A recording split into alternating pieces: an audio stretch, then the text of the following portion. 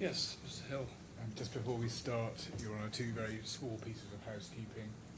We have had some extra disclosure in on the back of the cross-examination of Mr.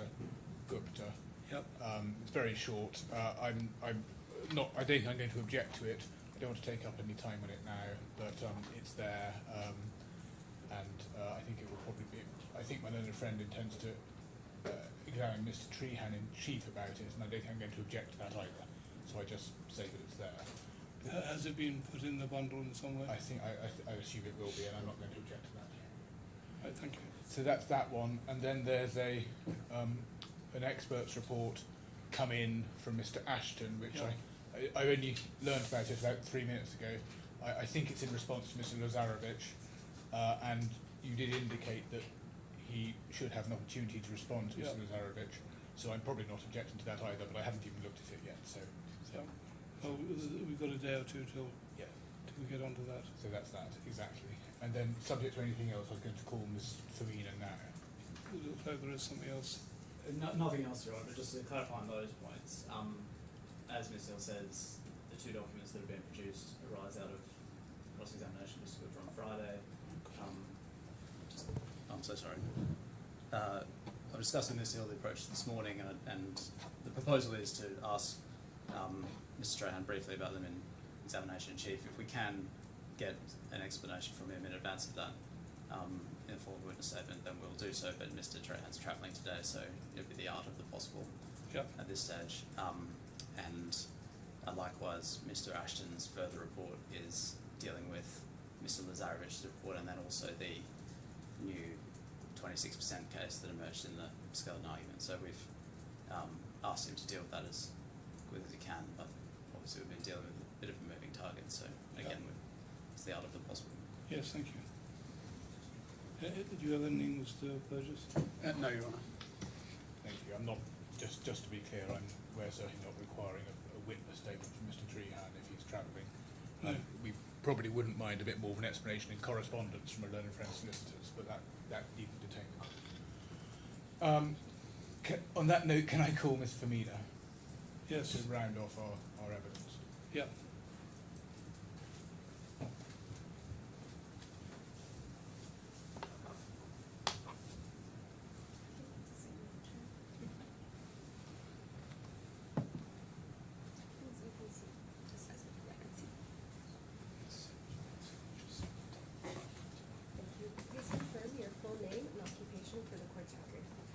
My name is Ksenia Fomina. I am unemployed. Thank you. Please repeat after me. I affirm that I will say nothing but the truth. I affirm that I will say nothing but the truth. Yes, Mr. Hill. Ms. Farina, could you be shown bundle H, tab 2, page 1? Okay. Do you see the second witness statement of Xenia Farina? Yes, I do. And could you go to page 17? Is that your signature? Yes. And are the contents of this, is this your witness statement? Yes, that's correct. And are the contents of it true to the best of your knowledge and belief? Yes, that's correct. If you wait there, then we'll be asked some questions.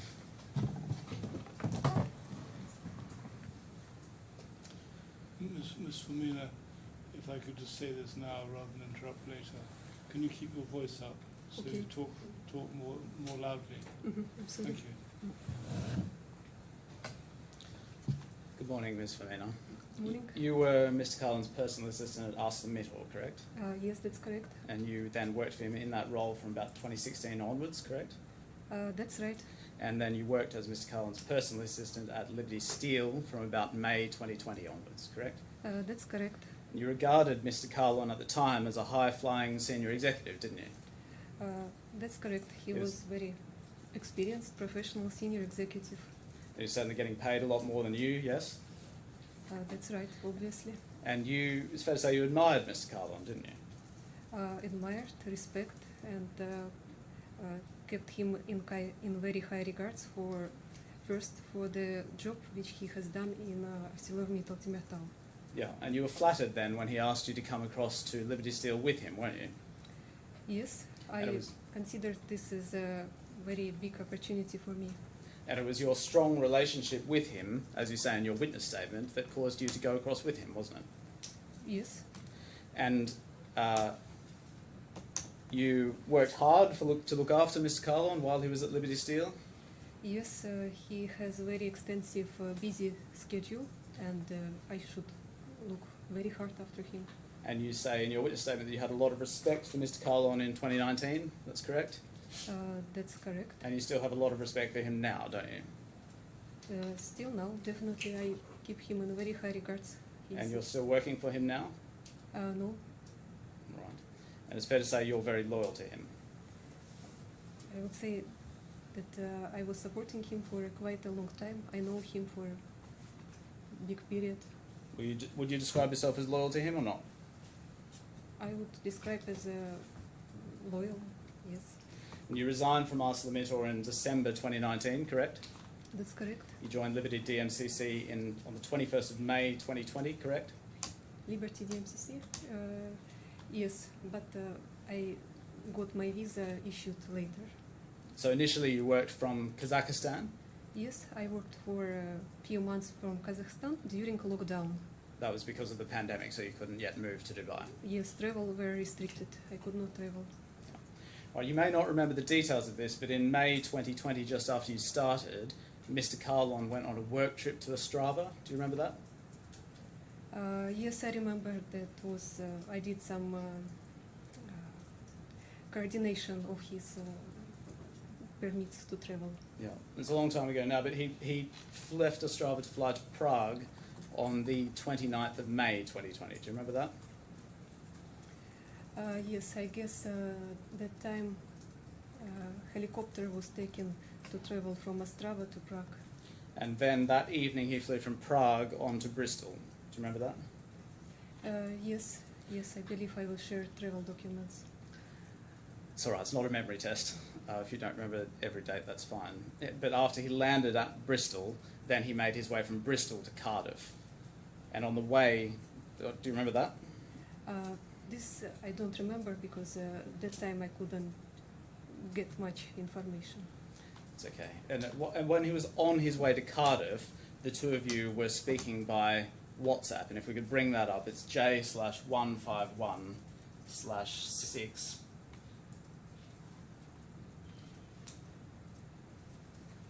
And do you see at the very bottom of the page? Can you see that? Mm-hmm. You see it's at 21:49:02. That's Mr. Kahlon with the number ending 316. He says just landed at Bristol, UK from Prague. Do you see that? Yes. Yeah. And over the page, if we then go to the bottom of the next page, you can see that this chat goes on. We just zoom in on the bottom. Mm-hmm. And you see at 22:53:49. There's a message from you that says "so true," and then you ask, "Where are you on? Are you on the way to Cardiff?" Mm-hmm. He says, "Yes, landed at Bristol about 50 minutes ago, and now going to Cardiff." You say, "Hope everything will be okay," and you'll open that tricky door. So you're having this WhatsApp chat with him while he's in the car on the way from Bristol to Cardiff, correct? I believe so. Yeah. Can you remember that, or you just accept that from looking at the document now? I remember that there was a chat that Mr. Kahlon used to update how his travel goes if Yeah. he is facing any issues. But you can't remember now, 5 years later, the details of what you were chatting about at the time, can you? Too much details, I'm not able to. Yeah, that's unsurprising. So if we look at in the middle of that page, 22:14, do you see that? There's a message from you where you say 22:14:07. There's a message from you saying some screws were loose in his head. Mm-hmm. And then you move on to a different topic, and Mr. Kahlon says, "Our future lies in Europe. Start convincing your mother and dad to be ready for Europe." You say, "It sounds terrific." And then he says, "Later in our own company from 2023 onwards, all will be taken care." And you say, "For sure." Do you see that? Mm-hmm. Now, when he says later in our own company from 2023 onwards, you understood him to mean that he'd use the $30 million if he made it from the LTIP to start his own company. Yes, even in 2019, when Mr. Kahlon offered me to join him in Liberty Steel, he told that he has a 3-year contract And after this 3-year contract, he would like to start his own business, where he would also, I maybe also be working there, and he will use this generous LTIP to open his business. Right. Well, this chat here is in 2020, isn't it? That's correct. We don't see anything about a 3-year contract in this chat, do we? I knew about this, and maybe I didn't consider it necessary to discuss. All right. But when he says from 2023, you understand that to mean that he needed to stay until 2023 to get his 30 million, didn't you? I understand that after 3 years period, he would be ready to start his new venture. Yeah. All right. And then you refer to this in your witness statement. If we could bring up alongside this H/2/3.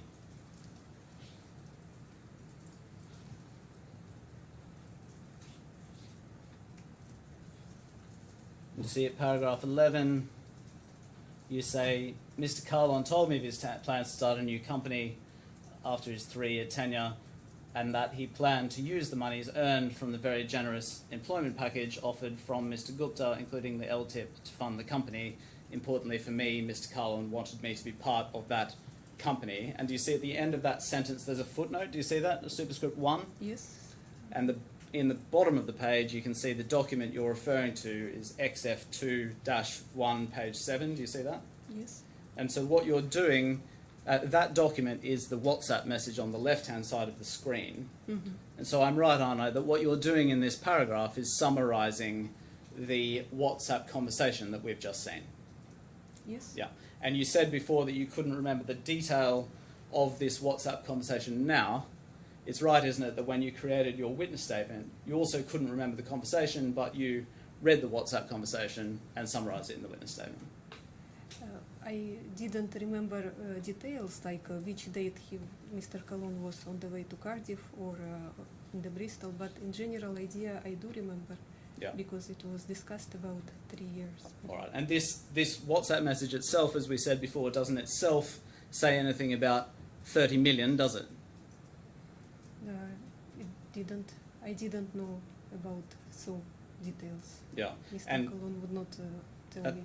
But the reason you knew that was because you discussed it with him previously, as you said before. We see that on the previous page. If we just go back to page 2 of your witness statement on the right-hand side of the screen. And you see at paragraph 10, at the bottom, you say, in around November 2019, Mr. Kahlon proposed that I leave my role at ArcelorMittal, become his personal assistant at his new company, where he'd signed a 3-year contract. I considered this proposal for about a week before agreeing to it. And I suggest that in November 2019, that's when he told you about the 30 million bonus that he might get, correct? He didn't tell me about particular amounts, but he told me that he got very good offer. Yeah, and he told you that offer, he had to stay for 3 years in order to make that offer come good, so that he could then move on to a new company. More or less, this is what I understood. Yeah, okay. Could we have J/1100.11?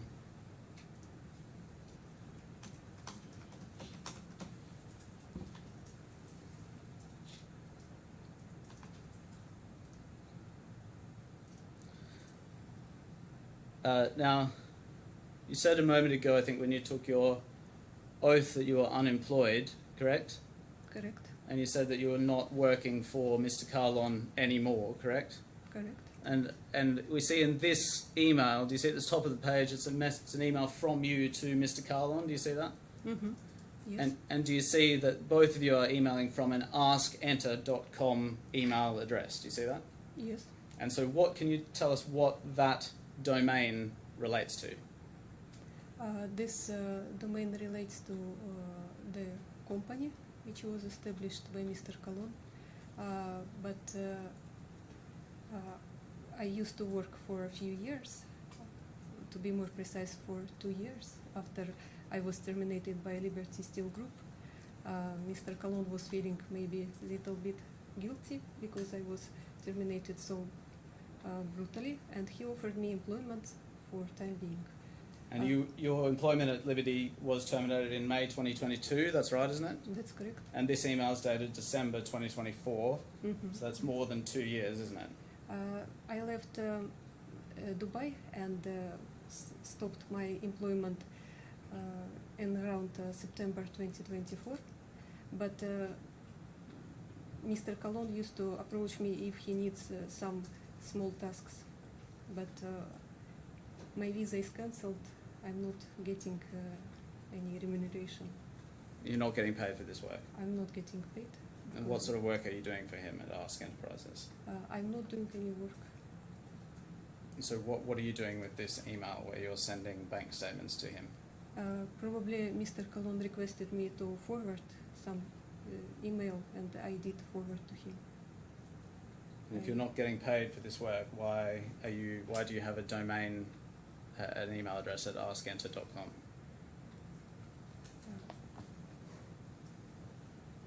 Probably it's still kept because it is not expired yet. All right. We have J/1097.1.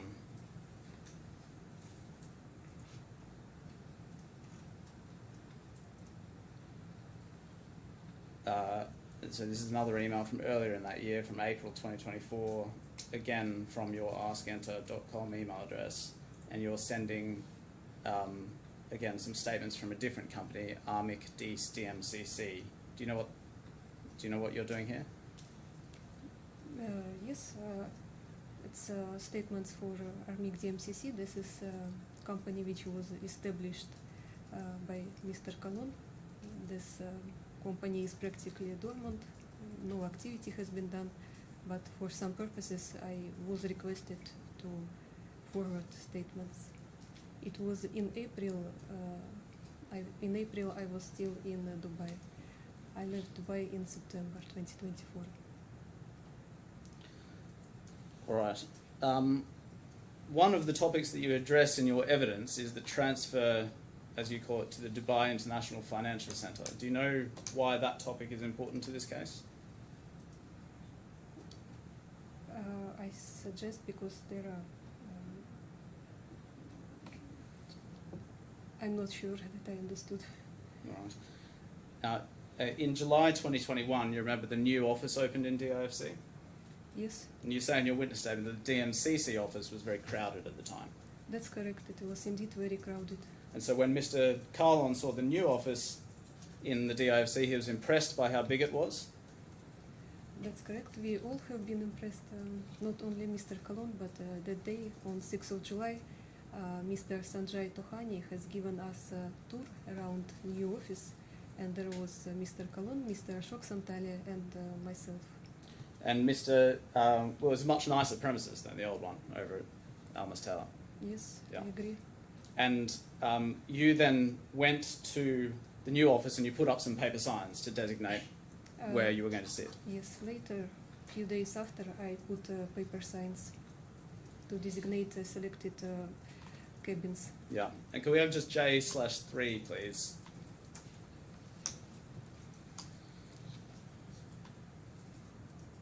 No, I don't think this is not the exact sign that you put up, but they look something like this. Not exactly. Mine was a whole A4 size page. Okay, so your difference was yours was just a whole piece of A4 Yes. paper, Mhm. then you Yes. stuck it up on the office. And it was Mr. Kahlon who instructed you to find a part of the office where he and his colleagues could sit, wasn't it? No, Mr. Kahlon selected. He sort of marked, told which are the rooms that we should occupy, and then I put stickers. Yeah. All right. Can we just have your witness statement on that? H/2/8.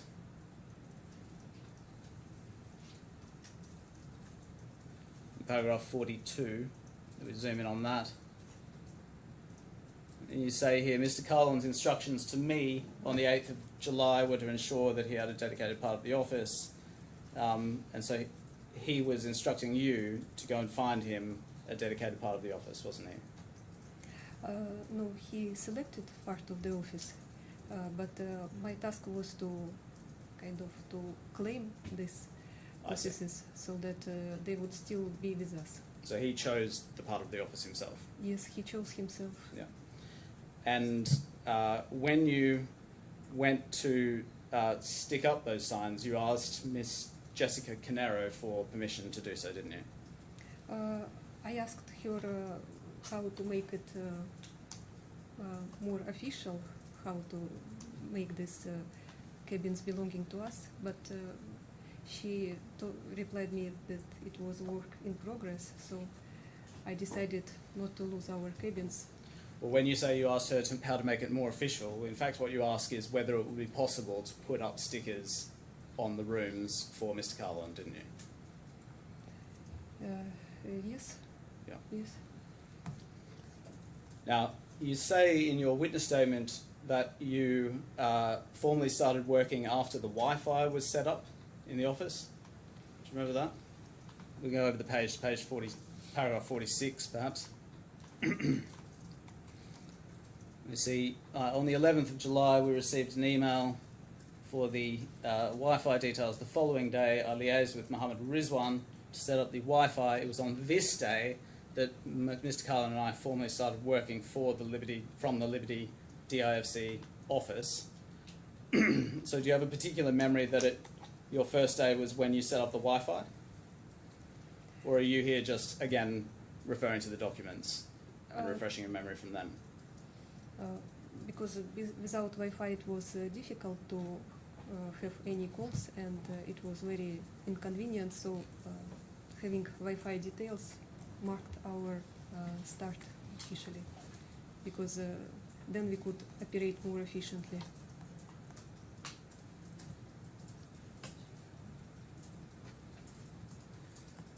You say then that on the, so you may not remember, but the day after the 7th of July, the 8th of July was a Thursday, and that day Mr. Kahlon worked from the DMCC office at Almas Tower. Do you remember that? I don't have a recollection on particularly 8th of July. I believe that we were in the DIFC office.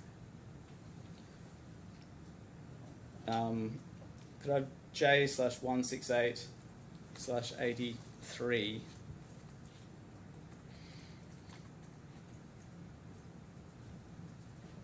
So do you see here, this is one of the Uber receipts that's been produced, and do you agree this shows Mr. Kahlon going from home to Almas Tower on the 8th of July? Yes. And then if we just go back a page to 82,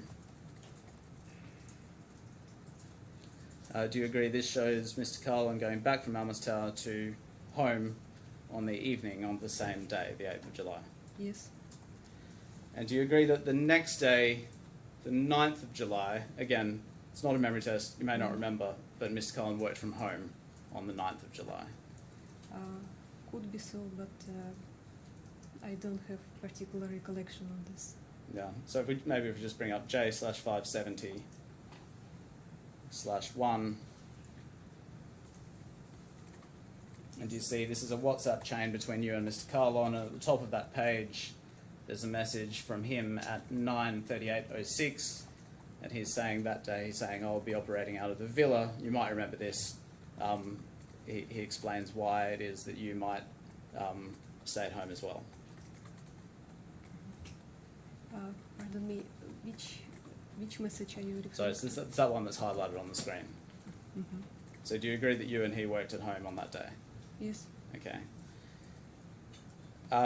Now, there's then 3 days where you worked from the DIFC office, but do you agree that apart from those 3 days, he then didn't work from the DIFC office again until October 2021? He used to work from DIFC office. From October 2021 onwards? From October 2021 onwards, he used to work permanently from DIFC office. So if we just have H/2/18, this is a table that you've compiled of his Uber trips, and if we go over to page 24, do you see there at the bottom of the page there's an entry 4 lines up from the bottom on the 14th of July 2021 Do you see that? Mhm. And then there's no further entries until the 2nd of October 2021. Mm-hmm. So do you agree that the next time he came to the DIFC office after those 3 days in July was in October 2021? I respectfully disagree because Mr. Kahlon not only did Uber or Karim booking, he used to also do carpool, and Mr. Vibigak used to drive him from Villa to DFC office as well. So am I right that you're saying that it's possible that he might have come in a different way that's not recorded in this table, but you can't specifically remember? Yes.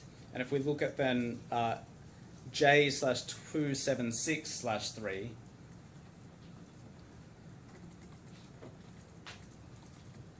this is a different table that Mr. Kahlon created for the purposes of the jurisdiction challenge in these proceedings. Do you see in the top right-hand corner it says PK1? The top right-hand corner in bold letters? Yeah. Yes. Mm-hmm. And so that's a reference to the exhibit to Mr. Kahlon's first witness statement in these proceedings in 2022. And do you see rows 70 to 73? Mr. Kahlon says that he was on business travel between the 16th of July and the 22nd of September. Do you see that? Yes. Mm-hmm. And you are not in a better position than he was in 2022 to speak to those movements, are you? Excuse me, I don't understand. You're not in a better position now in 2025 to remember all of Mr. Kahlon's movements than Mr. Kahlon was in 2022, are you? Yes, Mr. Kahlon traveled extensively, and Yeah. So if we just look at H/2/9 at paragraph 47, you see second line at the bottom of the screen there, you say, in August 2021, Mr. Kahlon and I were asked to surrender our entry passes to Liberty DMCC. But as we've just seen, Mr. Kahlon was away on business travel in August 2021, wasn't he? yes, that's right. And so it's possible that you're mistaken about this, isn't it? Mr. Kahlon would not be surrendering his pass personally because I was being office manager. I used to handle these small tasks on behalf of Mr. Kahlon, Mr. Santalia, Mr. Gak. I used to get their DFC access card myself and signed on their behalf and distributed to them. This small task I would take on me instead of them going somewhere. But do you agree that Mr. Kahlon, as a senior executive, if he'd wanted to, could have worked in principle from any office that he wanted to?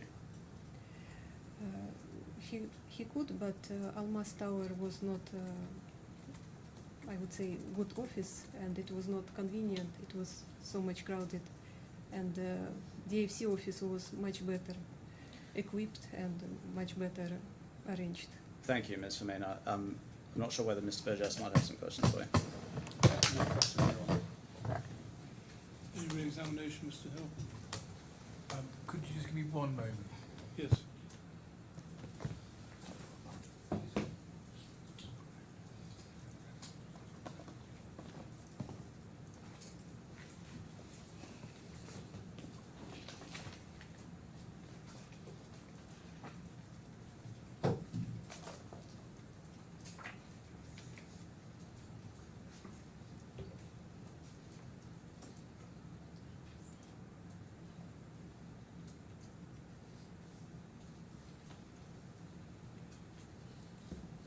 Just on picking up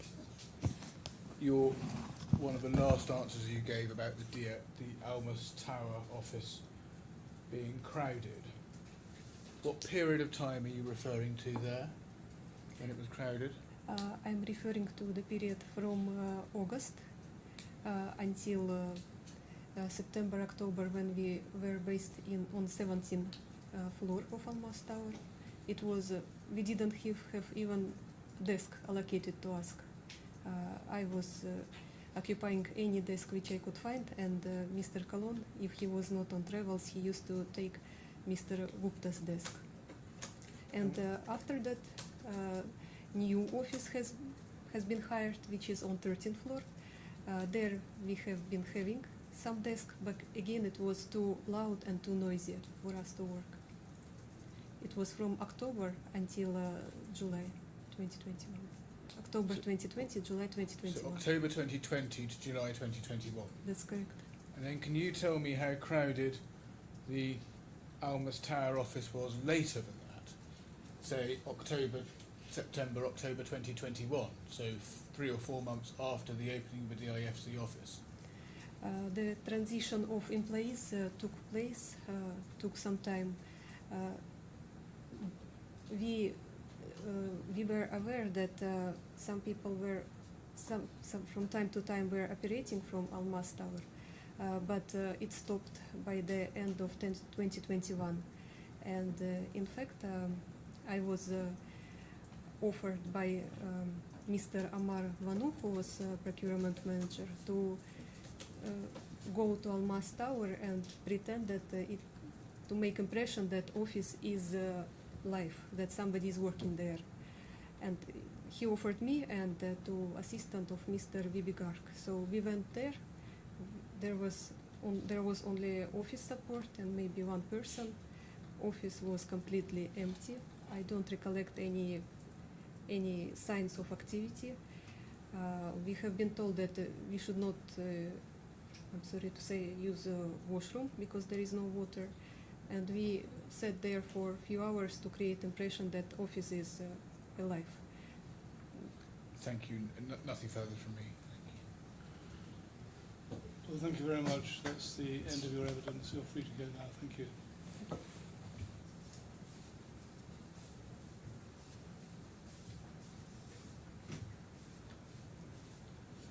That's the close of our factual case. Your Honour. Yes, thank you. What next?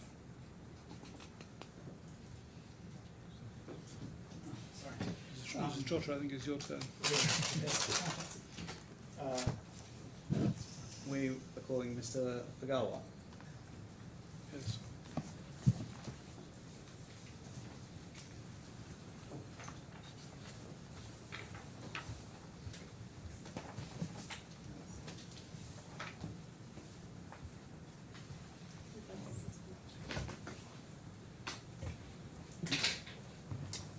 Please confirm your full name and occupation for the court's record. Ajay Kumar Agarwal, President, Liberty Steel Group, Just a Europe. bit louder, please. Oh, Ajay Kumar Agarwal, President, Liberty Steel Group, Europe. Please repeat after me. I affirm that I will say nothing but the truth. I affirm that I will say nothing but the truth. Thank you. Mr. Agarwal, good morning. Thank you. Could we have on the screen H/3, please? Do you see there a document entitled First Witness Statement of Ajay Agarwal? Yep. That's your first witness statement in these proceedings, is it? Mhm. If we turn over to page 11, see, is that your signature at the bottom? Correct. And are the contents of this witness statement true? Correct.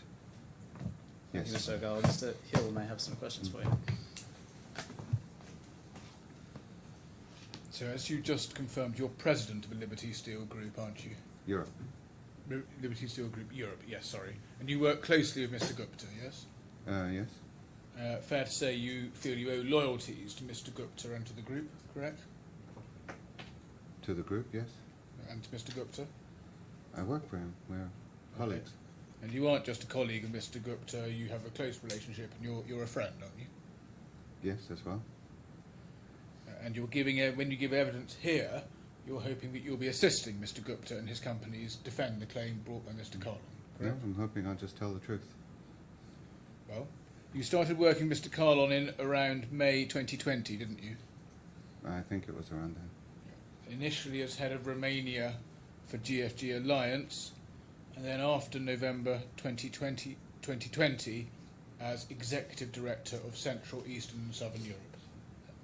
I think so. I don't remember the timing, but yes. And fair to say, wouldn't it, that when you arrived, when Mr. Kahlon arrived in his job, corruption was quite rife at both Ostrava and Galati, Was one of the issues, yes. and that was a major drain on operational efficiency and productivity. That's what we said, yes. That's what you mean. That's what you we as a group ascertained. Yes, that's what you thought at the time. Yes. Collectively, this is what we ascertained. And one of Mr. Kahlon's jobs was to root out corruption, wasn't it? Was to turn around the business, yes, so that's one of the jobs. And he was quite successful at that, wasn't he? Yes, we did it a lot. We cleaned up a lot together, actually. And it's not an easy thing rooting out corruption in an organisation, is it? No, it was hard work. It involves quite deep digging into hidden corners. Yeah, also. And it involves challenging people if you have suspicions, doesn't it? Yes. And instilling a zero tolerance approach to corruption so that you are publicly challenging anomalies so that everyone knows that there is a zero tolerance approach. Just to publicly say zero tolerance was good. We worked on this together. And all of this sort of process creates enemies, doesn't it, within the organisation? Yes? Yes. Now that's corruption. Leaving that aside, another part of Mr. Kahlon's job was to clear out dead wood in the plants, wasn't it? Correct. And again, he did quite a lot of good for the business in clearing up dead wood, didn't he? Yes. And there were a number of people in management at both Ostrava and Galati who were poor performers, needed to be moved out and replaced. A number, yes. Now, can we go to bundle J432.1, page 2?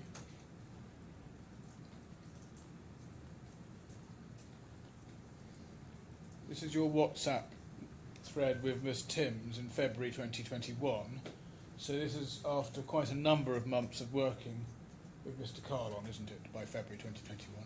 Just Yeah.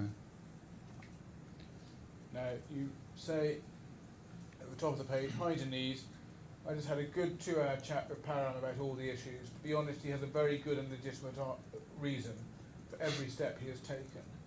I think what would be good is maybe you, he, I have a call at some stage, as would like you also to hear from him directly, so you can understand firsthand.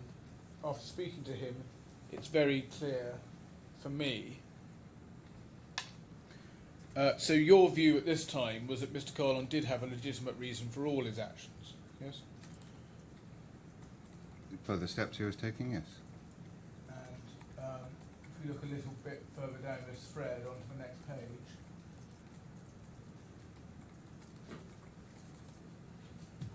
say about halfway down the page, he's really not a total monster, I can vouch for that. Just can't contain his frustration, has no filter. He's shaking things up and is digging in places that people don't like. So it's normal they push back, I guess. And again, that was your view at the time, wasn't it? Correct. But if you go back a page, I also written should be respectfully. Now, I'm going to come back to that area. You started working with Mr. Kahlon in around May or June 2020, didn't you? Yeah, I can't remember the exact date, sorry. We took a plane to, I think it was Galants at the time, to Romania. And what you say in your witness statement is that during the initial 12 to 18 months, the European businesses were doing well.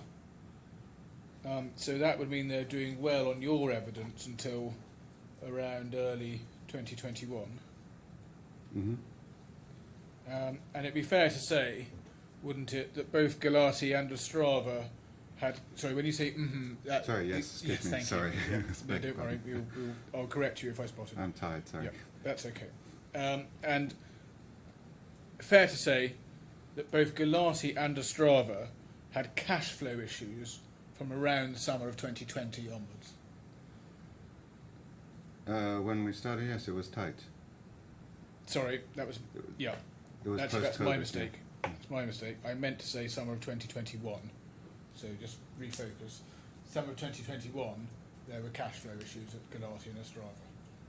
Yeah, when we started, it was tight. It was COVID, it was pretty dead, and we had this issue with the Greensill Bank at that time. So Greensill Bank would have been Q1 2021. And then, if you recall, there was quite a lot of quite a good market, I think, a bit Yes. later in 2021. But then the post-COVID market was very turned good. Yeah. by the end of, well, probably early in Q3, the market started to turn. But Galati and Ostrava specifically had cash flow issues, didn't they? Do you recall, from summer of 2021? I don't think so. I think we started already doing quite well then, if I'm not wrong. I can't remember the exact date. Well, I but- may need to show you some documents. Okay.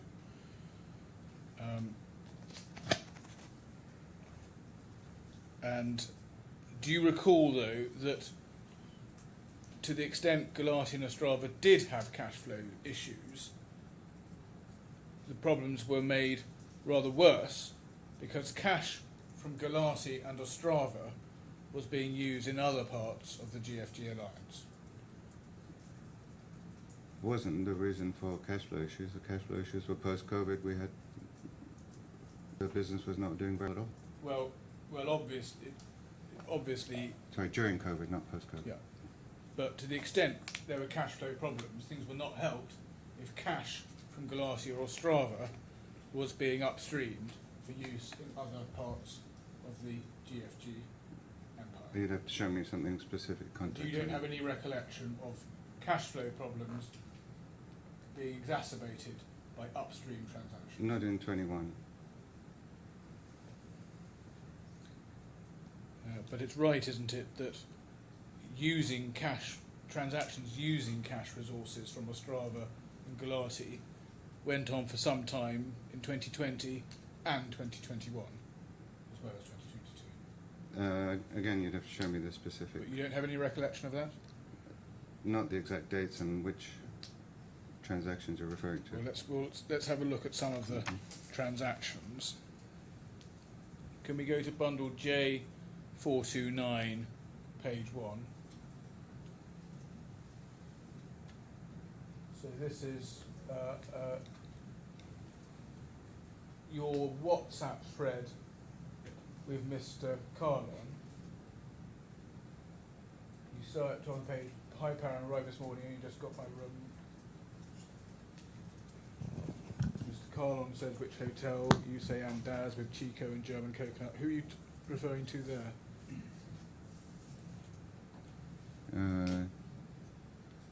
Chico, I don't remember, but coconut was a joke. Half like me, half Indian, half English.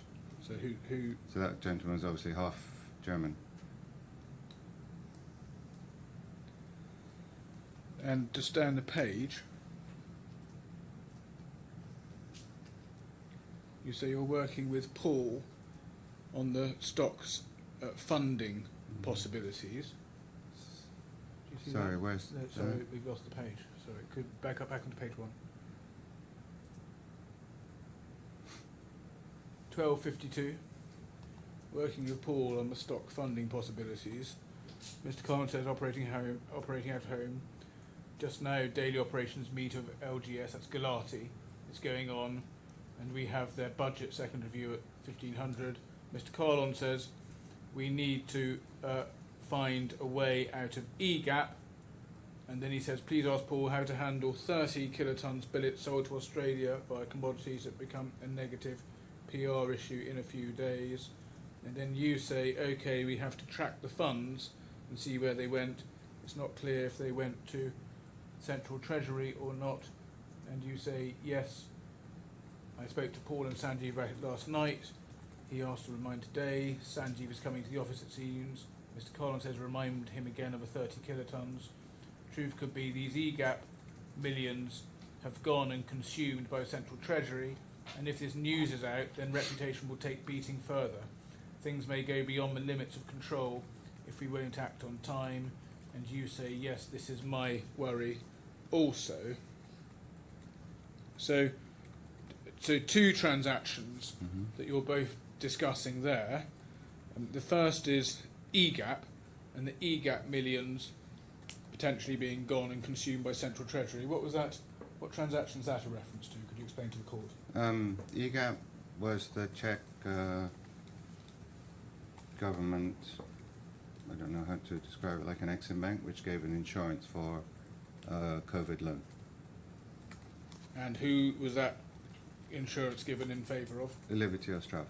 And that money had been upstreamed, hadn't it? No, it was given by Greensill Bank. It was not upstreamed. But that money was money that had gone from Liberty Ostrava, hadn't it?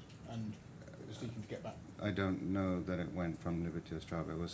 It was done directly with EGAP and Greensill Bank. It was actually a little bit before my time when that happened. Well, it was money that was, it was a transaction that was still outstanding, wasn't it, at this point? Yes, the loan guarantee was outstanding to Greensill Bank all along.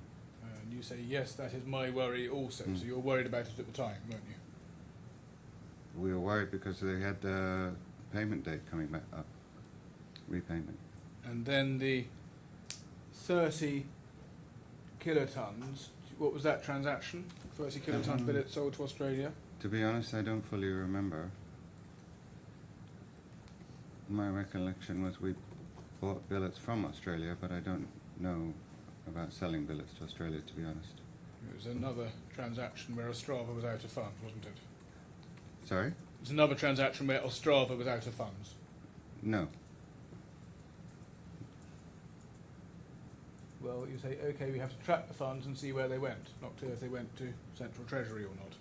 So it is another transaction where Ostrava Like I was said, out I of don't funds. remember us selling billets to Australia. Now, can we go on to page 2?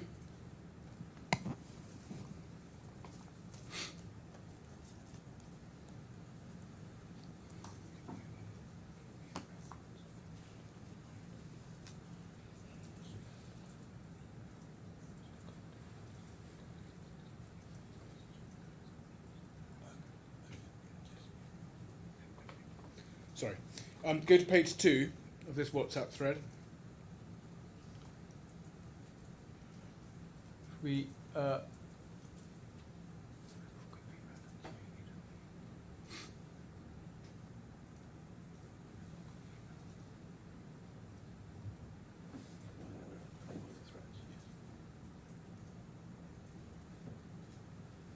yes, halfway down the page.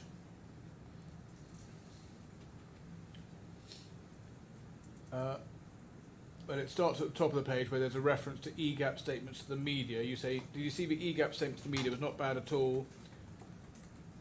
EGAP, quote, EGAP monitors developments around green sale. According to the spokesman Jay Cheney, however, the current situation of the financial company does not affect the guarantee and cannot be a reason for its application. Then you say, but fully understand the panic. It's a face-saving act by the government for the media, but internally they'll be harsh on us. Yes, agree, but buys us a few Mr. Hale, days for now. you're going too fast for the transcriber. I'm sorry. So I've been reading them from the top of the page. And then if you read just below that, there's a reference to meetings with lawyers. And you then say, not good feedback from Parminder. Basically, there's a lot of criminal and civil liabilities for directors if money did flow to LFM. And then you say, think we now have to discuss now with a law firm to see how we can justify this upstream. But I think I'd better speak to Simon first, as extremely sensitive. So does that prompt your recollection that the money had in fact been upstreamed, and you were concerned about the civil and criminal liabilities that might result? No, like I said, this EGAP Greensill Bank Ostrava transaction happened before I was involved with Ostrava, and we were both actually finding out history. But again, the context of what I discussed with Parminder may have been something else, but it was, we were trying to figure out what happened rather than knowing what happened at that time, because it was before both of our times. Well, So this must have been straight after the Greensill Bank collapse, I think. yeah, so quite clear that there has been an upstream, because you're saying, discussing whether you can justify the upstream, And you're concerned at that point that it had civil and criminal liabilities for directors, yes? I was confirming that that this is what our in-house lawyer told us. Now, can we go on to page 3?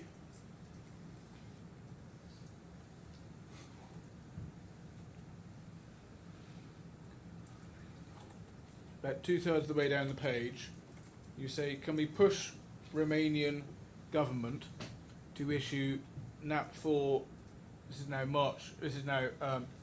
12th of March 2021, push Romanian government to issue NAP4 CO2 certificates for, that's Galati, in April. You then say, from Ashok Patel this morning, I hope it's a joke, as you can imagine after the bogged down corruption story. Mr. Agarwal says,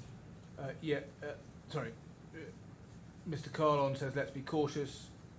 You say, yeah, as I said, it's a joke. He had last 4 months to sort this out and did nothing. I'll be be with you by around 2 p.m. Okay, I will write to Sanjeev to give us some time to discuss Ostrava, as it's getting out of hand like this. Now, that's a reference, isn't it? That reference to CO2 certificates is a reference to the issue that was then looming with regard to Galati CO2 certificates. They were needed by the end of April, but had previously been sold. Yes? There had not been. There was a delay in allocation from the EU because the production numbers had changed. So the delay was the problem. No, that was a answers timing my issue. question. They had previously been sold, hadn't they? If it was sold, it was not in my time. But there was you knew they had been sold, and you knew No. that was the reason that there was Galati was short of certificates and which it needed by April. The problem at that time was we had to surrender in April, and our pre-allocations, which we get every year from the EU, were delayed. So we had a shortfall. You had previous free allocations that Mr. Gupta had procured to be sold after he acquired the plant, and that was why they were not available. The problem at this time was specifically that we had to surrender, and our free allocations were delayed because of change in the production cycle. You have to get EU approval, and that came after the time of surrender. So you're suggesting, are you, to the court, that the problem that Galati had with having the certificates that available for surrender was nothing to do with the fact that the certificates that had previously been allocated had been sold into the market? This was the problem that we were trying to solve. That was the problem, you agree? Because, what I explained, this is the problem we're trying to solve. I don't agree with you because I wasn't there if they sold them. This is the problem I was asked to solve. We had a delay in the allocation, and we had to get certificates in. What do you not agree with me? Do you not agree that the allocation that Galati already had been sold into the market? Again, it was not in my You knew. time. I'm just asking you if it's true, isn't it? Allocations are bought and sold all the time. It's part of the trade. It's true, isn't it, that the allocation Galati had been sold into the market? We're always selling and buying allocations. Well, I've now asked this question about 5 times. Yeah. Why can't you give me a straight answer to this? It is a straight answer. We sold allocations, we bought allocations. There's no need to be evasive on this. You can give me a straight answer. Again, we sold allocations, we also bought allocations. And you sold the allocations that Galati had, and that was what gave rise to the problem that you were then trying to solve in April 2020. And we bought them back. Now, can we go to the bottom of page 5?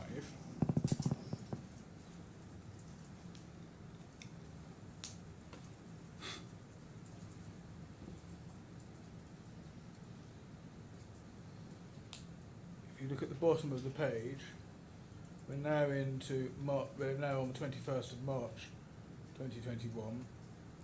You say to Mr. Kahlon, we have about 4.5 million allowance in Ostrava. Galat needs 3 million for end of April. And you then say, I'm very happy to hear there are no plans to sell or otherwise transfer or use emissions allowances for the benefit of companies related to Liberty Ostrava. I believe these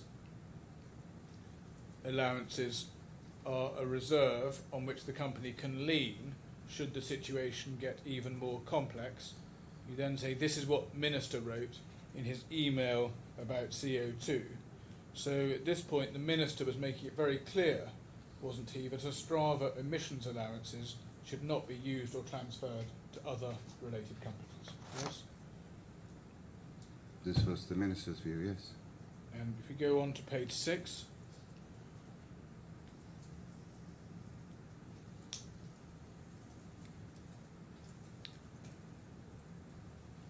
you can see at the top of the page that you send Mr. Kahlon, do you see, an article from the Sunday Times, and it's entitled Anatomy of a Scandal.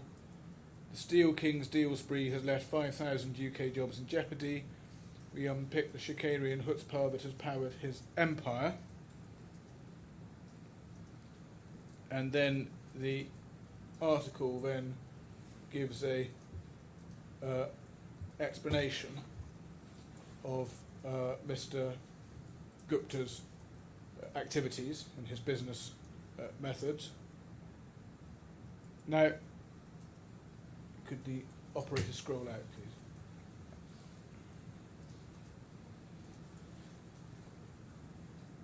And then if you put the next page up as well, please, 6 and 7.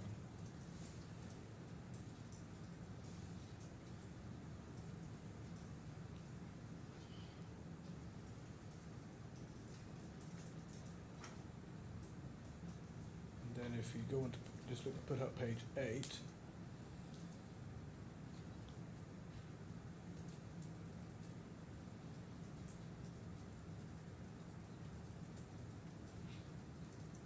And then page 9.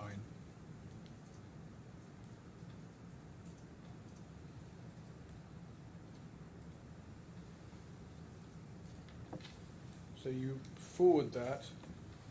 You don't, if you look at the bottom of page 9, you don't comment on the article when you send it to Mr. Kahlon, do you?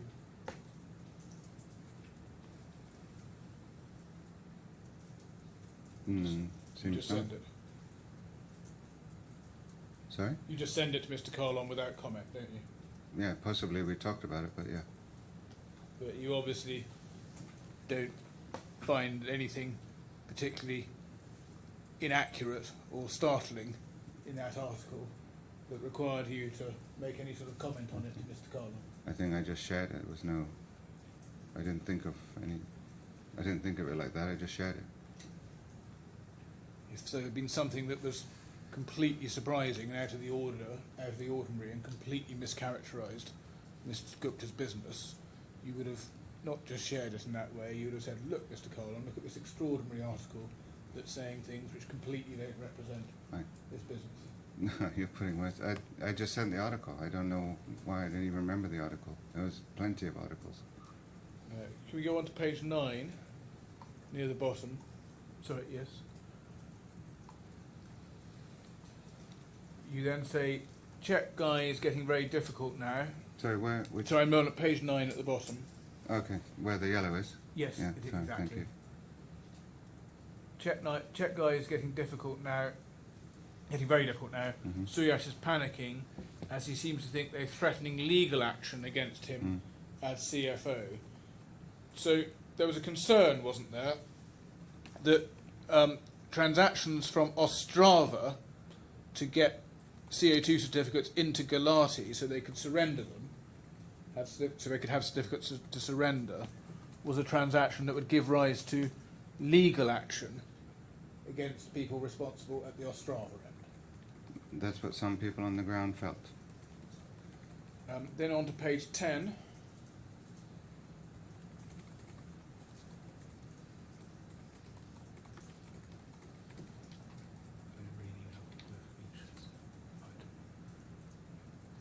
Page 10, you say, halfway down, you say, missed our walk this AM, as we really need Sanjeev to understand and discuss Ostrava. You then say, yesterday night he was defiant. It's our business, what can minister do, etc., etc. Mr. Kahlon says it can impact very adversely, plus this menace can spread to other places too. You then say yes, as they are contacting all governments now. So, a couple of points there. Situation getting quite serious at that point, yes? It was tense, that's for sure. And Mr. Gupta's position was he was defiant and thought it was his business and he could do what he liked. Yes? Correct. And then on page 11, at the bottom of the page,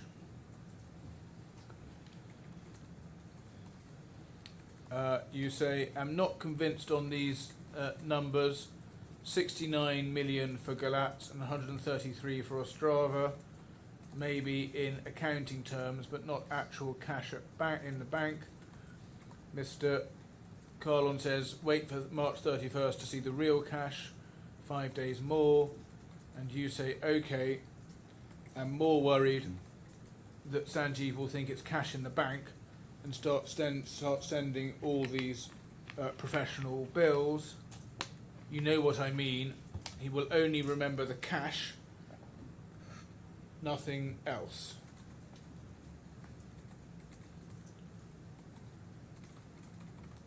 And that's you expressing your concern about Mr.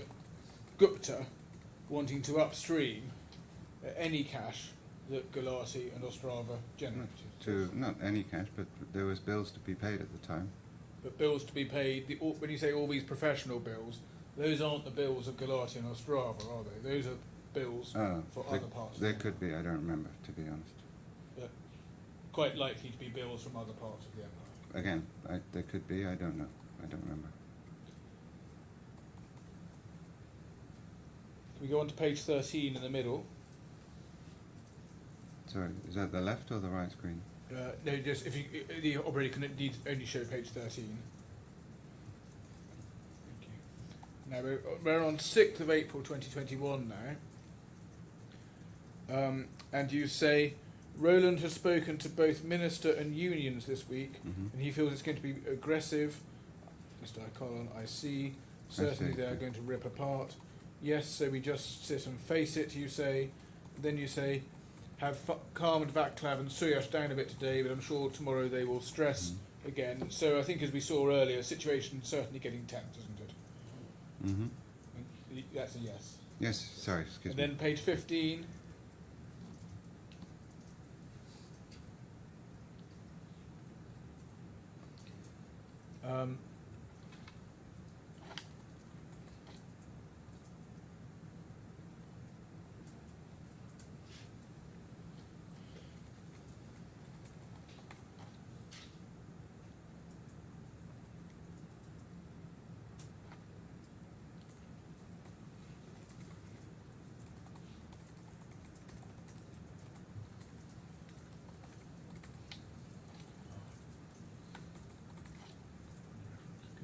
Could you, if the operator could put up.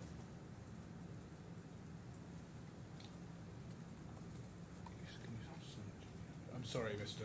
Agarwal, I've got a wrong reference. If you give me 1 minute, I'll give you No the right problem. reference.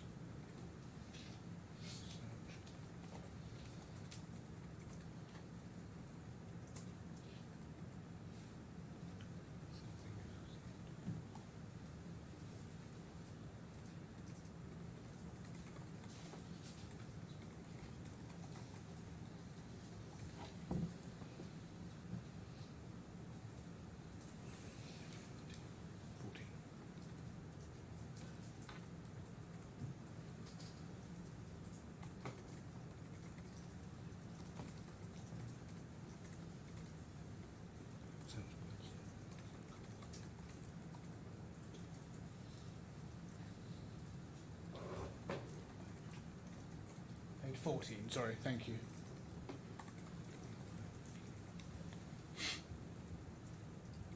Yes, look, near the top of the page. I'm sorry about that. Do you say, so now on the 7th of April, you say, I have a feeling we haven't really started yet. There's not talks on EGAP. Mr. Kahlon says, if Minister had been really on some informational grounds, he was going to rip apart by now. Tough may come, but don't think it will be that worse, which we were apprehending. You then say, let's hope so. Vaclav forced me to tell them about the bank statement. He said if I didn't, he would. I was trying to avoid saying that the balance is 0.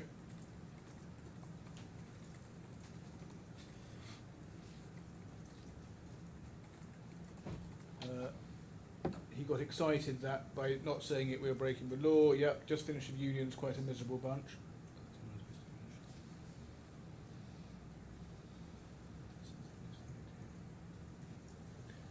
And then you say, more than once they threatened to put 6,000 people at the gates if we do something with CO2. So this is Ostrava again. You're clearly concerned about the potential situation in government reaction to the EGAP position that we just talked about, yes? Yes, that was ongoing. You wanted to avoid telling the government that there was a 0 bank balance at Ostrava. Yeah, to be honest, I don't know which specific bank statement that was, so Well, it was a reference to... that one clearly is, but I don't know the overall picture, the context of it, sorry.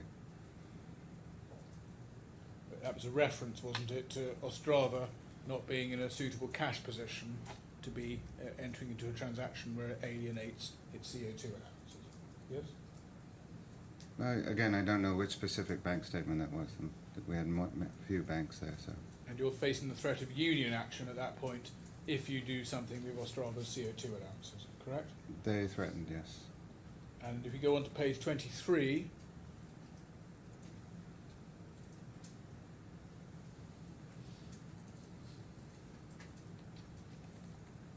see down the page, Mr. Kahlon says at this point to you, the only options are 1, to buy max of cash at hand by tomorrow or even day after tomorrow, 2, remaining we get from Ostrava, even if we have to go on a war. So Sorry. that's 27th of April, so you're right up. Sorry, I'm not sure where...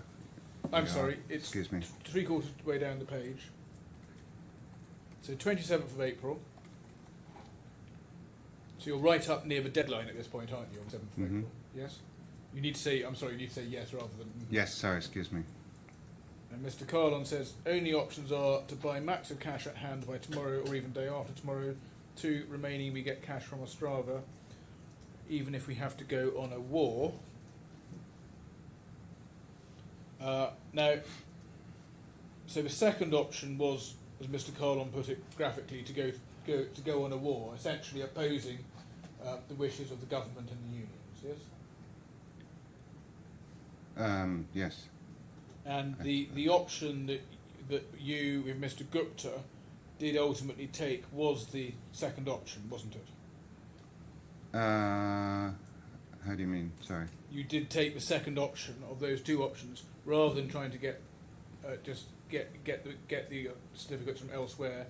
You did take the second option of getting them from Ostrava. Actually, no, it was a blend of solutions. Yeah, right? sorry, you're Sorry, right. You did also. we bought a huge amount of CO2. Yes. It was tremendous hard work. Both Paramjit, myself, Ashok, Mahesh, we worked day and night to collect money to buy those certificates. And we were able to also use some of the Ostrava certificates because by law it was allowed to do. There was nothing wrong with that. If you go to page 48 at the top.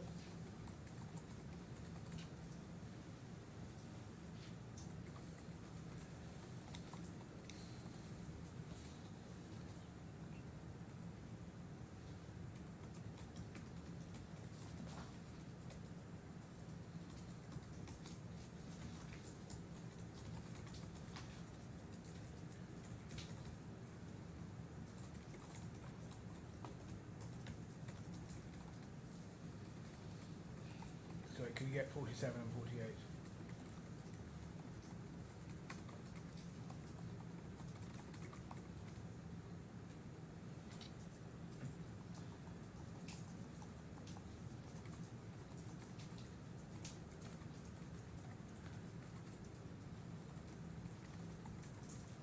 I'll come back to that. I don't want to take your time up now. So that was the transaction at the end of April 2021, the CO2 transfer. I'm now going to go to a different proposed transaction. If you go to J513, Just then that CO2 transfer, just to be clear, we got legal advice. We collectively decided this is the way to do it. We could have done more legally. We decided to transfer a minimum amount from Ostrava, and the rest we raised the cash and bought certificates. But you considered at the time that it was giving you potential, significant potential exposure, didn't it? The risk was with the government and the unions making noise, but from a legal perspective, we did it fine. And actually, everything was transferred back to Ostrava. So and Ostrava, actually, we did it in a way, Ostrava made a profit out of it, and there was no action in the end. Everything was fine. Now, that was the transaction at the end of April 2021. We're going to come to a different proposed transaction, which is at J513.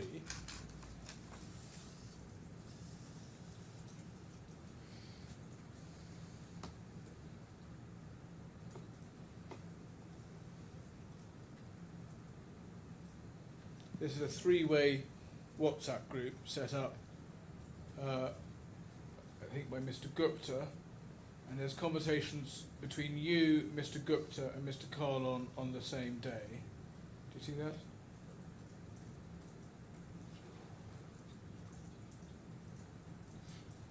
Yeah, sorry, just before we do, I'm going to go back to my last reference just on the last topic.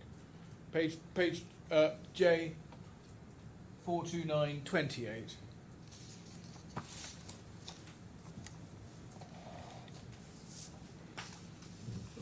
Top of the page.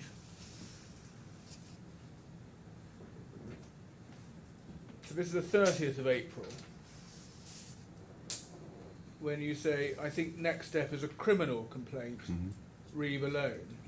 So just in relation to the answers you just gave the court,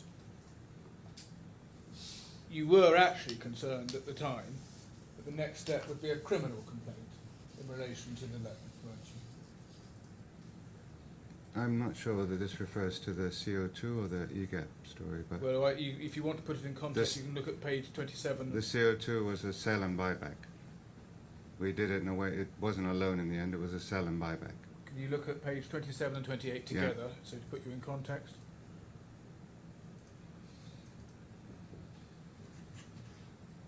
I need to see, sorry, operator, I need to be able to see the bottom of 26 exactly. Babish is furious about the allowances, but knows not much could have been done by the government. He's background briefing journalists that if he didn't go to Ostrava 2 weeks ago, Sanjeev would have done worse. Another lesson from him is forthcoming.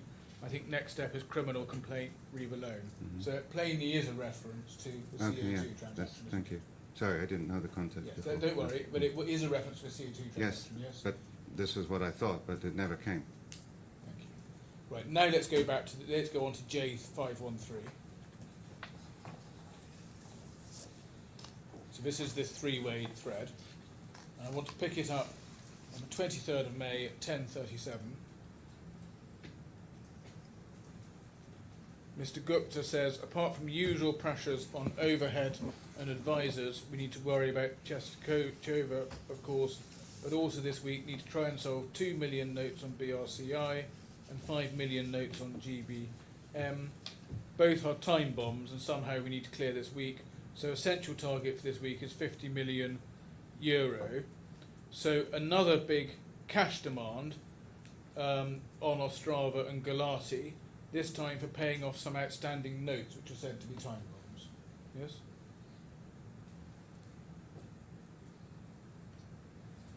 Do you recall that? I mean, I'm Yes. seeing the Do you, conversation. but do you recall that episode? I'm seeing it now in the conversation. I don't remember it. But You're saying you don't remember this, I'm seeing it now. but do you remember this episode? Not specifically, but as you said, it's all here, so I can see it. And you then say, Galati is under a lot of pressure right now, Sanjeev. Other than Poland, we have in excess of 50 million outstanding to suppliers who are now making noise, have not had so good feedback from banks, etc. on the last week. And then a little lower down, you say, what we need is, this is at 12:10, you say what we will need is working capital for Poland acquisition we will do under Ostrava once we clean up EGAP. So Galati is tight on cash at that point, correct? Seems so, yes. And then Mr. Gupta goes on to say, after reference to EGAP, with these investigations, those notes are time bombs. You say, understood, trying to figure it out. And he rounds off by saying, I know heavy burdens this week, but cannot fail, even if we need to sell some children. So Mr. Gupta's putting quite a lot of pressure on you, isn't he, to upstream cash from Galati, even in circumstances where Galati is tight on cash. It's not pressure, this is how we discuss, but he's asking for help for, obviously, for things that help the group, which ultimately helps Galati and Ostrava as well. Galatz, sorry, and Ostrava, being part of the same group. Now, can we go on to page 45 of J429?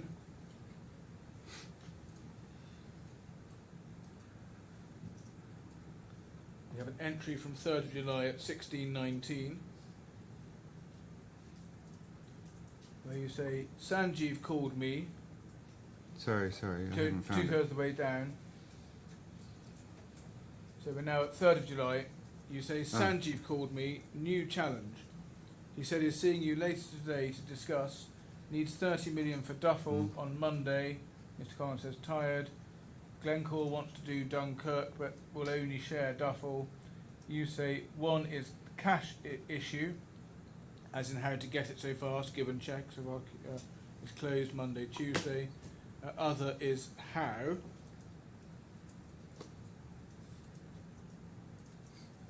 So it's another transaction in which Mr. Gupta's looking to find 30 million, and you're involving Mr. Kahlon because you're looking to get as much as you can from the primary steel Ostrava or Galatz operations. Yes? I'm not involving Mr. Kahlon. We were working together and doing this all the time. We were both involved throughout. Yeah, but this is what you are working. You're seeking his involvement on. Yes, this particular new funding issue. From this thread, I'm warning him that Sanjeev will talk to him, to meet him today and have this discussion. And if we go on to page 53 in this thread, now at 22nd of July, 1408, you say, on Saturday, we need to speak to him about insurance. Sorry, need to be about insurance as DC. Who's DC? I'm trying to remember. DC is against property and business loss insurance. Yeah. Has told him we can't claim. I said it's not true, and only you are the one qualified to decide in this. Mr. Kahlon says okay. He got no idea what kind of risk we are reeling under. You say agree. Ian and I are both not happy with this, but DC has convinced Sanjeev somehow. Convinced not to have insurance, yes, property and loss of business. Ashok has all the details from our insurance guy, so he can explain you better. Mr. Kahlon says no insurance is a very big risk and criminal liabilities for the directors. Even refinancing agencies will ask for it. You say, he says, if the refinancers want it, we can get it then. So at this point, this is July, Mr. Gupta was seeking to avoid having insurance on property and loss of business. I think they were reducing the cover, and I believe DC is someone from the finance department. But they were trying to reduce the cover, if I'm not wrong. And Mr. Kahlon's view was that this was a very big risk with criminal liabilities for the directors. And I agreed with him, as you can see. But Mr. Gupta was inclined to take a more bullish approach, wasn't he? And only get cover if refinances wanted it. If I'm not wrong, in the end we took the cover.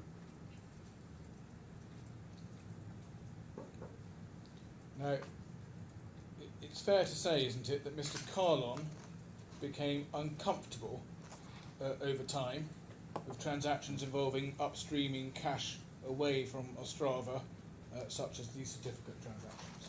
Yes?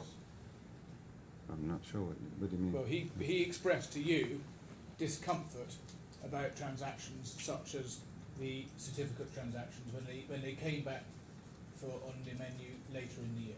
The certificate transaction, we did it together, sorry, but we When worked they came on back this. later in the year, he expressed you discomfort at doing it. We also transferred them back, but yes, he may have expressed discomfort, but at the time, we worked on this together. But later in the year, he didn't want to do it, did he? But we'd already done it, I don't understand. We looked at one in April, but it comes back on the menu for further transactions later in the year, doesn't it? And at that point, he doesn't. Which specific, we transferred the certificates back from Galats to Ostrava. Well, look, I'll come to the transaction later on then. Now, in fact, I'll come to it now.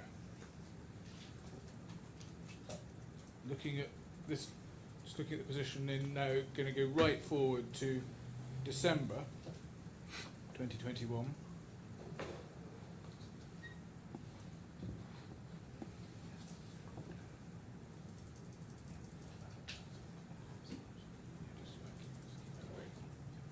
So if we go to page 65,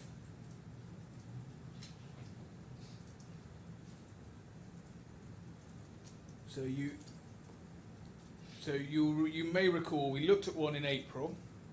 Sorry, So I'm just going to put you in the picture. We looked at a CO2 certificate transaction in April just now. Yes, you Okay. recall that one. yeah. There was then one in October that you executed with Mr. Gupta without involving Mr. Kahlon, and you remember you ended up communicating with him to apologise for not involving him. Do you recall that one? No, I don't actually. Well, I'm sure you'll show me. I will have to show you. I'm not going to show Sorry. you now, but I'll show Okay. you this. Sorry, I don't But recall. you don't recall that there was another one in October. Mr. Gupta executed it with you. Mr. Kahlon wasn't happy with it. Mr. Suyash Pradhan wasn't happy. Mhm. There was an email from Suyash Pradhan to you and Mr. Gupta, and then Mr. Kahlon himself wrote an email. Mr. Kahlon came off the board. Do you not recall any of that? I remember it came off the board, but the specific, you'll show me, I'm sure, so, sorry. Oh, well, I actually wasn't going to, but since you can't, because I thought you'd remember. Apologies, no. Since you can't. Your microphone is distant from your mouth. I wasn't going to, because I Mm. thought you'd remember, and I went through it all with Mr. Gupta, but since you Okay. don't remember, I will show you something Okay, briefly apologies. to remind But you. are you referring to the bottom of the screen here? But now, I thought you would remember that one. But I the will one at come- the bottom of the But screen then, here? after that, so after October, there's then a later one in December 2021, which we see at the bottom of the page there, where you say, Param, I don't disagree with you on CO2, but Sanjeev has a different view, so can we wait till we meet with him and discuss, please? Mm-hmm. So do you now recall that there was a difference in view between Mr. Kahlon on the one hand and you and Mr. Gupta on the other, or certainly Mr. Gupta on the other, about doing further transactions There was involving... always differences of Strong opinion, but in the end we discussed and we came to conclusions together. But looking at this stage, you didn't disagree with Mr. Kahlon's view, but Mr. Gupta wanted the transaction to take place. Yes, do you He recall had that? a different view, and we said we'll meet and discuss it. And then if you look over the page here,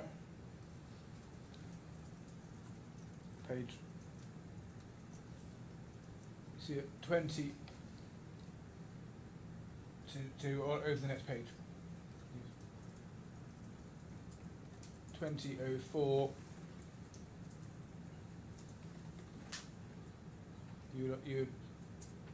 You say on second thoughts, I won't send email till you're okay, can speak in the morning. Mr. Kahlon says, please don't send the email. You know very well it will have the same fate as 152 million euros, so please keep me out of it. Okay, let's wait till we speak with Sanjeev then. Mr. Kahlon wasn't happy to be involved and didn't want you involving him and just wanted to be kept out of this transaction, didn't he? I'm not exactly sure what the transaction is, but It was another CO2 transaction. I don't think that ever happened, because at Liberty Synergies we never activated it, so whatever this was never happened. And the page before it referred to Liberty Synergies, it never happened. And obviously we discussed it. Now, can we look a little lower down? Let's just go back to, let's go to bundle J707, page 2.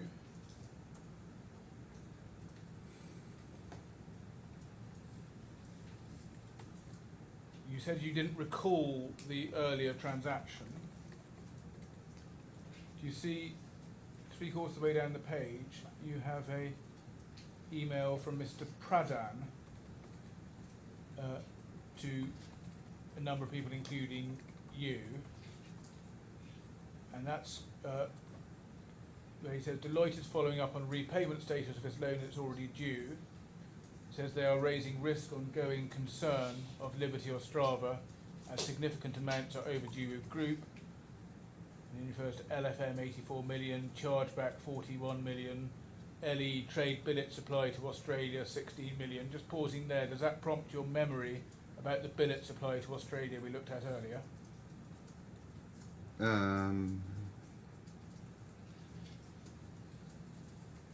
Okay, I'm not sure who is LE Trade, but is it LE? I can't see. Yeah, but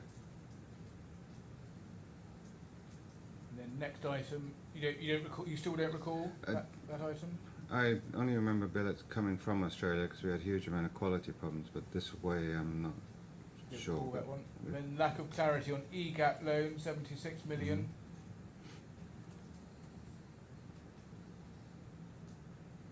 Yes, that's the EGAP loan that we talked about. Yes. Correct. And then he refers to other items of exposure, LFM additional loan, Chesterchova, that's 16 million on top of 84, Chesterchova 22 million, Ajunik 16 million, Galati 38 million. So these were all outstandings that were causing issues for Galati, for Ostrava, as at October 2021, that Mr. Pradhan was telling you and others about. Yes? Yes, I can see that. And then a little higher up, if you go to if the operator could keep that page up and also put the previous page. Mr. Pradhan says, "Dear all, not seen any conclusion repayment of below mentioned overdue payments from the group. On top, Sorry. we have received instructions from BO Director, Board of Directors, now you are on the board, for further loan of 1 million EUA to Galati. As mentioned in the minutes of the board meeting, members of the Board of Directors have discussed potential risks, including compliance requirements. I believe Board of Directors has also considered increasing exposure towards the group with this transaction, as well as EUA requirement for Liberty Ostrava to comply with 2021 emission submissions, which will be due in March, April 2022.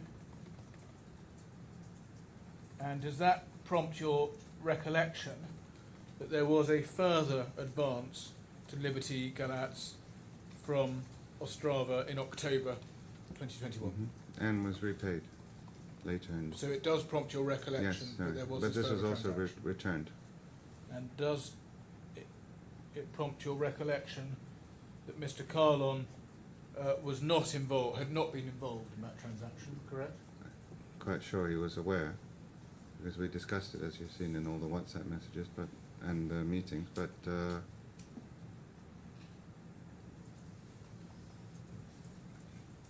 When you say you were quite sure he was aware, you actually wrote to him to apologise, didn't you, for not No. involving him? if you see that WhatsApp was, I apologise for not. I was about to send an email, So, and in the end we agreed not to send that email, if you recall. no, sorry, it's my fault probably because I've taken you out of sequence. We were just Okay. looking at December. I'm now looking back at October. And Mr. Kahlon wrote the email that we see in on 29th of October, requesting to step down from the board with immediate effect. And you do recall that item now, yes? This serious. And it's right, isn't it, that was a transaction that you hadn't involved Mr. Kahlon on, and you and Mr. Gupta had executed it without him. No, I'm quite sure he was aware. Can we go to bundle J429, page 63 at the bottom? Mr. Hill, at a convenient point, we've now reached sort of time for stenographer's break. I'm sorry, yes. But- I'll but finish carry this on, question off yes. and then move on. We can stop.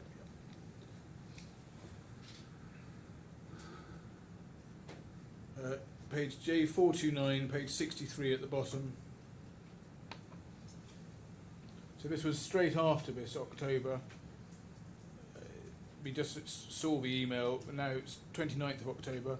You say, "Hi Param." Do you see at the bottom? "I'm sorry, I thought you were aware of the certificates from Sanjeev, but my bad either way. I should have called you, but he gave me so little notice. I was just running around trying to organise it." Sorry, can we keep? Yes. So it isn't something you had discussed with him. But You say you thought he was aware from Sanjeev, don't you? I'm trying to see the whole. Yeah. I've Again, just shown you. It's hard to comment without the full context, but Well, context is quite clear, because I've shown you the email string. You then, in response to that, say, "I'm sorry, I thought you were aware of the certificates from Sanjeev. My bad either way, I should have called you. He gave me so little notice, I was just running around trying to organise it." Sorry, because the talk above is about Italy, not about Ostrava. That's why I'm confused. Sace is something in Italy. Yes, so no, that's- it's exactly. I've lost the thread. That's But why. But if you look, Fred, the messages above are from 9 days earlier. Oh, okay, sorry. Looking at looking at what you say to him on 29th of October. Perhaps could the witness be shown the next page together with this And as that's well? within an hour. Sorry. No, just I'll stay where I am. That's within an hour of him sending the email we just looked at. So I thought you were aware of the certificates from Sanjeev. My bad either way. I should have called you, but he signed me gave me so little notice. I was just running around trying to organise it. So does that prompt your recollection that it is something you organised with Mr. Gupta, without Mr. Kahlon? I Not one that you had discussed. clearly believed he was aware. Yes, but not from any discussions with you, contrary to the answers. Again, I don't remember, but No. You know if that's convenient then. Yes. Right, we're going to take a 10-minute break now to allow the stenographers to recover. sorry. We're going to take a 10-minute break Okay, now for lovely. practical purposes. Thank you. And can I just say you're not to talk about your evidence in the meantime, please. Okay. Thank you. All rise.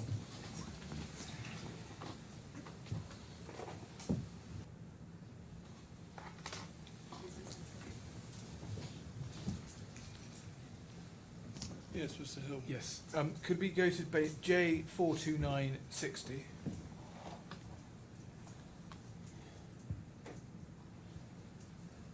Just want to read you an exchange between, still in your WhatsApp thread of Mr. Kahlon. You say, it's now, I've gone slightly back, just in light of some of your, one or two of your earlier answers. So this is now September 2021. So you say, Czech press already calling us. Mr. Kahlon says that's what the worry was. If those funds sent for Alvance's rescue should have come within July. Yes, that's a concern. There could be an even bigger challenge now because of those funds. Seems nothing concrete materialised regarding Alvance and from Glencore too. We should have fixed the refinancing within June and July for MPS Australia and Delta Europe. Now when the markets are sliding down day by day, refinancing will be eluding more than ever. You say there's a meeting this weekend in Greece with a potential buyer, the Irish guys. He keeps saying next week. Mr. Kahlon says in Europe we will survive only if we manage to raise 120 million through factoring. Otherwise we're at very big risk. So, number of points there in light of some of our earlier discussions.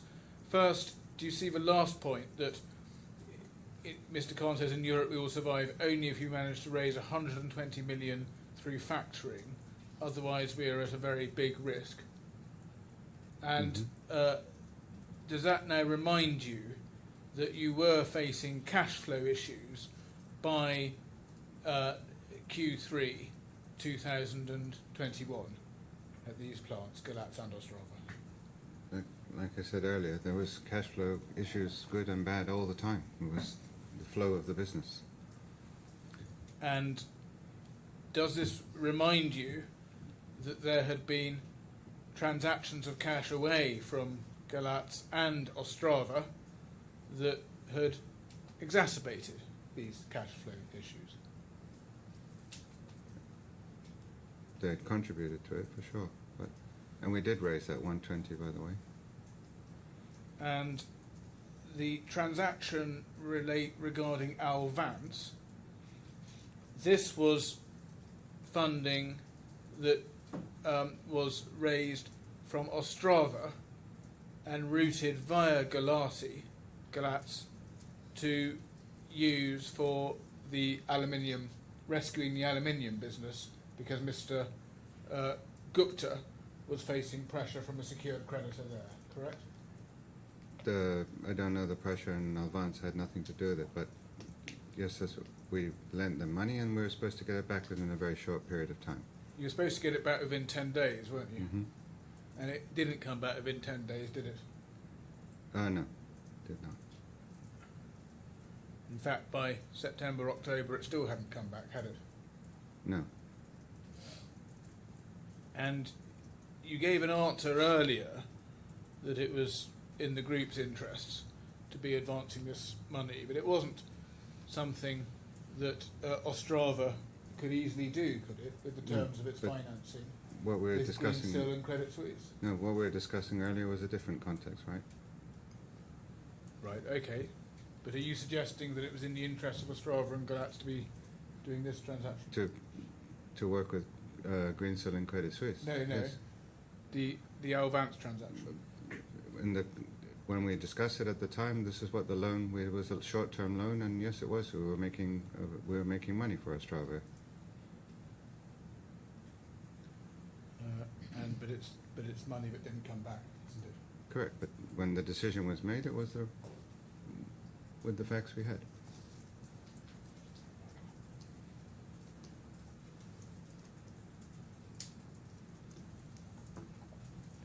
And is it your position that the terms of the financing meant? I beg your pardon? Is it your position that the terms of the financing with Greensill and Credit Suisse meant that you could do these transactions easily? Sorry, I didn't. Is it your position that the terms of the financing with Greensill and Credit Suisse meant that you could do these transactions easily? I don't know the terms of the transaction between Greensill and Credit Suisse. That was dealt with centrally. Now,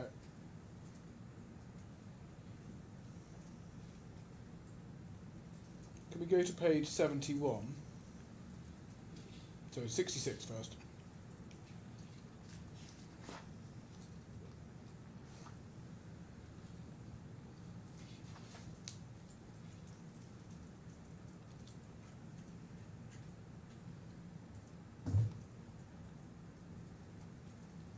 At 1408, you send Mr.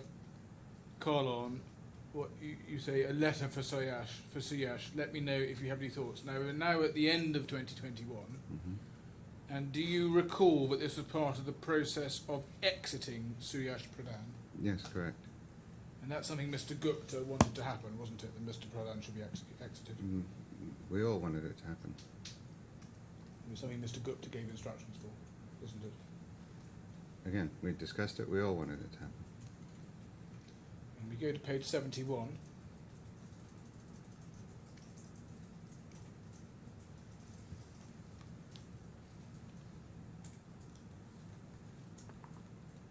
This is your WhatsApp thread of Mr. Kahlon. Top of the page, you say Taral says he's sending some docs to sign for payment of 5 million to group for CMS. He says you're aware of this, but still wanted to check with you. Mr. Kahlon says yes, he wrote me. Now both Ostrava and Galatz is almost cashless. You say okay, so you're okay to sign. Mr. Kahlon says no other option. And you knew that by this stage Mr. Kahlon was concerned, wasn't he, about the cash situation for both Ostrava and Galatz with regard to it making payments to the group. We were all concerned, but this payment for CMS is for the loan for Ostrava and Galatz, just so you know. You were Mr. Kahlon says no other option, but Mhm. you knew he was concerned about payments being made generally at this point from Ostrava and Galatz, who were strapped for cash. Yes. That's what he says here. Now, you refer in your witness statement to something that was said a little after this at a Galatz management meeting. And as I understand from your witness statement, you weren't at this meeting, but you say you were informed about it by Mr. Shepherd. And others, yes. Now, we have Mr. Shepherd's account in his witness statement. So if we could just turn it up, it's at J tab 6, page 7, page 21.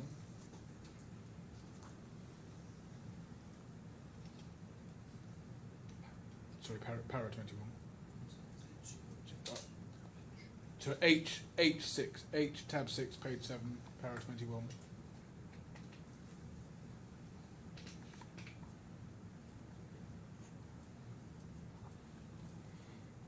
So he says,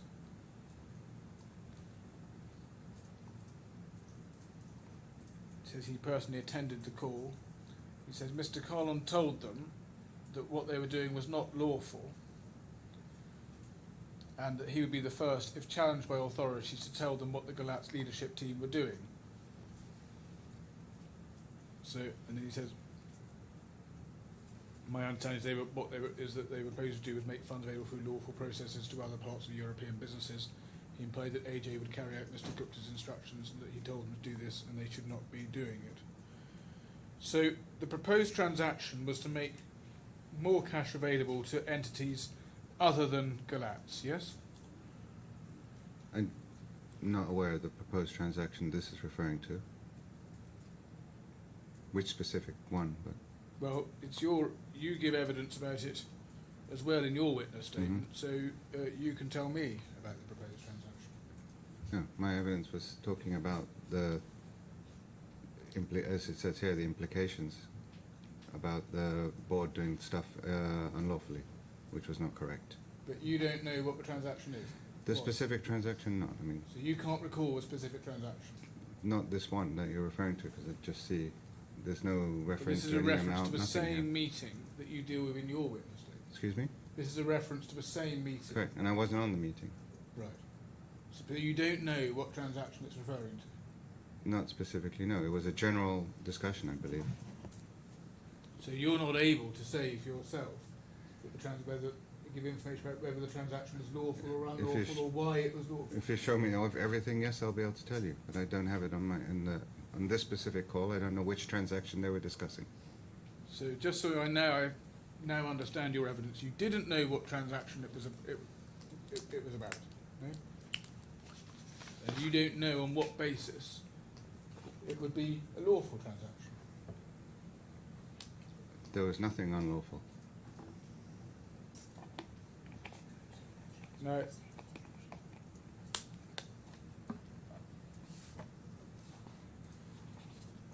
Mr. Kahlon is said to have done two things. He's said to have said, all he's said to have said is that he considered the transaction was not lawful, and he would be the first, if challenged by authorities, to tell them what the Galatz leadership was doing. Now that is entirely proper and good corporate governance, isn't it, that behaviour? But you're assuming the transaction was not lawful. No. If Mr. Kahlon considered the transaction was not lawful, he's absolutely right to say that if challenged, he would tell by the authorities, he would tell them what was happening. But the transaction was lawful. No, but it'd be completely, well, if you're right then, if the transaction's lawful, then you've got no problem, if challenged by the authorities, with him saying what's happening. But again, the transaction was lawful, so there's no discussion of it being unlawful. But So you I can't don't say know the what. transaction's lawful, because you don't even recall, you just said what the transaction was. Like I said, we did nothing that was unlawful. Give me a specific reference to what you're referring to here. It's just a someone else's statement of a meeting. Well, it's a meeting that you deal with in your witness statement, and which you weren't at. And as I understand your evidence, it's because of statements made to you by Mr. Shepherd and others about this meeting Right. that you formed the view of Mr. Kahlon that you say you formed in your evidence. And yes, and the concern was the threatening nature of it. It's not threatening, is it, for him to say, if challenged by the authorities, I'm going to tell them what about this transaction? In my opinion, it was. Suggests to you it's simply good corporate governance. Like I said, but my opinion, it was. It was different. And whether the transaction is lawful or unlawful, it's absolutely right to say, if challenged by the authorities, he would explain about it. Like I said, in my opinion, this was the case. Because the alternative would be concealing a transaction from the authorities that Mr. Kahlon was concerned about. Correct? No, there was we don't conceal from the authorities. There's nothing for the authorities to be involved in any of these. If we look at how you describe this in your own witness statement,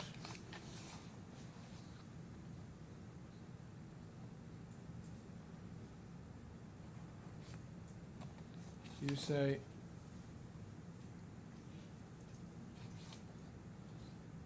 do you see paragraph 42? Paramjit had formed. Do we have a page reference? Yeah, I'm sorry.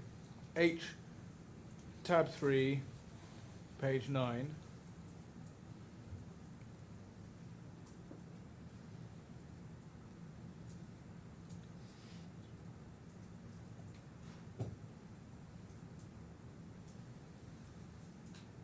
You say, paragraph 42, Paramjit had formed the view that this was not something that Liberty Galat should be doing, and he told the Liberty Galat leadership team that if they repaid the loans, he would go to Romanian authorities and tell them what had been done. He was insinuating the board and Sanjeev, as the ultimate shareholder of the group, was taking criminal actions. Now, we've looked at Mr. Shepherd's account, who was there, and what Mr. Kahlon in fact said was that if challenged by the authorities, he would tell them rather than conceal the transaction. Correct? That's what Sean said, yeah. But again, there was nothing to report to the authorities. This was a private company. We don't need authorities' approval. Well, this is a company that is at this point struggling to pay its debts as they fell due, isn't it? Correct? Say again, This sir? was a company that at this point was struggling to pay its debts as they fell due. We were paying, but yes, we were struggling. So there were obviously serious questions about about a company in that sole state of cash flow potential insolvency from making intergroup payments. Correct? There was no restriction for that to happen. It's not a question of restriction. It's a question of what's legally appropriate when a company is facing It potential was cash legally flow appropriate. insolvency. We took legal advice. We never did anything which was without full, clear legal advice. Now, you say in your evidence that you played a role in managing Mr. Kahlon and his management style, and that you would speak to him about certain management behaviours. Now, we have your WhatsApp exchange between Mr. Kahlon, with Mr. Kahlon, quite a long period, between February 2021 and February 2022. And it's in the bundle and it's very extensive, and we've been looking at some of it, yes? Yes, Yeah. some of it. And you communicated a lot by WhatsApp, didn't you? Often multiple times in a day. Yes. And as we can see from the WhatsApp, the topics of conversation are quite wide-ranging. Correct? Yes. Yes. Sorry. And it's leaving aside when you're actually speaking in person. It's the main source of communication between you, WhatsApp, wasn't it? Yes, when we're not talking. Yeah. Now, have you reviewed the whole WhatsApp chat when preparing for giving evidence today? No. You haven't. But do you know, or would you like to estimate, how many messages there are in there in which you say anything about his management style or his conduct of his role? No, I don't have any recollection. Well, I'd suggest to you that there isn't anything at all that suggests that at any point you were trying to manage him or get him to adjust his style? I think we talked about it a lot. We also spent lots and lots of time together travelling. And I'd suggest that the reason there's nothing at all visible like that in the on the WhatsApp thread is because you weren't, in fact, speaking to him or trying to No, change his style. sorry, I disagree with that. So let's look at some of the things you did say on the WhatsApp. Let's start at J429, page 4.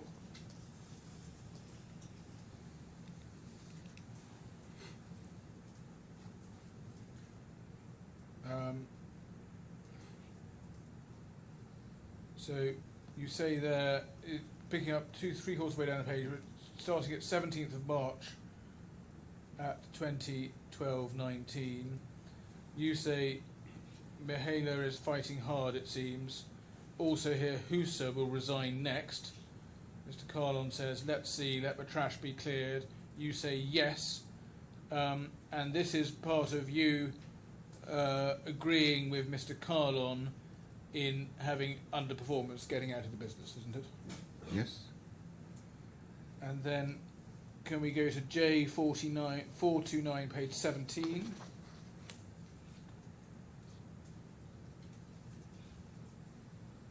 You say at the bottom, right at the bottom of the page, this Daniel has to go, he is a fool.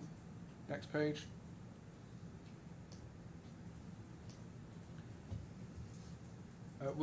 Mr. Collins says we'll figure out, also going to shift his office, as in current one there might be listening bugs. He is a complete waste. Was trying to argue with me today with CO2 was free for us, why the government is so hard in front of someone as well. I almost punched him, and you know that's not a usual reaction for me. And Daniel also someone who you thought was incompetent and needed to go, correct? Correct. And expressing it in quite violent terms. Not in a public forum, and only directly with Paramjit and I. Private discussion. Can we go to page 28 of this thread?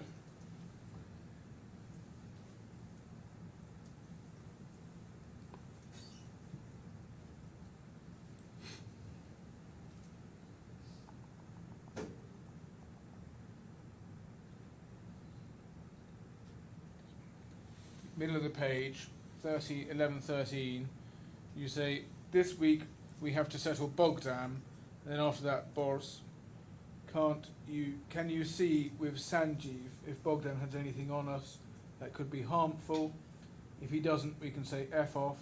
If he does, we should buy his silence. So, more employees that you're pushing out, correct? Mm-hmm. And proposing, Sorry, again, yes. expressing it in quite an aggressive way, yes? Again, between him and I, that's it. Can we go to page 30?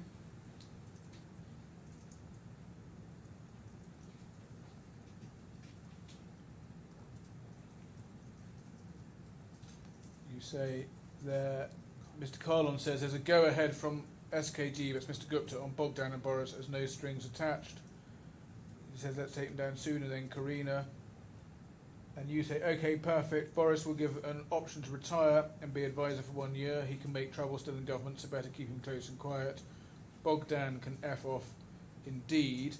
So you're proposing to push that employee out in short order, aren't you? Yes, this was a case of corruption, actually. Public corruption.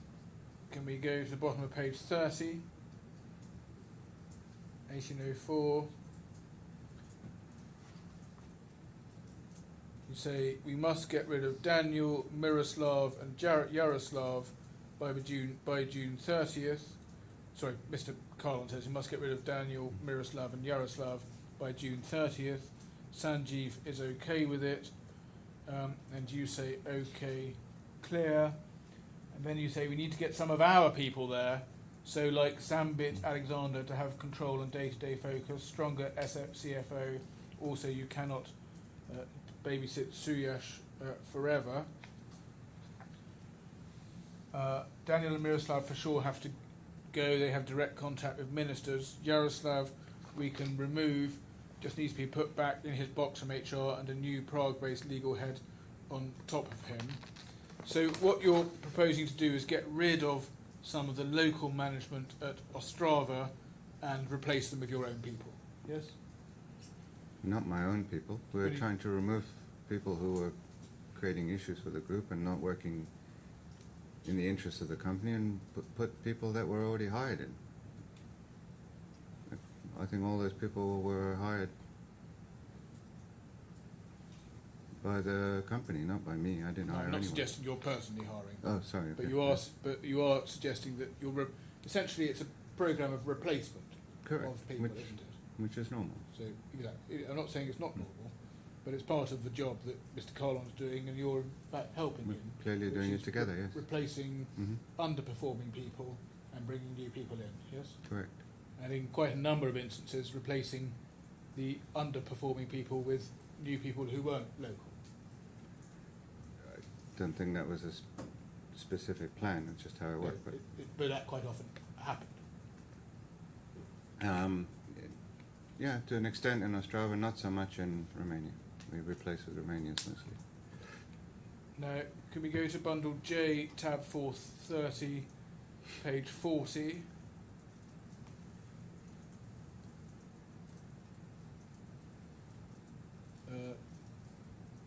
On 21st of May at 16:29.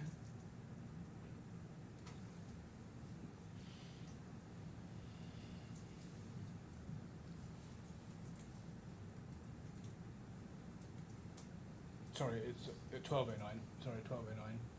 You say, I spoke to Ian about Liège and Magona and told him there is hope for this business under Galatz if we clear out the local people. And what did you mean there by clear out the local people?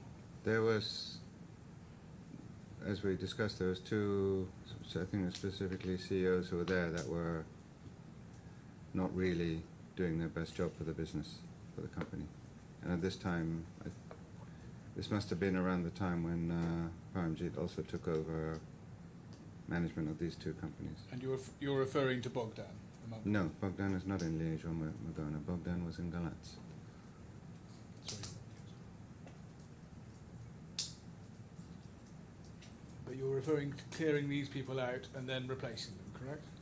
We were actually interviewing and hiring local people at the time for both those businesses, especially Magona. Can you go to page 41, page 1629?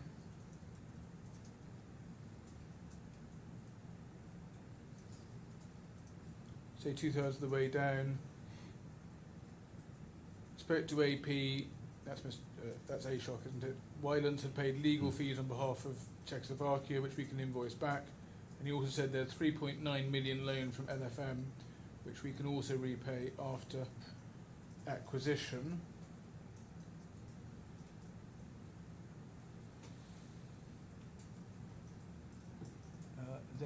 Then you say he is to revert to me with amount of legal fees. Mr. Khan says okay. Then you say, but this fucking Marcel is one operating the account in Poland. Anyway, let him try saying no. Will give us reason to kick him out. Don't want to write all this to Sanjeev. So if you see, please explain. And that again is you losing patience with someone, Marcel, who you're keen to kick out. Yes? Yes, it's not just me, I'm sure. And when you say you don't want to write all this to Sanjeev, is that because you want Mr. Gupta wants as little in writing as possible in connection with transactions involving upstreaming to LFM? No, it was just because it was easier for him to discuss it face to face, have him more focused. Now, can we go to page 49?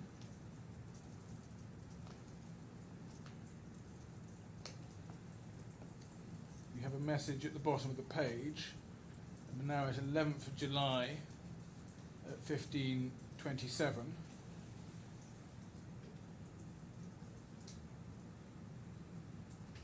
We're talking about the office Pooja in the DIFC office. And then you say these people from bank like Morali wanted to come. I told him, don't come if not invited. And just pausing there, do you recall who Morali from the bank was, who said don't come if not invited? Yes, but yes, I know who Morali is. Yeah, so he was someone in the organisation, correct? He was, yeah. Yes, and someone junior to you, correct? No? Is he senior to you? No, probably the same. He was a different role completely. He was on a board of a bank. I have nothing to do with that. Now, Mr. Kahlon then says he came here to Dubai to attend puja. You say Linda is taking... No, that one's irrelevant. Then you say, yes, he was asking me why he wasn't invited. Told him to F off and leave me alone. Then you say, Mr. Khan says, I see. Then you say, that's why I was in foul mood on Thursday. You would have been proud. Then he came all the way to attend puja. So, speaking in pretty firm terms to Morali from the bank, weren't you? According to your own. I doubt it's the words I used to him, but these are just the discussions between me and Param. And when you say you would have been proud, you're plainly not someone who is going around trying to rein Mr. Kahlon in. You're showing off to him how aggressive you've been with other members of the organisation, aren't you? No, it's a joke, but okay.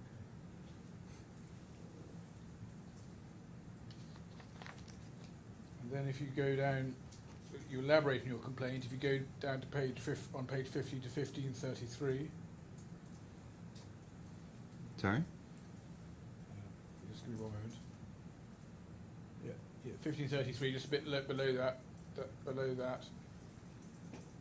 You say the problem is all these people now message Sanjeev directly, and he will come because he can't say no. Yes, but he should be at the bank in Bucharest, timing it. But as it's difficult as he's staying away, let me do his job. So your real complaint is that he should be at the bank in Bucharest, and not, you say, at this puja. Yeah, I mean, I don't understand that. No.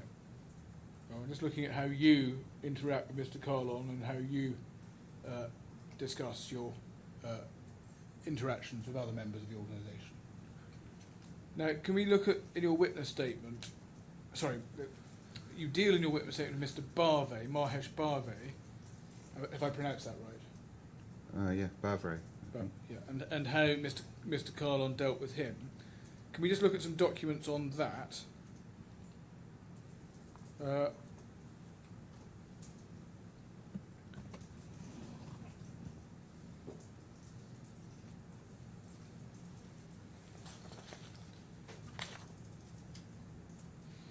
it's right, isn't it, that... Do you recall a meeting at which... Do you recall Mr. Kahlon requesting a meeting at which Mr. Barve's dismissal was discussed and agreed? And did you attend that? Vaguely remember, yes. Yes. If you go to J695,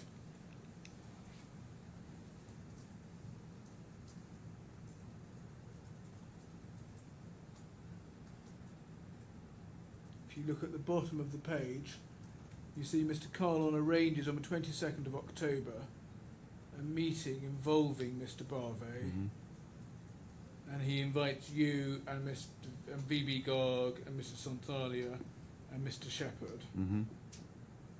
And then, so do you recall that meeting? Yeah, Short call. Yes. And you all agreed, didn't you, that Mr. Barve should go?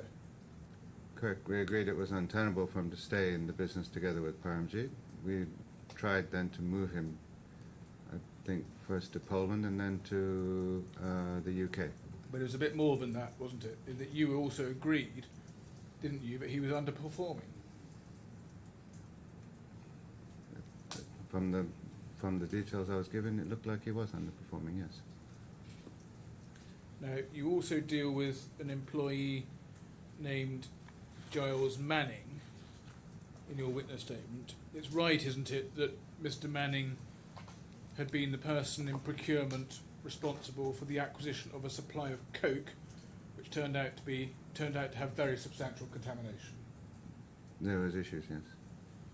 And it's also correct that the contamination was so extensive that it impaired the performance of the blast furnace, effectively choking it up and increasing the amount of fuel required per tonne of hot metal.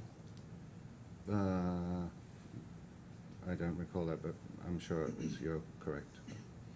And would it be fair to say that Mr. Kahlon would have been rather closer to the detail of the problems that are caused by having contaminated coke and the implications of it than you would be? Yes, probably. But it was a serious matter, wasn't it, with cost consequences running into the millions of euros? I don't know the cost of that, sorry.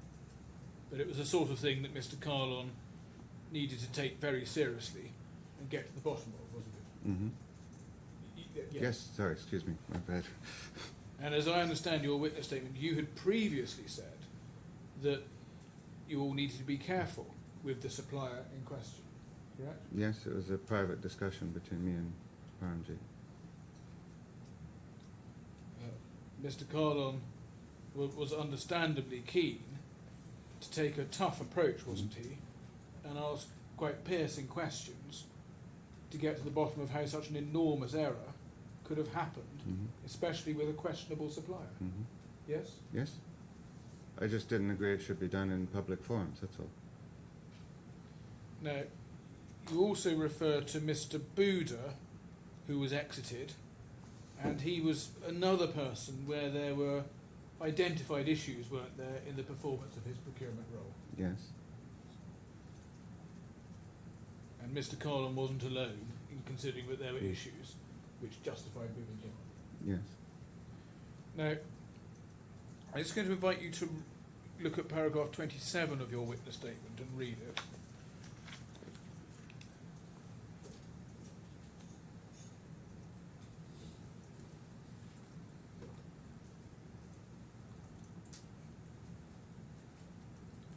Now, you say that this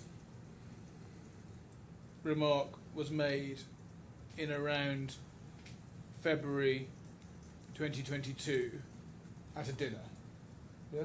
Correct.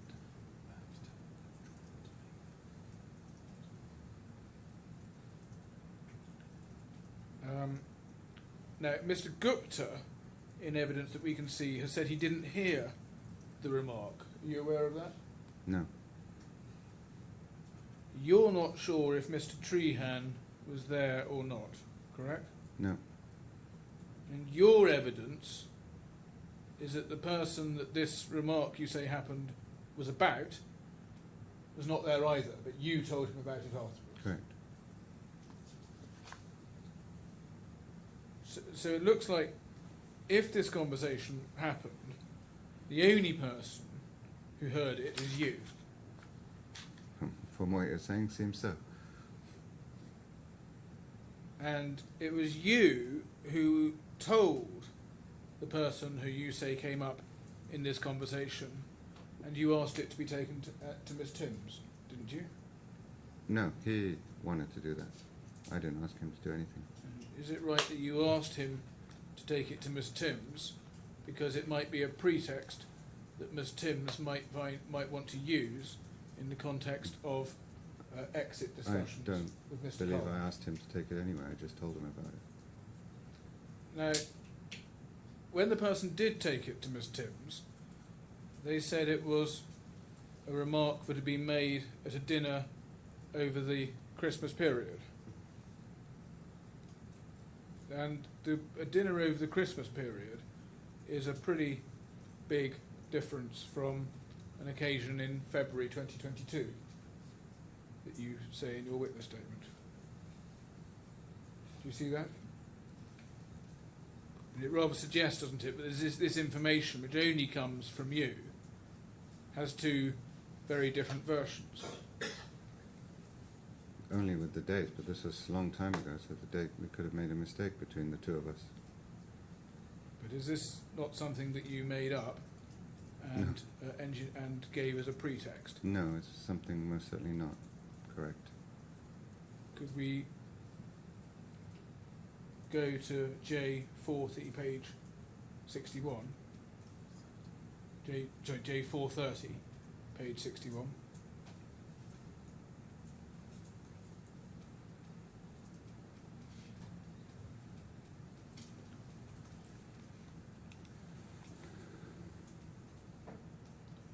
You then, I'm just going to ask you, so you see, this is just after you arrived in Mykonos. If you look at the bottom of the, on 24th of September, do you see halfway down the page, you see just arrived now, haven't seen anyone yet, amazing beautiful place. And Mr. Kahlon says what it says about it on Google. And then you say, yes, it is very much so. And then you say this person's name, and you say, we'll be very happy. Yes, and I joked with him about it as well. But it does look like it's you who's in the habit of making jokey remarks behind this person's back to No. Mr. Kahlon, rather than... the Not other at way all. around. You're trying to make it look like that, but That's... looks like it's you who's in the habit of making jokey remarks about this person's sexuality to Mr. Kahlon. I made a joke also directly with the guy. In fact, he's the one who told me. Now, you also suggest in your witness statement that Mr. Kahlon offered that you be paid $50,000 in respect of each of your board seats. And as I understand what the proposal that you suggest was made, you say it would involve the companies making payments to you and Mr. Kahlon signing off on them. Is that right? Yes, that's the discussion we had. But you were the director of these companies, all these companies, and Mr. Kahlon was only a director on 2 of them for a short time, wasn't he? Mm-hmm. Correct? Yes, but he He was wasn't. the CEO of Europe. He wasn't in any position to sign off on bonuses from those companies, He was was. he? He was the CEO. Any bonuses would have been fully visible in the books of the companies and accessible to the directors and to the wider group, wouldn't they? It should have been, yes. And I suggest it's a completely absurd and implausible suggestion, and that never happened, did it? Again, I disagree. Thank you, Mr. Agarwal. Any re-examination? No re-examination. Well, No, Your Honour. well, thank you very much. That's the end Thank of you. your evidence. You're free to go now. Thank you. Do you want me to?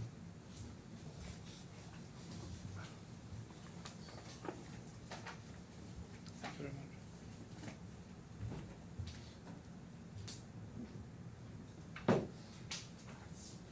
Yes, what do we have next? Yes, I call Mr. Barber.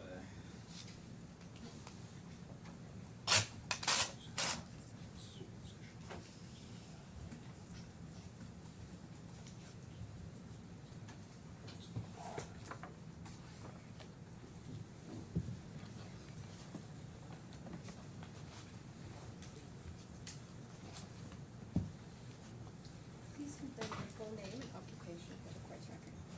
I'm Mahesh Barbe. I'm head of plates and tubes. Thank you.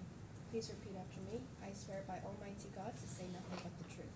I swear by Almighty God to say nothing but the truth. Thank you.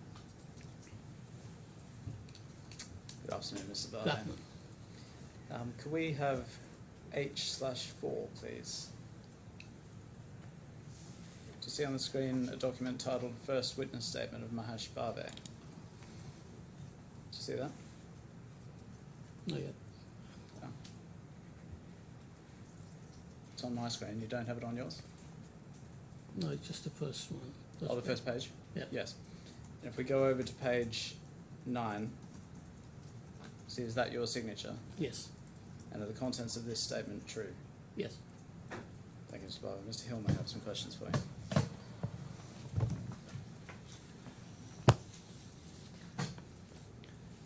Now, Mr. Barbe, at the time when you deal with in your witness statement, you worked in sales of flat products in both Galatz and Ostrava, yes? That's correct.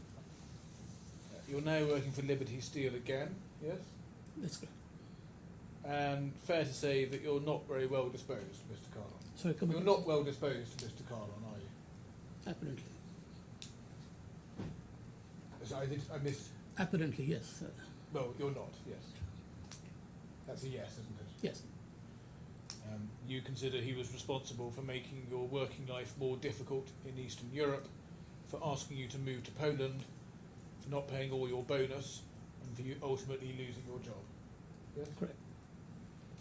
And be fair to say that what you're trying to do in your evidence is to focus on the negatives rather than the positives with Mr. Kahlon, correct? Yes. Now, you reported to Mr. V.B. Garg, yes, so he was your boss, correct? Yes.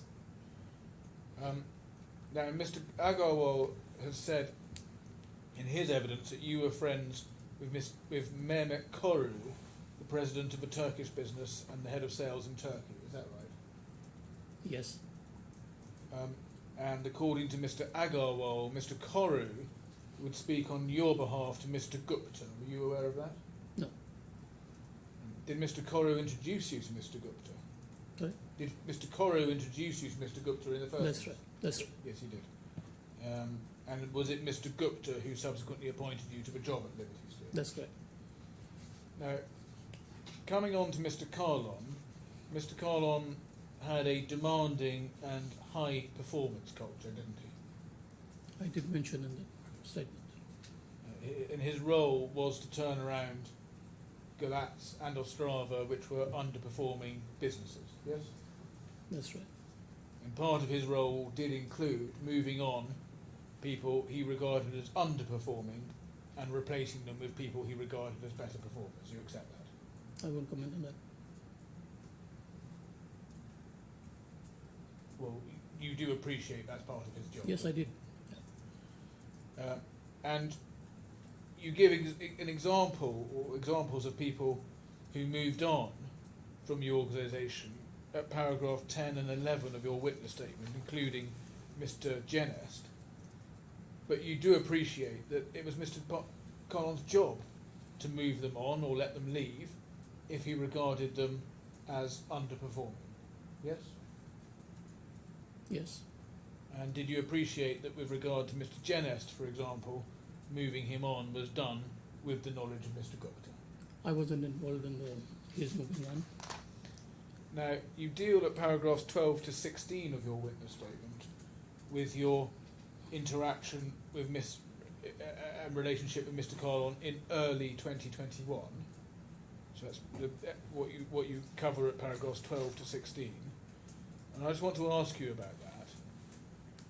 Yes. Now, it's right, isn't it, that you did have long-standing relationships with some of the Romanian customers from your previous roles? Yes, that's correct. Yeah. And in your witness statement, paragraph 14, you explain a particular issue that arose in relation to a yearly contract with a shipbuilding company named Vard. Yes? Yes. Was that one of the customers in the market you had a previous relationship with? They are one of them. Now, can we just go through the episode as you describe it in your witness statement? And it relates to your sign-off on a yearly contract between Liberty Galatz and Vard in around October 2020. That's Yes, right. that's correct. You explain that at paragraph 14.1. And now you knew when you signed off on this contract that Mr. Kahlon had introduced a new governance model and authorisation metrics, correct? Correct. And under the new model, that would require a contract like this, a yearly contract like this, would require sign-off from either Mr. Kahlon or VB Garg. Yes? Yes. Now, so just pausing there, you knew already that what Mr. Kahlon wanted was that a yearly contract like this not be signed and entered into unless he or VB Garg had signed it off, correct? Correct. And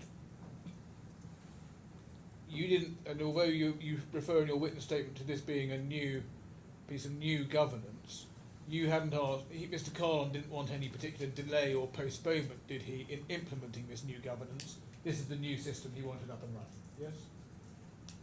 Correct? Yes, correct. Now, what did you understand was the reason for Mr. Kahlon wanting sign-off from Mr. Garg or from him for these yearly contracts? I didn't judge him for that. It's just that there was an existing contract which was already agreed previously, even before I came in, and this was a regularization process, so I signed off and gave it to Ida. But what did you understand was the reason Mr. Kahlon wanted for his new approvals process for yearly contracts, where he or Mr. V.B. Garg needed to sign off? What do you think the reason for it was? So, from Mr. Garg it was an agreement, and from Ida it was a sign-off.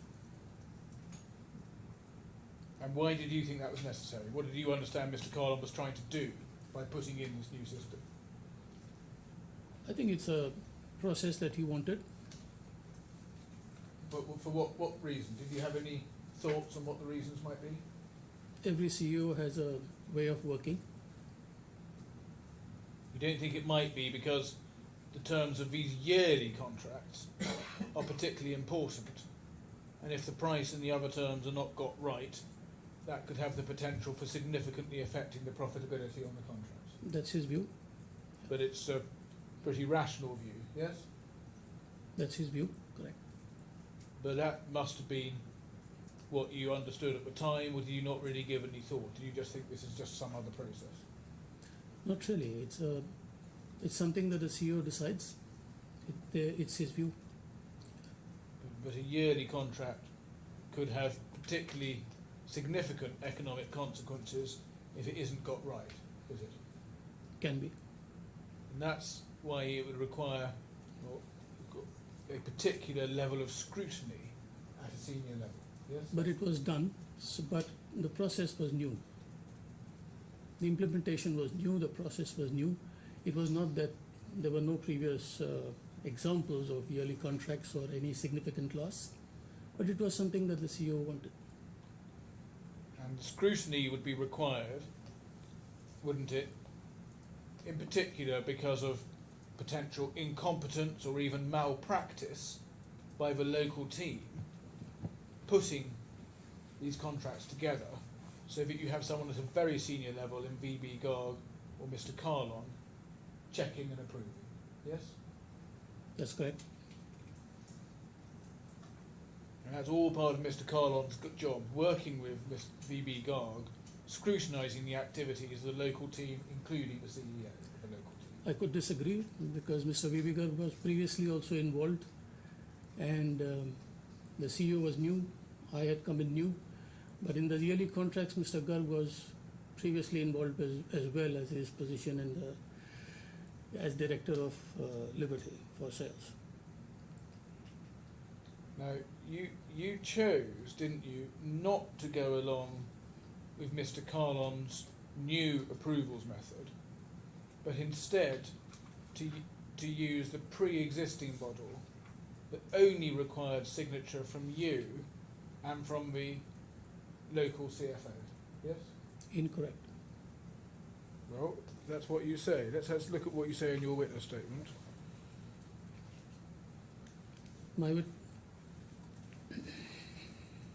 You say, paragraph 14.2, I was aware the procedure was on its way in, not fully in place, content to use the pre-existing model that only required signatures from me and Aida. Mm-hmm. So you did choose not to use the new governance procedure, but instead to use the pre-existing model that only required signature from you and from the local CFO. This process was ongoing, and they were probably launched at the same time, and that's why the double signature which was already there. Just explain that answer. These processes were getting implemented at the same time as we speak.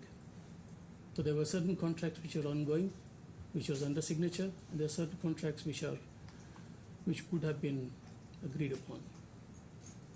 But this is a new contract that you are signing. No, this was a previous contract which was already signed and was getting regularized. Yes, sorry, this is a new contract. It's a contract that you are approving. Yes. It was previously agreed, Yes. but the paperwork was going on. And this is you are the approvals process. One of the approvals, yes. And what you do is, rather than using Mr. Kahlon's new approvals process that you know about, which involves him or Mr. VB Garg, instead you use what you describe as the pre-existing model. Correct? So by the time it was given to either at the same time, at a similar time, I don't remember the dates, this new process was also was put in place. No, just to be clear, you say you were aware that that procedure was on the way in, but because it was not fully in, and you were content to use the pre-existing model. So and as you confirmed that in your answer earlier, you were aware of the new procedures, but instead you decided to use the old model. So as per the old process, I had to sign. As per the new process, also I had to sign. But in addition to you, under the new process, Mr. Kahlon or VB Garg had to sign. Incorrect. The contract is signed by people in Sorry, Romania. had to approve. Under the new process, VB Garg or Mr. Kahlon had Yes, to and as part of as Mr. VB Garg was associated was much longer than we were here. So he had the knowledge of that. But you contract. deliberately chose to bypass the approvals process that Mr. Kahlon was bringing in that you knew about. I can disagree. Well, you did. You knew about it and you chose to bypass it. I disagree. Why do you disagree? It's factual. No, because I wouldn't have given it to the finance to check if I had any other intentions. And if you had, I suggest, given any thought to it at all, you would have appreciated that bypassing Mr. Kahlon's new procedures was the opposite of what he was trying to implement. Incorrect. I disagree. So let's look at what you did do then. So you say, so we know you didn't follow the new procedure. Let's look at what you did do. You describe it at paragraph 14.1. You say the local team had worked out internal pricing. You were asked to sign off. You then say the team put the contract with the new prices in front of me and asked me to sign off. I signed the document before passing it on to Aida, then the CFO, attaching a post-it note asking her to double-check the price before signing, else we can discuss. At the time, 2 signatures were always required to finalise a yearly contract, so I was content that I had followed due process. So they put the contract in front of you and you signed it, yes? Signed it off, yes? And then you signed the document and passed it to the CFO and you asked her to double check the price, correct? Correct. And the CFO was subordinate to the local CEO, Bogdan, who had approved the contract pricing, wasn't she? Yes? No. The request was to check the process.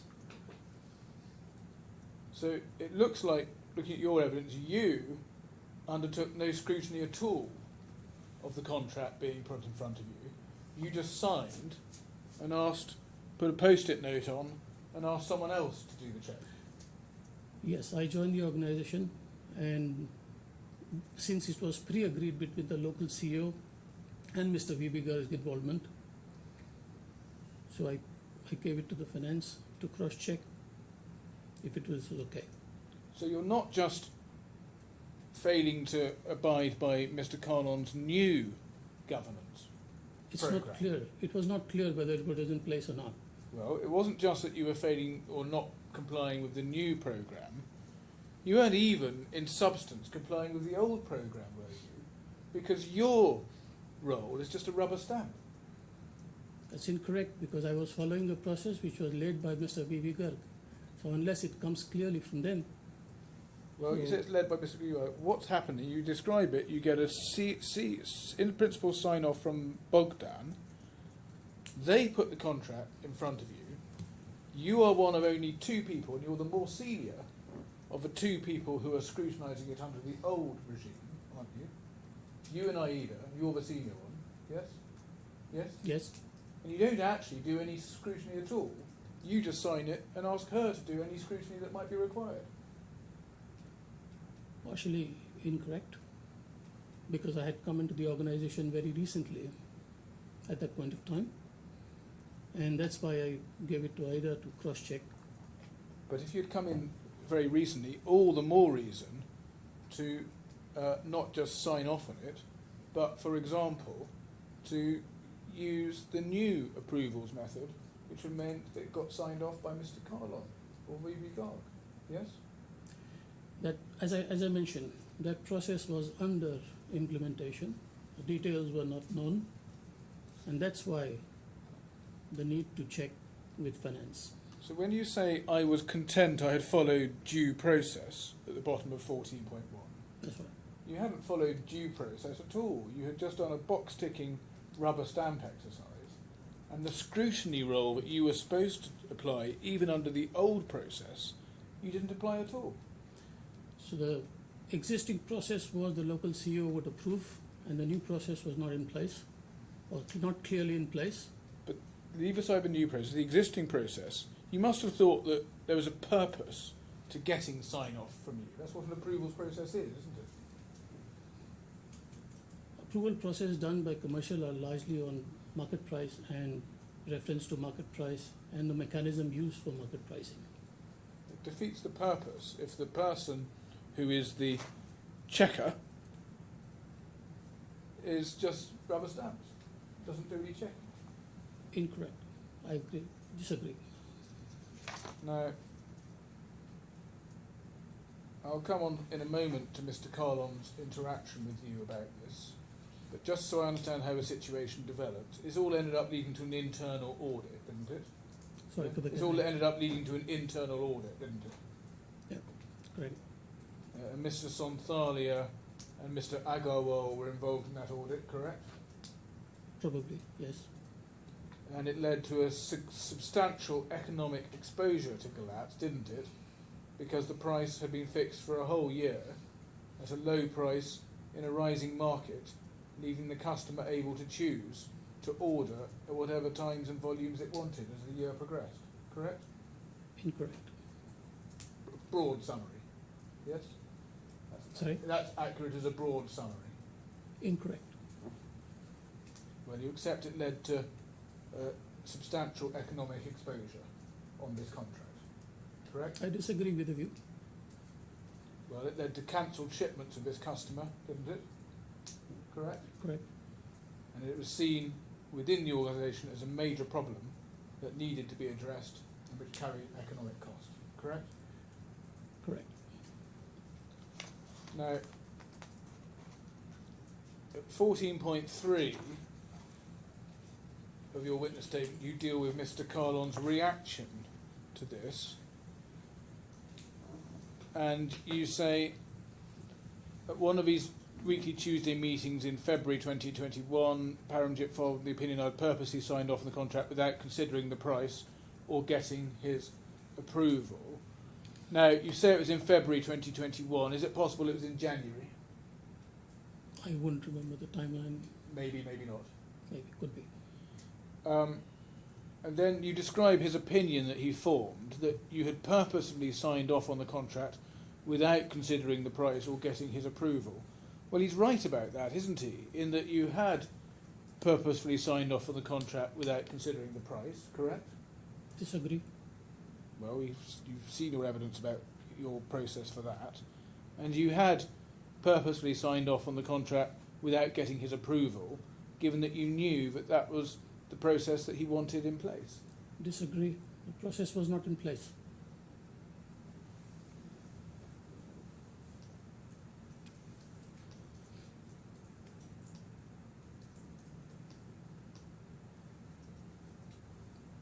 Now, you refer later in your witness statement to Mr. Kahlon seeking to renegotiate contracts with customers after prices increased in February and March 2021.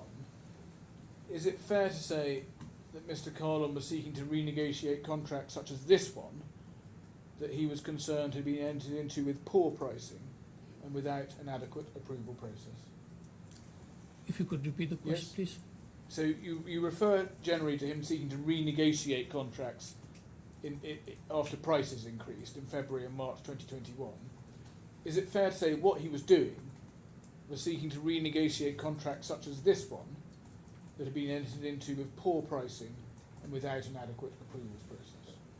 Disagree. They were contracts which were signed and they were renegotiated because he decided to extract more value. It's like going back on a contract. Can we look at paragraph 16 of your witness statement? You complain in this paragraph about not being given 100% of your bonus for that year, and you criticise Mr. Kahlon for not getting 100% of your bonus. Now, this bonus year is the same year in which you signed off on this contract, which has caused all the problems, correct? Correct. Now, at paragraph 17 to 28 of your witness statement, you deal with being asked to move to Poland to implement a new structure and to develop a sales team for the plant.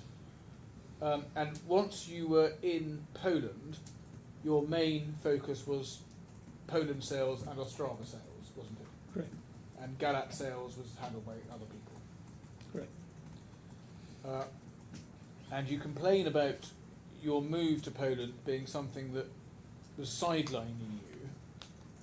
Were you aware that Mr. Kahlon explained to Mr. Gupta that he was moving you to Poland and that he was concerned about your performance and that Mr. Gupta raised no objection? No. Now, once you were in Poland, one of Mr. Kahlon's criticisms was that you were not actually there as much as he expected you to be. That's correct, isn't it? That's his view. You also complain in your witness statement about being left off the invitation list for a weekly executive call in October. Were you aware that by late October the decision had been made that you should be moved on from your role in Chestercheva and Galati? No. Were you aware that the view that you were not performing was one that was held not only by Mr. Kahlon, but also by your line manager, Phoebe Garg? There was no mention by my line manager.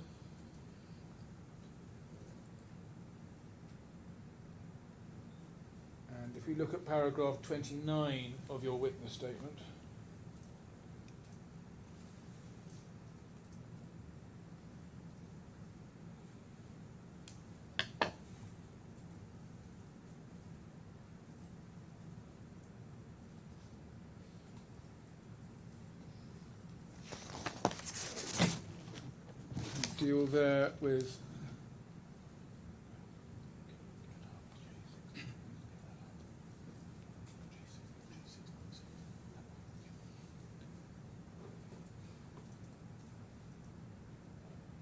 deal there with the meeting at which you were told your contract would be terminated.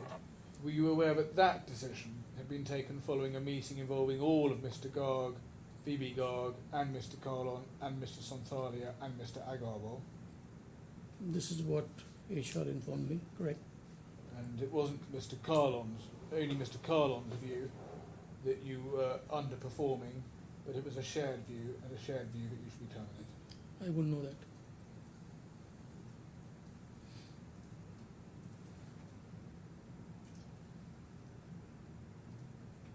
Now, can you go to J696.1, page 2?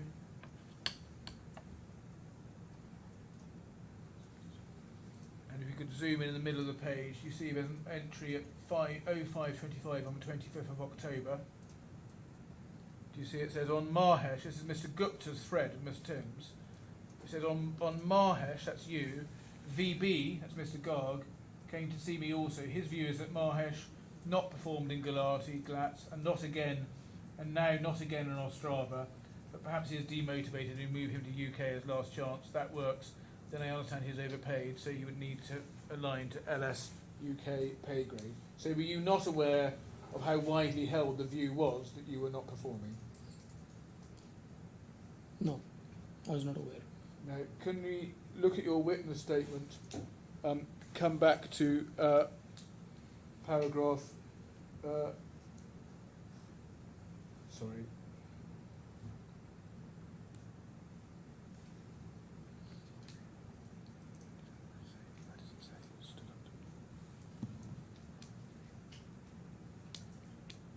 Yes, paragraph 32. You say you believe you were targeted by Mr. Kahlon because you stood your ground with him. But would you accept that an alternative, and I suggest fairer way of looking at matters, is that you were perceived by your seniors, including Mr. Kahlon, to be underperforming? I wouldn't understand the question. Could you ask again? Don't worry, I'll move on. Now, you explained in your witness statement that you were offered another post at Liberty Steel UK that you didn't take up, correct? Correct.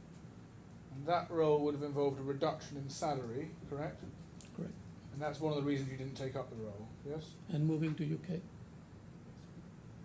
And the measures taken to improve...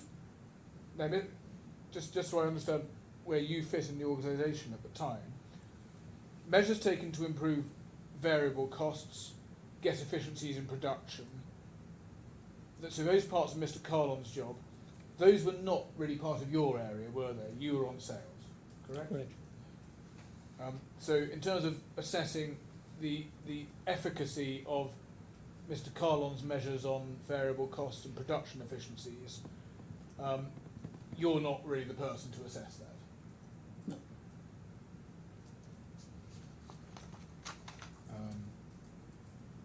And I'd suggest, insofar as you do try to give a general view of Mr. Kahlon's level of performance, you're seeking to paint a negative picture of Mr. Kahlon in your witness statement. aren't That's you? what I believe in.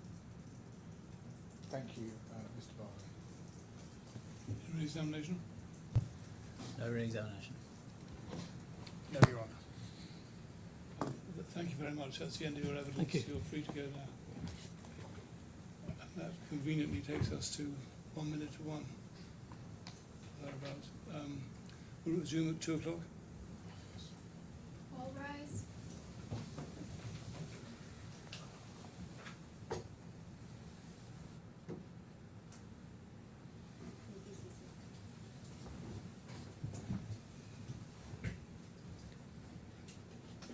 Yes. Mr. Trotter.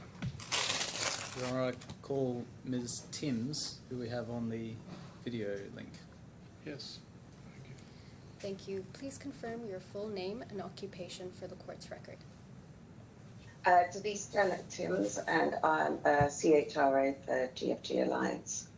Thank you. Please raise your holy book in your hand so that it can be seen by the judge. Thank you. Please repeat after me. I swear by the Almighty God I swear by the Almighty God, that I will say nothing but the truth. I will say nothing but the truth. Thank you.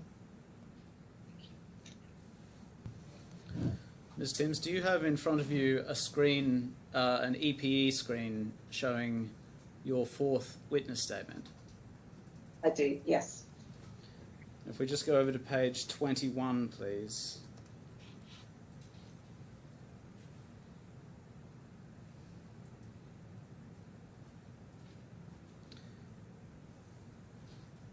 Oh, I'm sorry. This is page 6. Page 6. Is that your signature at the bottom? Yes, it is, yeah. And are the contents of this witness statement true? Yes. And then if we could have H/8. Do you see they're your third witness statement in these proceedings? Yes, I do. And this time if we go over to page 21, Is that a signature that you applied to this document? Yes, it is. Yeah. Yeah. And are the contents of this statement also true? Yes. Thank you, Ms. Sims. Mr. Hill may have some questions for you.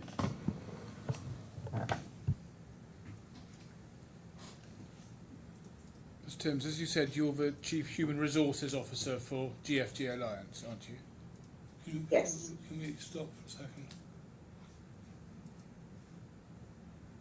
Ms. Timms, I've been asked if you could move closer to your microphone. Oh,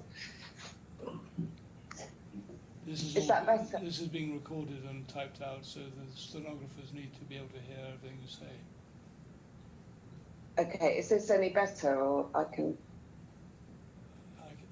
Can I ask the stenographers, is that any better?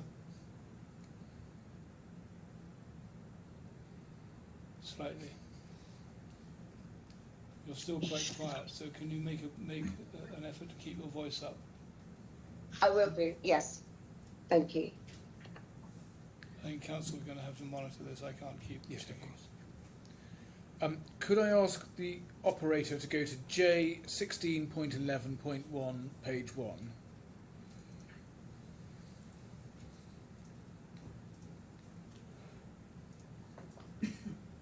This is website information released as a media release by the GFG group in May 2016.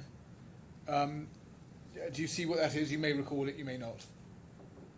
I do recall it. Yeah. Yes. And if you just go to page 4 of that media release, it describes you and your professional background, and it explains, for instance, about your years of experience in specialist and generalist HR roles. And then it explains at the bottom, in this role she was involved in integrating several acquisitions and implementing HR strategies across greenfield sites.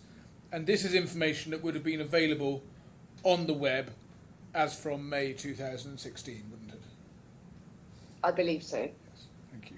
Now I'm going to move on to a different topic now, the topic of the discussions around Mr. Kahlon's deal and the LTIP.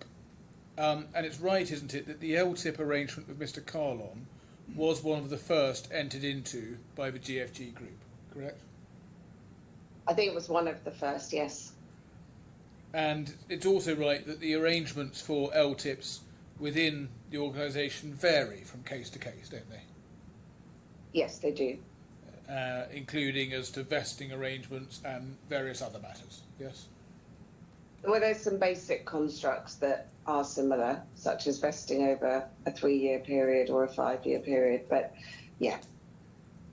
And the manner in which LTIP arrangements are negotiated and agreed also varies from case to case, yes? Yes. And you deal in your main witness statement, this is your third witness statement, with the evolution of the offers that led to the 5th of September offer letter that both parties signed. And just taking it very generally at this stage, you were seeking to capture, weren't you, what had been agreed in the discussions between Mr. Gupta and Mr. Kahlon, yes? I'm not sure on timing, because I also had lots of discussions with Mr. Kahlon throughout those times. So it was capturing, I guess, the whole summary of the conversations across both of us. Well, just taking it in stages. Okay. The sequence was that Mr. Gupta had various discussions with Mr. Kahlon, and then it was handed over to you in around August, wasn't it? Correct? I believe so, yeah. So what you were trying to do was capture what had been discussed and agreed between Mr. Gupta and Mr. Kahlon. Yeah, as a starting point to have further discussions at that point, yeah. I mean, you say in your paragraph 29 that you were emailing Mr. Kahlon with a document reflecting what Mr. Gupta had informed you were heads of terms agreed with Mr. Kahlon, yes? Yes. So your position is that there were heads of terms agreed between Mr. Gupta and Yeah, Mr. Kahlon. Yes? Sorry, yes. Yeah, it's a general, this is the basic construct. Now you need to negotiate on the particulars. Well, heads of terms, the proposed terms. Yes? Correct? Yeah, heads of terms are more general. The themes of it, that's what I believe had been agreed. And then I had to go and follow up with the specifics. Including heads of remuneration terms and including an LTIP, correct? Yeah, yes. And as the various iterations of the offer evolved, you were operating in discussion with Mr. Gupta and putting forward further proposals to Mr. Kahlon as agreed with Mr. Gupta, yes? Correct, yeah. And as I read your witness statement, you don't now recall the content of your discussions with Mr. Gupta. I recall some of them, and I recall the general conversations.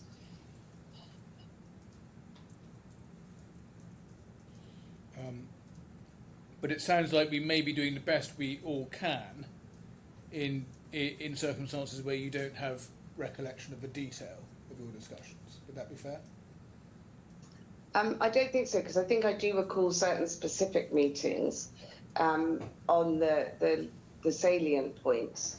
I don't recall word for word every discussion, you're right. Now, I'm about to come to the first proposed set of terms that you put to Mr. Kahlon on the 23rd of August. Before I do, can I just look at the email you received from Mr. Marwar on the 20th of August?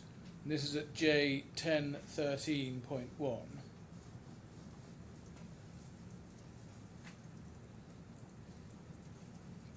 And you recall receiving that email, don't you?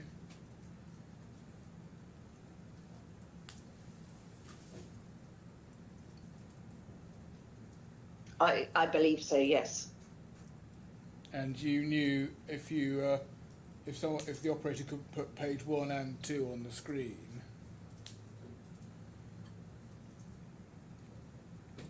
you knew that by August, as we can see from a WhatsApp sent by Mr. Kahlon, which is quoted at the bottom right on page 2, you knew by August Mr. Kahlon was saying he needed a yes from Mr. Gupta with a proper offer letter. Do you recall that? Yes. And so he needed a binding offer that was satisfactory before he would leave his employment, didn't he?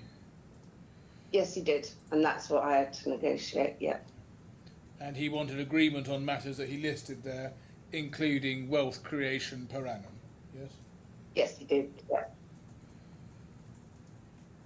And in terms of wealth creation, that was covered in a little further up in the email that set out, and he was looking for performance-linked entitlement to earn 10 million per year for each of the first 3 years, wasn't he?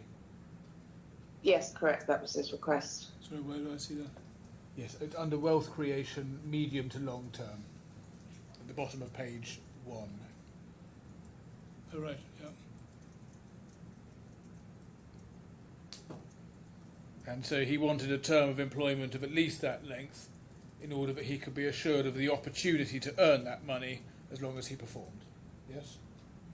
Yeah, he was actually requesting a 5-year deal, but it wasn't a term of employment. It was a vest on an LTIP, so the wealth to achieve. But he did want, didn't he, a 3-year term minimum in order that he could be assured of the opportunity to earn the 30 million which he was leaving his job for. Yes? No, there was never a minimum term. The term of the LTIP was separate to the term of employment. And in this email, it was clear he was looking for a 5-year deal, but that's separate to a length of how long we would employ him for. And he wasn't going to get a minimum 3-year term. He wasn't going to be assured of his opportunity to earn his 30 million, was he? Performance linked. It's a standard contract, so you wouldn't give a minimum term based on what they could earn. that was purely for the LTIP. It was a standard employment contract that he would work for us until one of us decided otherwise. Could you look at bundle J69?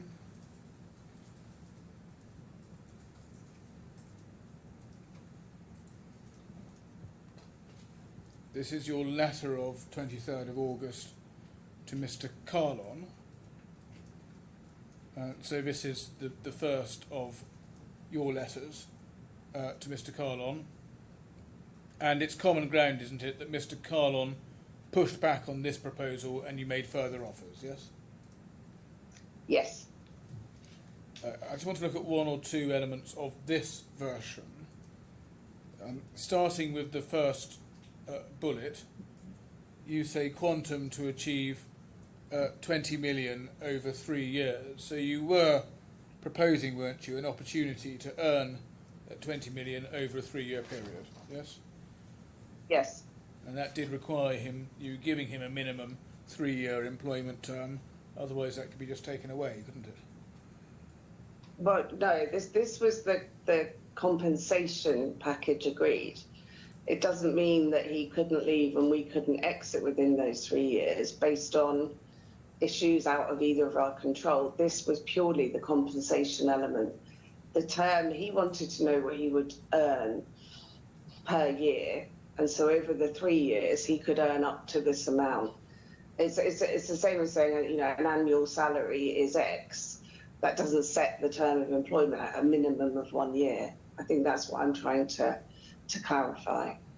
But otherwise, in the circumstances commercially that he was in, if you weren't offering a minimum 3-year employment offer, his wealth creation opportunity isn't very nailed on, is it? Because you could simply decide after 6 months or so that you wanted to go in a different direction, and off he goes, having left his job, his previous job. Yes, and that is the nature of his employment with ArcelorMittal was the same. It's an employment contract. It's very unusual to have a minimum term, and even with a minimum term, you'd have get-out clauses. But this was not a minimum term of employment. Well, it does. This was. Sorry, I'm interrupting Sorry. you. It's my fault. No. I interrupted. You finish. Well, it's based on a compensation structure of an annual value and then a 3-year value, because that was the vesting term of the total LTIP being discussed. But you suggest it's unusual, but you do accept there are minimum terms around, aren't there? There are, when a local jurisdiction requires that you can only have a fixed term contract for an executive, then we do follow that process. In no other circumstances, unless it's a short-term assignment for a specific task. And in this particular role, given that he was being induced to leave his previous job on the back of this wealth creation opportunity, it needed to be a 3-year term in order for him to achieve the wealth creation opportunity that he was leaving for, correct? No, we have executives joining from a lot of different places. They don't join on the basis of a fixed term. They join on the opportunity that if they perform, they can earn a certain amount of money. It was never a fixed term contract. And isn't that also reflected, the 3-year nature of this project and this job, isn't that also reflected by the bottom of the page where you say total target income over 3 years, 24.5 million uncapped? Yes? That's what the income for those 3-year period could be expected if he performed. That's the income. It's not the employment. So yes, but I think I'm agreeing with you. That's the income that he can expect if he performs. Yes. Over a 3-year period of his employment. Yeah. Now, if we look at the second bullet, you say average growth over 3 years to achieve 100% uplift on 200 to 400 million, exact numbers TBC. So in this document, what you're saying is Mr. Kahlon, to achieve his full LTIP entitlement, had to achieve average growth over 3 years that, yes, to achieve a 100% uplift. It resulted in a 100% uplift, correct? Correct. And if you look at the bottom of the page, you give an illustration of target income, saying it would be 24.5 million over 3 years. And then you say that figure would be 12.25% of uplift value. Do you see that? Yes, I do. And just looking at what you're saying there, 24.5 million is 12.25% of the uplift from 200 to 400 that you refer to. In this example, yes, it is, yeah. So in the example you give here, if he gets EBITDA up by 200 million from 200 to 400, then he will, with his other fixed benefits, he will end up with 24.5 million. Well, it wasn't based on anything apart from an example, so I didn't specify EBITDA.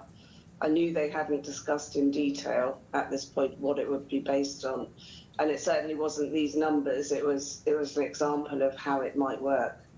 But it's a value-based calculation, isn't it? As Mr. Gupta accepted at the end of last week. Yes.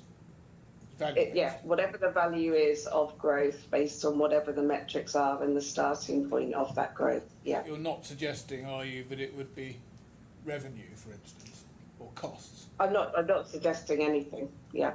Well, you must have had something in mind when you wrote 200 to 400, mustn't you? That there would be numbers that would be agreed that it would be based on. I didn't have a specific measure in mind at all. But they would be numbers that were referable to the value that Mr. Kahlon created, and therefore EBITDA, correct?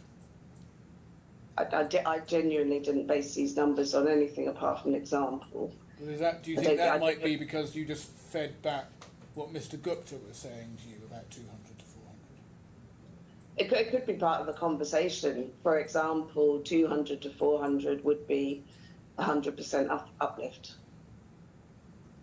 Yes, but the point that you're making to Mr. Kahlon is that he gets a percentage of uplift value, correct? He gets, sorry? What he's achieving is a percentage of the uplift value. That's what he's saying. That's what you're saying. That was the example I gave, yes. But it's not based on anything there. But it must be based on... an example. It must obviously be based on something that is a proxy for value, because that's what you're explaining to him. It genuinely is an example of this is how it would work, not the metrics. It says exact numbers, TBC, and that includes the measures. But it must be a proxy for value, otherwise this doesn't make any sense. I can't answer that. And with that, again, that might suggest that you're just writing out something that Mr. Gupta suggested to you. Do you think? It could be one of the examples he gave, yes. And just seeing exactly how this example works, it says total target income over 3 years, 24.5 million uncapped. Now that says total target income, and you'll see that in this iteration of the offer, you had the base salary at 5 million and had the S-tip at 1 million. Sorry. The base salary was 500,000 and 1 500,000. million. Thank you. And so just doing the arithmetic, 3 years is 4.5 million total on the S-tip and the base salary. You agree with that, yes? Yes. And so what you're saying when you say total target income 24.5 million, you're saying 4.5 million by way of base salary and S-tip, and 20 million by way of L-tip. So essentially what you're saying is that if he raises, and I suggest this is EBITDA, raises EBITDA from 200 to 400 million, he essentially collects 10% of the uplift value, collects an L-tip based on 10% of the uplift value of the EBITDA. That's what this example is showing. Yeah, it's an example and it's not based on any specific metrics. It's purely, this is what it could look like. The base and the STIP were to be agreed. I agree with that. And you would agree, wouldn't you, that in the iterations that followed, Mr. Kahlon was pushing back and requesting improved terms for his LTIP, weren't you? And that's what you were providing, correct? Agreed, yeah. Now, as you've explained, Mr. Kahlon did push back, and there were subsequent proposals and counter-proposals that I've been through with Mr. Gupta. Can I just go to your updated... So I'm not going to go to all of them, but I am going to go to your updated offer of 5th of September, which is at J76.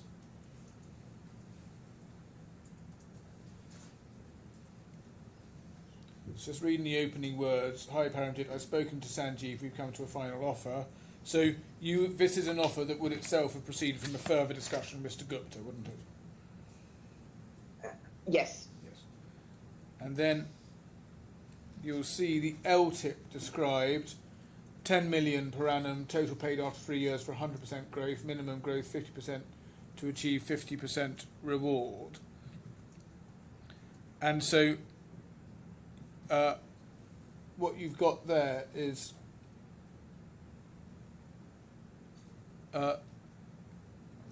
you've got a description of the performance required to trigger the LTIP, which is 100% growth over 3 years, and you've got annual 10 million tranches, correct? This is an annualised offer, yes, to show what he could get over 1 year each time, yeah. And the 10 million accrues, doesn't it, on an annual basis? Yes? No, it's indicative of average performance over that 3 year term. He was asking for a per annum number, and that equates to, it could be a target of 10 million per annum to vest after 3 years. In total, it would be 30 million. But the 10 million per annum needs to have some meaning. It needs to have some meaning to it. Otherwise, you would just say 30 million after 3 years. Well, no, this is an annualised offer. So it would be 10 million per annum based on full performance at all the targets. Yes, so It's annualised. we might be agreeing with each other. So per annum, on an annual basis, if he hits his targets, he accrues, doesn't he? No.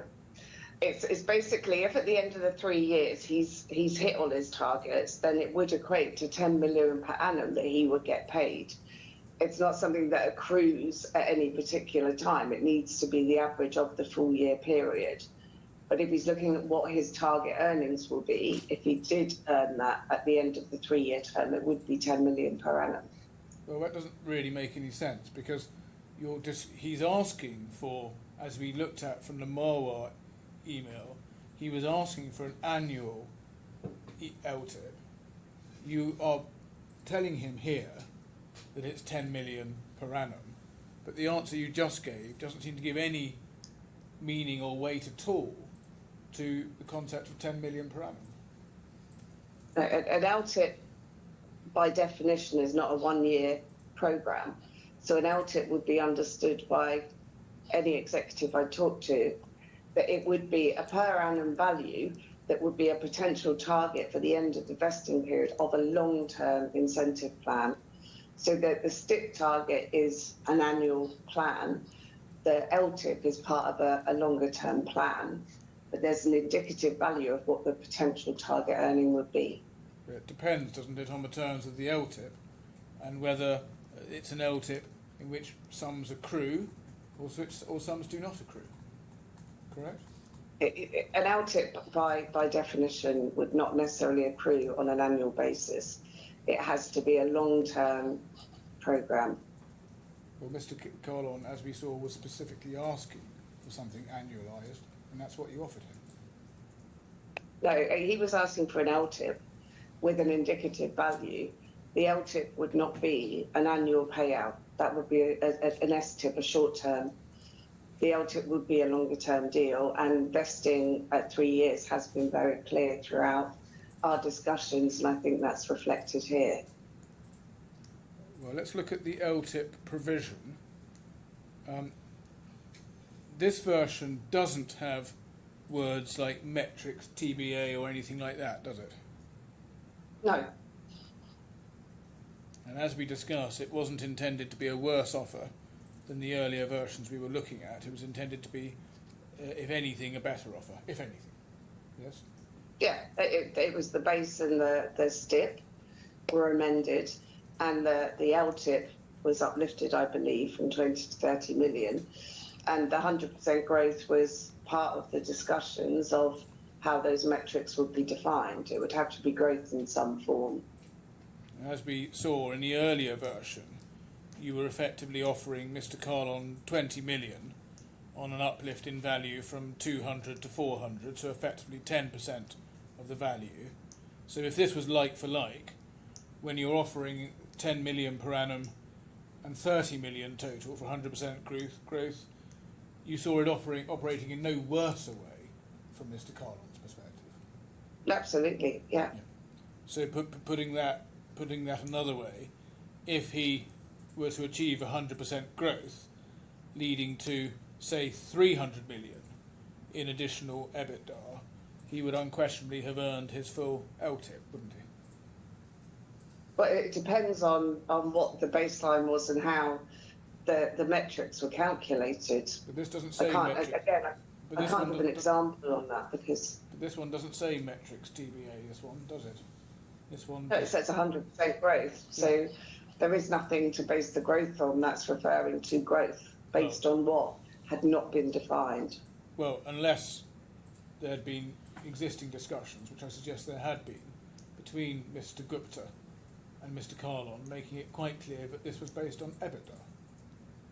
It's not something I was party to or was informed of. This was based on all the information I had.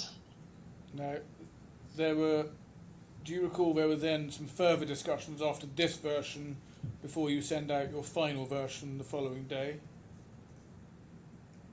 I believe so. I can't remember right this second, but I know we have been through this, yes. So let's then look at the final version, which is J80.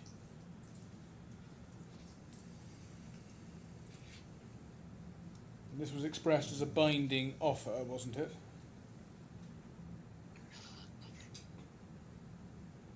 Yeah, there was a contract going to follow. This was all the terms that had been agreed. So this was, just to answer my question, this was intended to be binding itself, wasn't it? Correct. And the language of the LTIP provision here has changed. Because what it now reads is fully vested at the end of the 3-year period. And that reflects, doesn't it, that the point I was making to you earlier, that the 10 million per annum partially vests, but everything is fully vested by the end of a 3-year period. No, it's just being very clear that this fully vests at the end of a 3-year period. But partially There vests. is no part. Yeah. But partially vests before then, and that's how you give substance and meaning to the 10 million per annum, correct? No, that's not the intent at all. And there was no further negotiation of Mr. Kahlon's compensation at any point after that, was there? I don't believe so. And you regarded the terms of this 5th of September letter as the agreed terms throughout the subsequent period, correct? Correct. Now I want to go to bundle J129.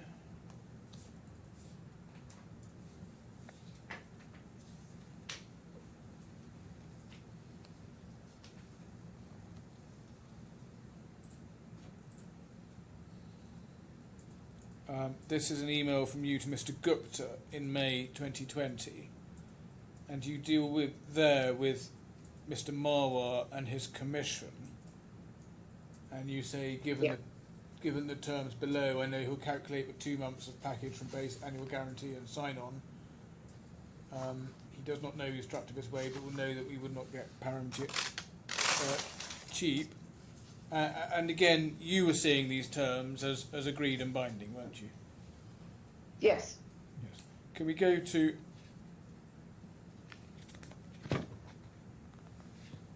J131.2, page 4?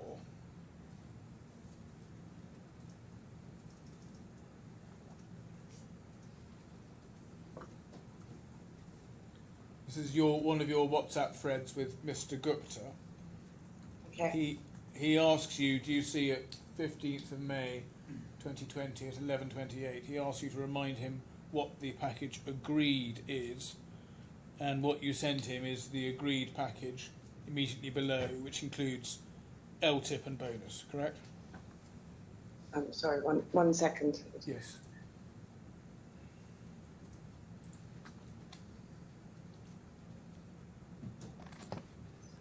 Yes.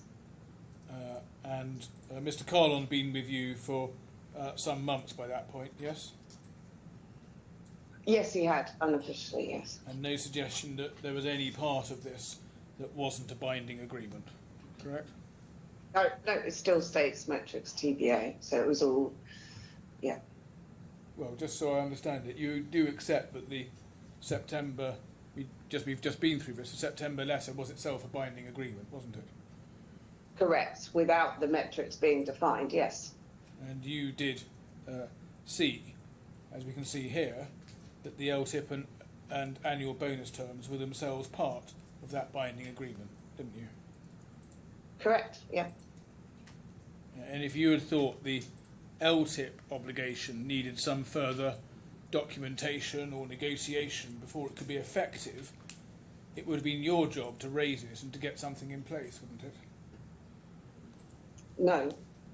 The design of the targets on an LTIP, I would document once they've been confirmed to me by Sanjeev.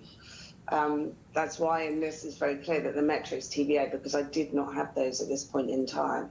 But the principle of the LTIP and the quantum was certainly agreed. But the reason I suggest that there was no further documentation of this is that you and Mr. Gupta and Mr. Kahlon all proceeded on the basis that the LTIP arrangement had been sufficiently agreed and was binding. The overall agreement had been, yes, but the metrics had never been, and that's why it refers to it as TBA. There was no detail behind that. But you had this. So there was. Yeah, you sorry, please finish. So there was nothing to calculate. There was no way of calculating what any growth might have been, because there were no metrics on what it was from and to, and what those measures might be. So the overall principle of the LTIP, the quantum, 100%, was agreed. But if you had thought there was something that meant that Mr. Kahlon might not be able to earn his LTIP, or his LTIP might not come through because it was left to be agreed, in your role you should have raised it. If you're right in your arguments, you should have raised it and said, look, there's something that hasn't been agreed here. And that Well, I think it's clear from my language in the letter that there had to be something else agreed. That was between Sanjeev and Paramjit. All specific performance targets for LTIPs were discussed with Sanjeev and the individual and given to me to make sure that they were documented and appropriate. Can you go to J384, page 2?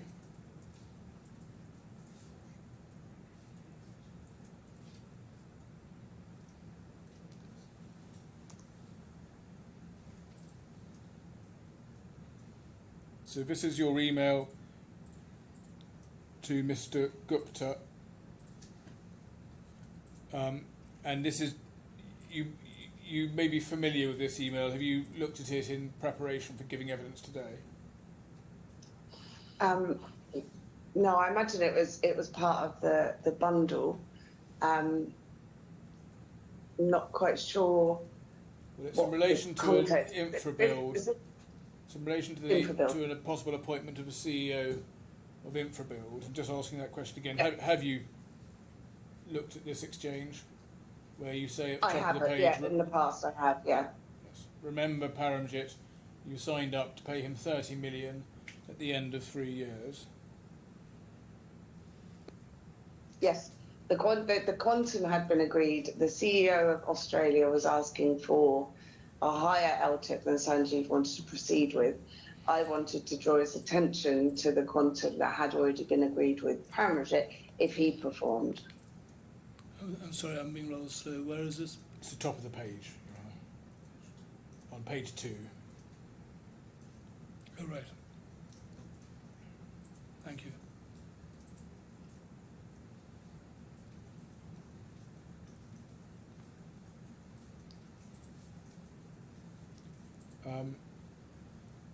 And then if we scroll up on page 1,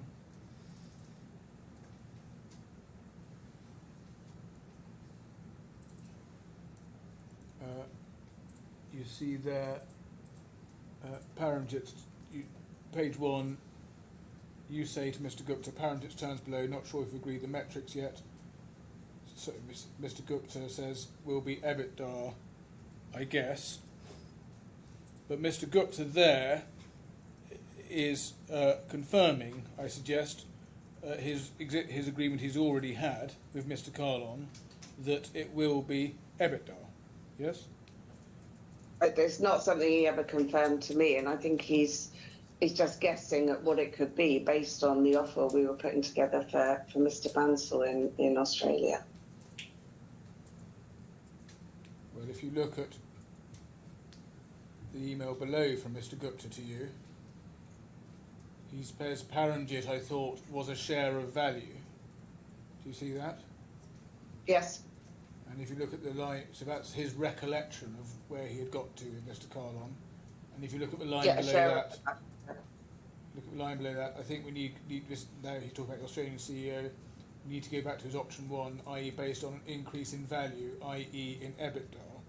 So putting those two things together, Mr. Gupta recalls agreeing with Paramjit a share of value, and also plainly treats increase in value as i.e. in EBITDA, making it clear, isn't it, that Mr. Gupta had, as he rightly recalled, agreed a value-based, EBITDA-based growth metric with Mr. Kahlon.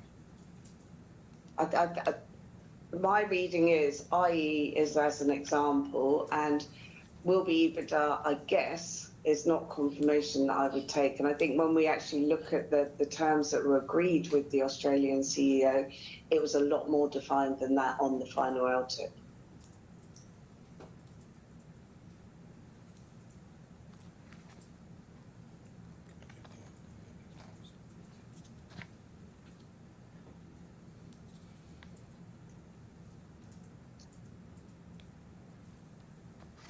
And when you referred there to the metrics not being agreed, did you follow up with Mr. Kahlon or Mr. Gupta about if you thought these metrics needed to be agreed, about getting them agreed?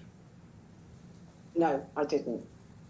And I suggest the reason you didn't is because all of you, Mr. Gupta, Mr. Kahlon, did regard these as sufficiently agreed, namely as EBITDA growth at 100%.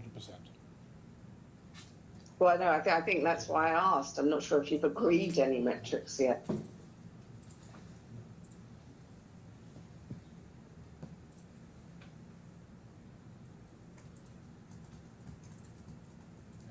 You said the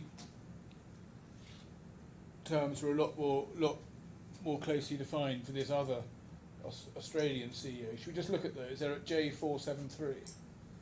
Yeah. And have you looked at these in recent days when preparing for your evidence? Not in recent days, no.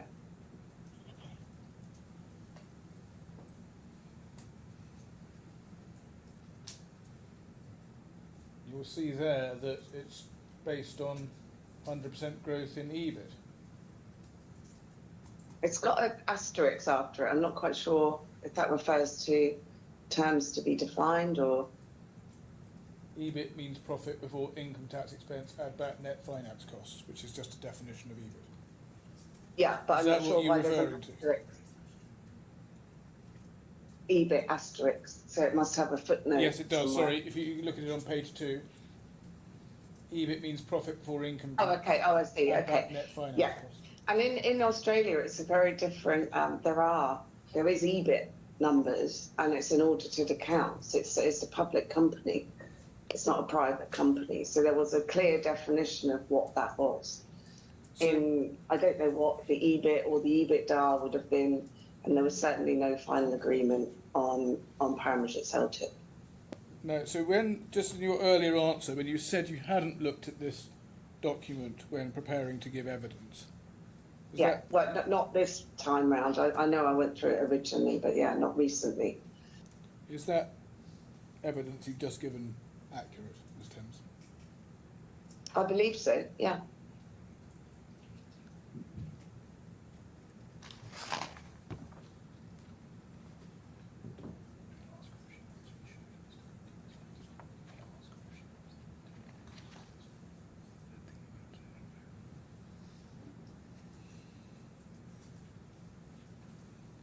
Now,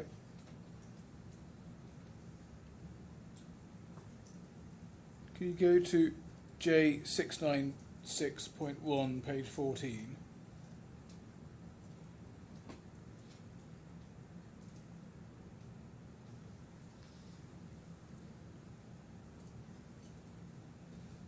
So this is another thread between you and Mr. Gupta, where Mr. Gupta again says what's Param on, sorry, from the LTIP, and then you say pretty sure 750 base and 100%. Let me look up and confirm. But we'll do it now. And then you say a bit more, and again, now it's late into October 2021, and you're giving the same package, aren't you, as what are the agreed terms, correct? Agreed, yeah. Yes. Now, should we go to bundle J98?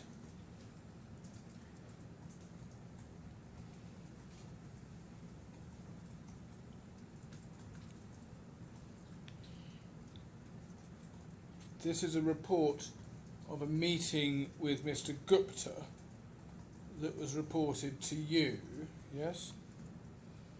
Yes. And you're asked to consult with Mr. Gupta to see if there are any further steps that he wants taking. Do you see that? Oh, sorry, 1 second. Yes.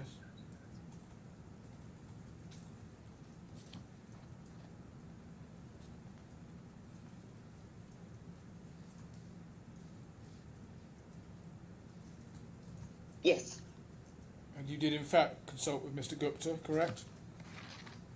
I don't think I did, because it said if anything else is to be done. I genuinely don't recall, if I'm honest. You don't know Yeah. either way. You don't. I don't know if I spoke to Sanjeev about this, or I just continued on the suggested path that Paramjit had said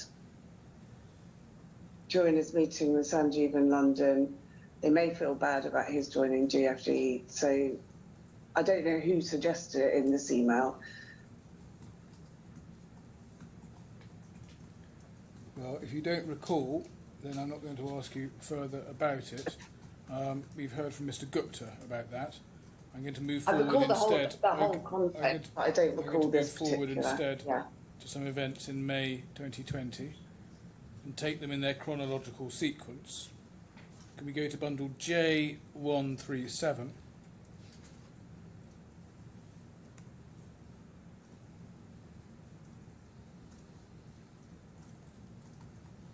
Now, at the bottom of the page is an email from you to Mr. Jane on the 12th of May 2020 at 5:53 p.m.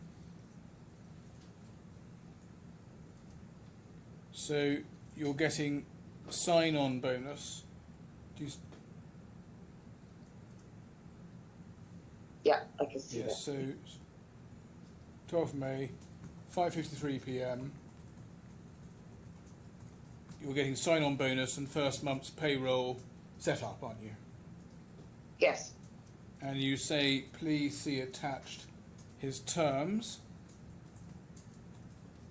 to Mr. Jane. Do you see that? Bottom of the page. Yes, I can see that, sorry. And then you send to Mr. Jane the document that we see at bundle J138.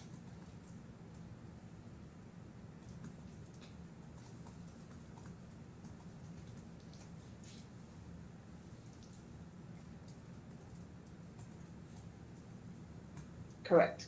Yeah.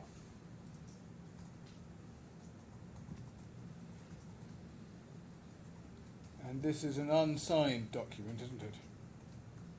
Yes. It still bears the date of 5th of September 2019, correct? Correct. And it's a modified version of the 5th of September 2019 letter. Correct.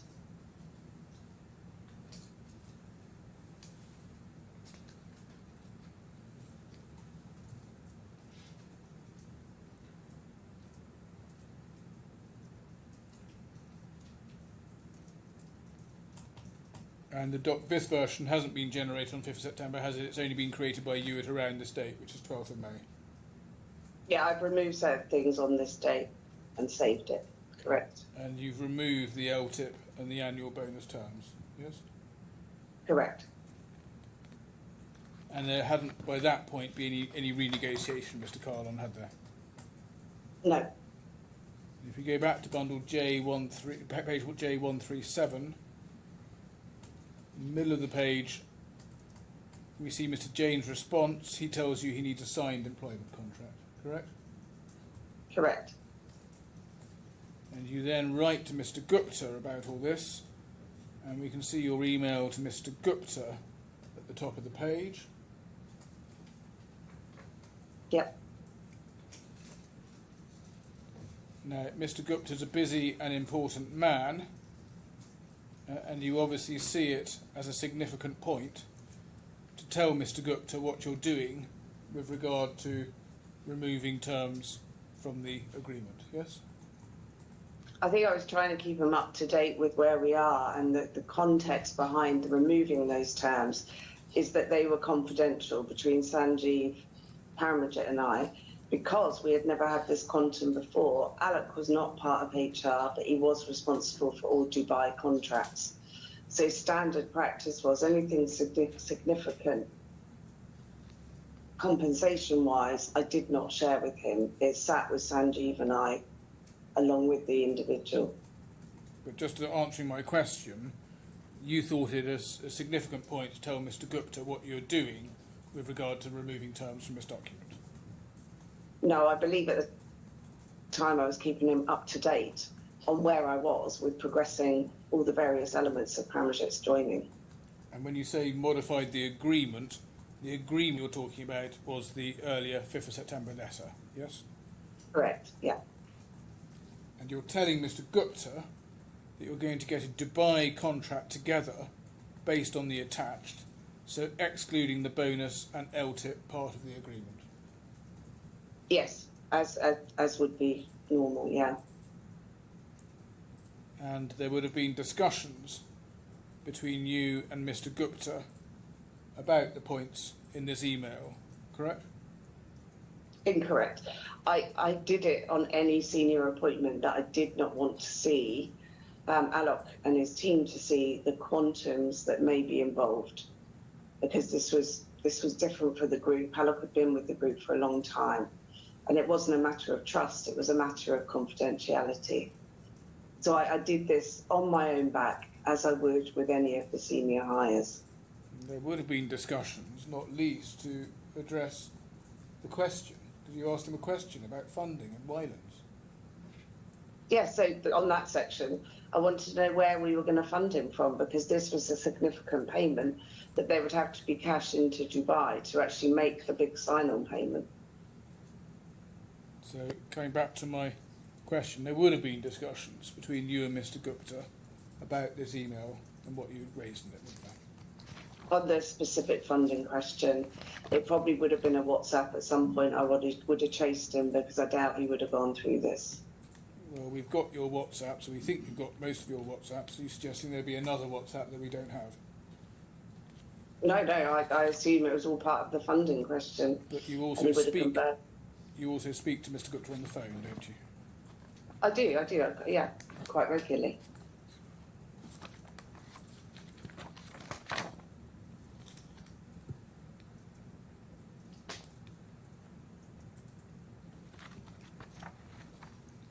And in the course of the discussions that you had with Mr. Gupta, he would have approved your proposed course of drawing up contractual documentation, omitting the annual bonus and the LTIP, wouldn't you? It wouldn't have specifically come up because it was based on what we would normally do and remove significant sums from individual contracts that were created in Dubai. You say it wouldn't have come up, but you saying you don't recall, or you definitively saying it wouldn't have come up? I would find it very unlikely that it came up specifically, but I don't 100% recall. Mr. Gupta has given evidence about this in a witness statement, which he confirmed the truth of when giving evidence last week. This is at bundle H, tab 7, page 9, paragraph 36.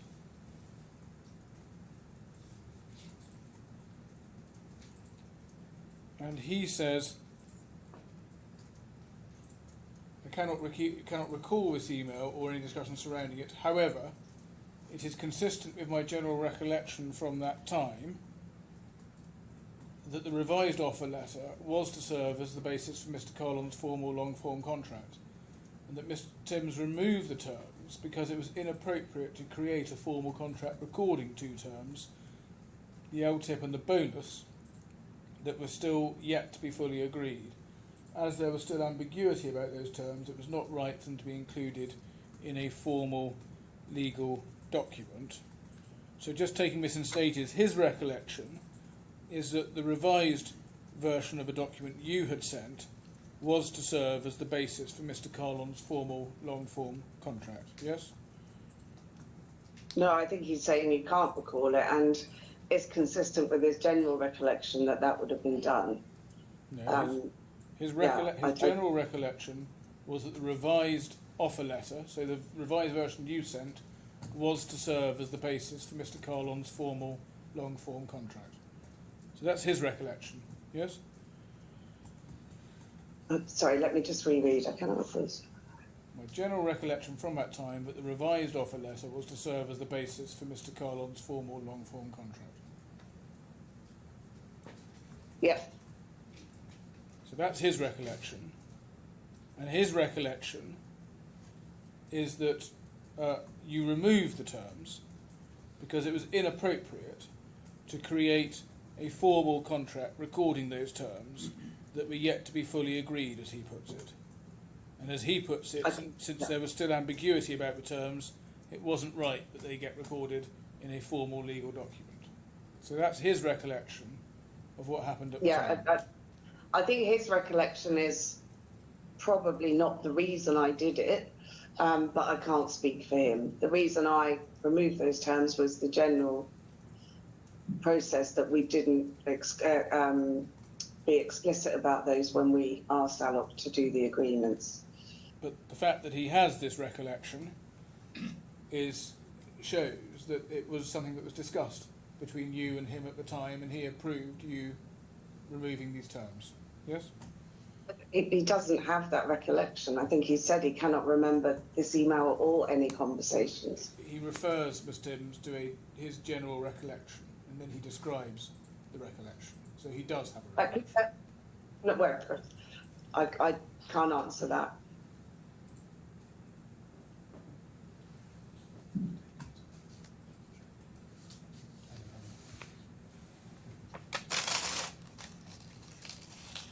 So what Mr. Gupta is saying, his recollection, and I suggest this recollection could only have followed discussions with you, is that any formal legal contract was not to include LTIP or annual bonus on the basis these could be treated as not fully agreed.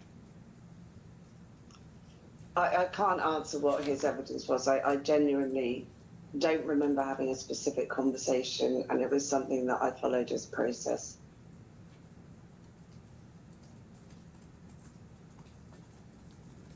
And his recollection wouldn't have come from anywhere else other than from discussions with you, would it? Yeah, he doesn't remember discussion with me, but so I don't know what basis his general. I can't honestly say what he was thinking. Can we look at paragraph 37? Next page. It says, I understand Mr. Kahlon alleges that Mr. Timms deliberately removed those terms to deprive Mr. Kahlon of those benefits. Those benefits had not been agreed, and it was for that very reason that you needed to remove them from the document. Instead, the understanding you shared was terms to be later formally agreed separately.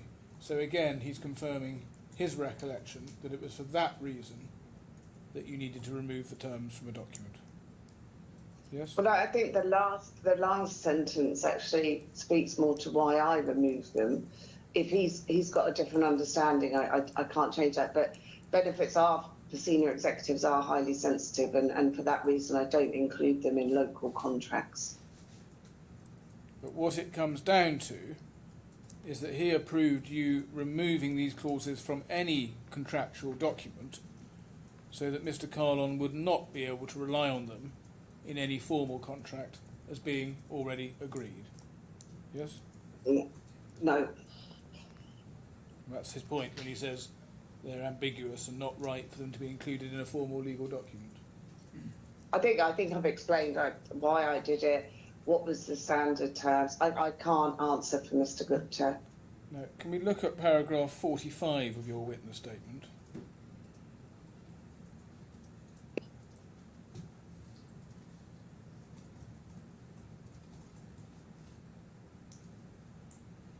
You give your evidence about this here.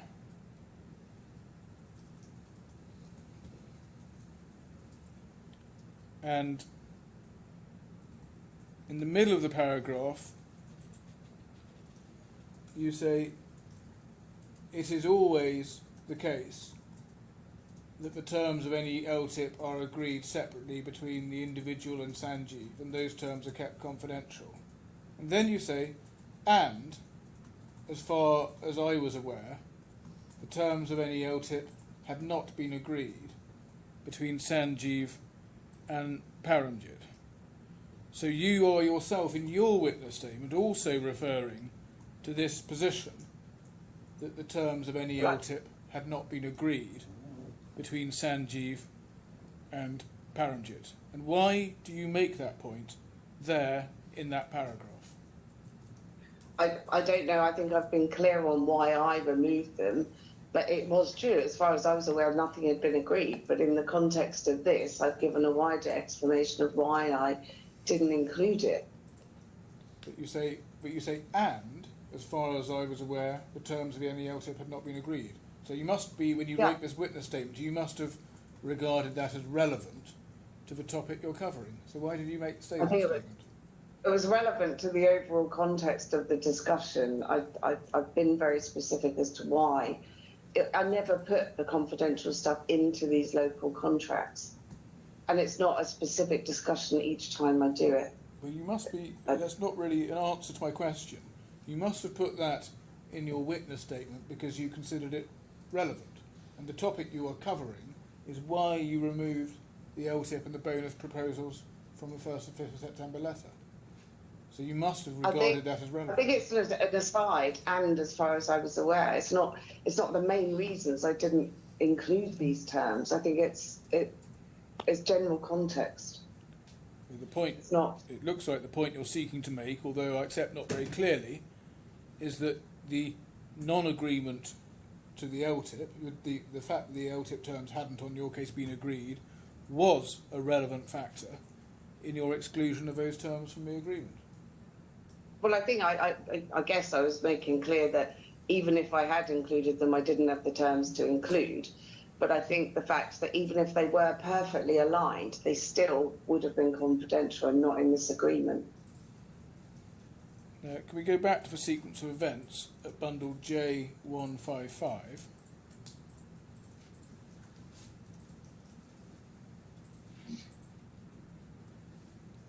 This is on the 18th of May,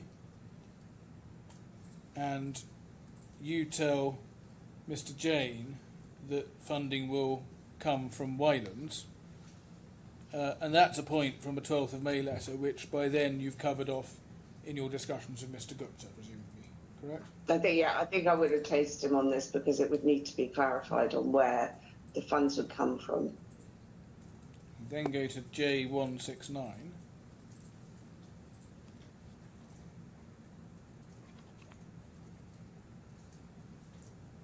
We're now at the 21st of May, and you send a long form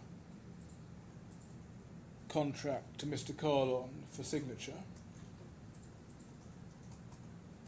Correct.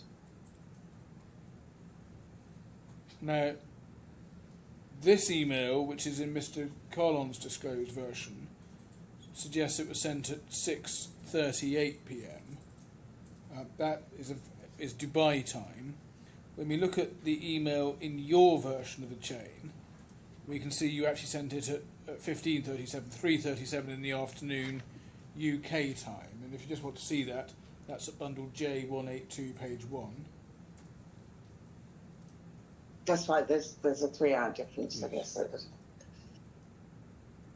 So you can see at the bottom of the page the 15:37. So you send 21st of May in the afternoon. You send him that version of the May contract. We'll look at that in a moment. Now, in fact, we can look at it now. The email has one attachment, and if we go back to where we were looking at J169, you can see there is just one attachment, Paramjit Kahlon Dubai employment contract doc. Yes? Yes. That attached document is at J167.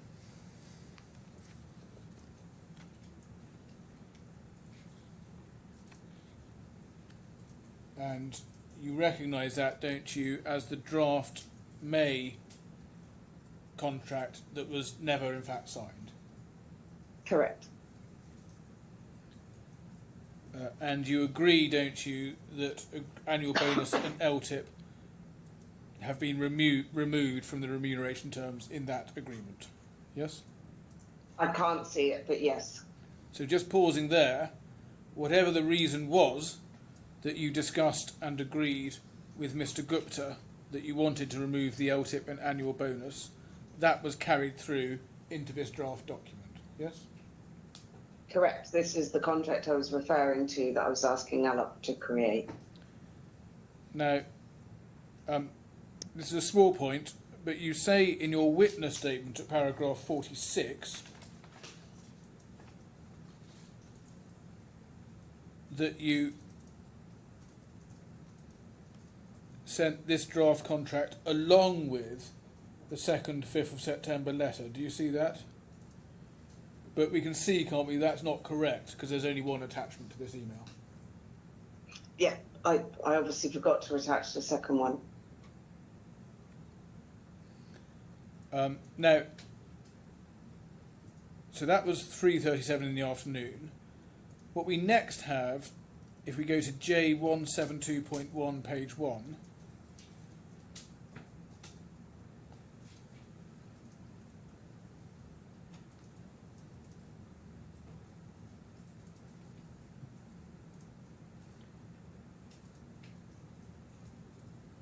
we see there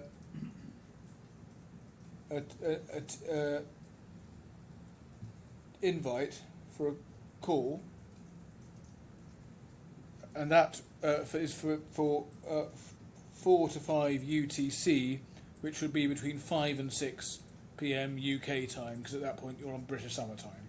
So essentially you had a Teams call with Mr. Kahlon after you sent that draft contract to him on the same afternoon. I don't know who that was with or whether it was just a note in my diary. I can't see it's a meeting. It may well have been a note for myself in my diary that I wanted to get that done.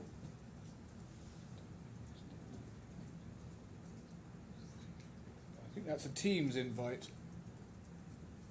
But there is no recipient apart from myself. Well, we can look. We'll look at the. We'll come back to you on that.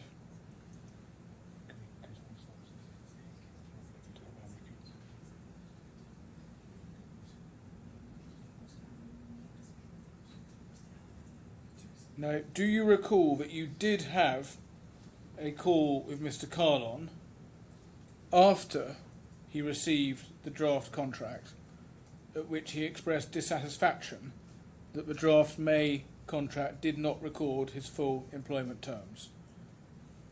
I remember having a conversation with Paramjit, yes, on the reasons why I had excluded. I don't remember the timing. I don't know if it was before or after the contract or again in September, but I do recall explaining why the terms have been left out. Well, what you told him in relation to this May contract was that this was a standard contract used for Dubai employees, and that the terms previously signed were his governing terms. And do you recall you did have a conversation with that? Yeah, but there's I guess it's the terms the words I'm using. Employment terms are very specific to a contract. So the terms I was referring to is the remuneration, the job title, whatever it might be, anything that we vary on an annual basis with letters. But the actual contractual terms, everyone has a base employment contract that has contractual terms included in them. If that makes sense. In that conversation, you also said that because his job title had changed, you would send him an updated version of the 5th September 2019 letter. Do you recall that? Yes. Yes, I do. Now, the next thing that happens, looking at the sequence, is at on the 22nd of May 2020 at 17:31, this is at J178, Mr. Kahlon asked for a PDF version so he can sign electronically. That was a request, wasn't it, for a version of the 5th of September letter with the correct job title? Yes? Whatever I'd sent to him, he asked me to send it as a PDF. So I sent it to, I can't remember, I mean, there it looks like the Dubai contract. But I don't know, yeah, I genuinely don't recall. You don't really recall this? No. Now, 4 days later, Mr. Kahlon is, by this point, in Europe, conducting European site visits. And on the 26th of May, at 14:54, you send the email at J182. Can we look at that?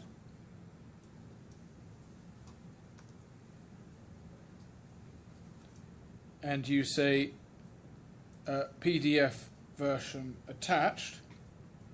And this is, in fact, the first time you send him the amended 5th of September letter. Yeah, because the letter is where he had the job title previously used. So I think I've sent him the Paramjit Kahlon offer letter Dubai contract version, which is what I'd sent to Alok for setting up. So anything Alok had on file was up to date. But you don't draw, what you attach is the 2nd, 5th September letter, but you don't draw his attention to the fact you've amended this letter, do you? You just say PDF version attached. I'd already had the conversation about why I'd removed terms from the contract, and I'd sent the 5th of September letter to Alok with those terms submitted. So I've given Paramjit a copy of that. I don't know if I'd sent that specifically to him before, whether I used it for the contract, but I had a conversation that they'd been removed.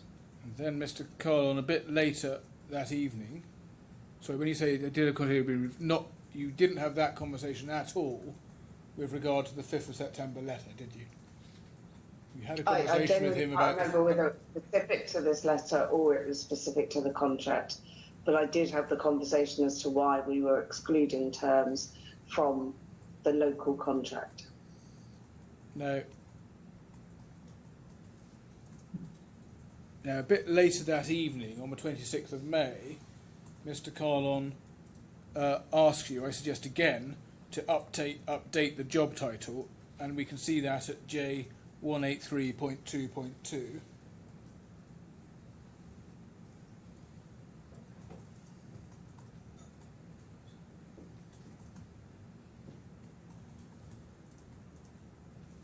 the operator goes to J183.2.2. Oh, sorry. Okay, well, we can come back. But you do send him in the morning of 27th of May 2020 at 10:34 an updated version. And if we look at J183.2/1,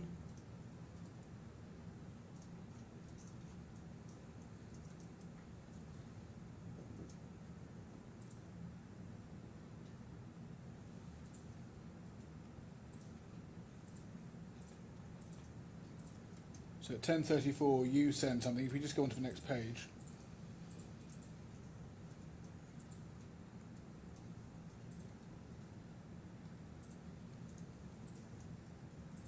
Yes, there we are. So next page we see his request.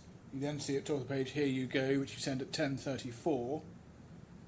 And then, if we then go to J183.29,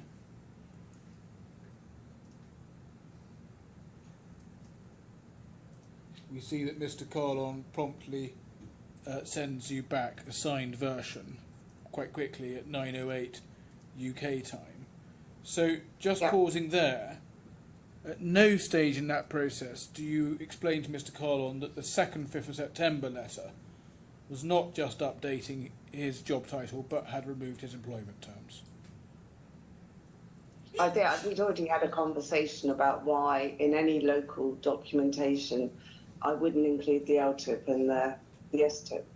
Because your witness statement doesn't refer to anything being said in conversation between you and Mr. Kahlon at any point in the process. Yeah, I genuinely don't know why, whether because I can't recall the specific dates or whatever, it wasn't agreed to go in. But I know I had the conversation with him, and that's why I didn't put any further context in these emails. And Mr. Kahlon had already expressed dissatisfaction with the May contract, hadn't he? And you didn't send that back to him in any form, or continue to try to get him to sign that version, did you? And why is that? No, I don't understand what I dropped and what I didn't, but I'd had the conversation based on him getting a contract, and these were the terms I sent to Alok. His proper job title would not have appeared in his local contract, as we've seen. So this was the only letter that had his job title in that I thought he was referring to. But I genuinely don't remember why I didn't send the right contract or I didn't get it signed. I don't know. But he had told you he wasn't happy with the May version, and that made it all the more incumbent when you were sending him a different document, which was the amended 5th of September letter, to draw to his attention if you were removing terms from that one. Correct? I don't know why I sent this one. I can only imagine it's because I didn't have a job title in that local contract.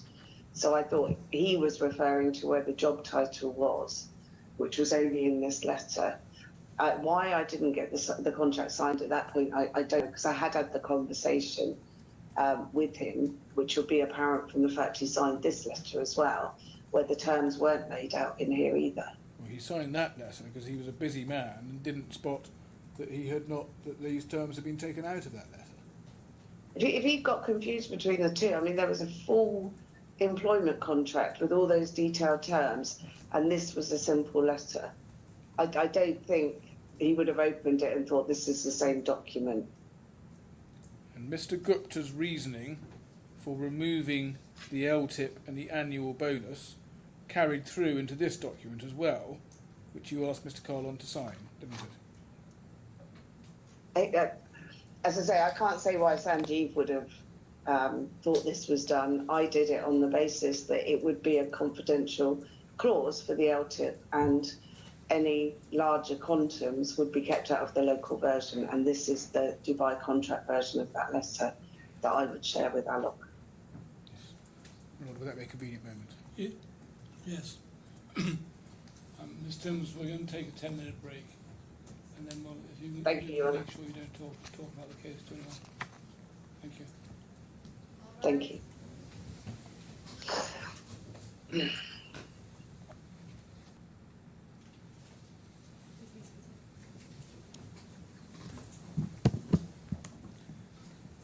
just going to move on.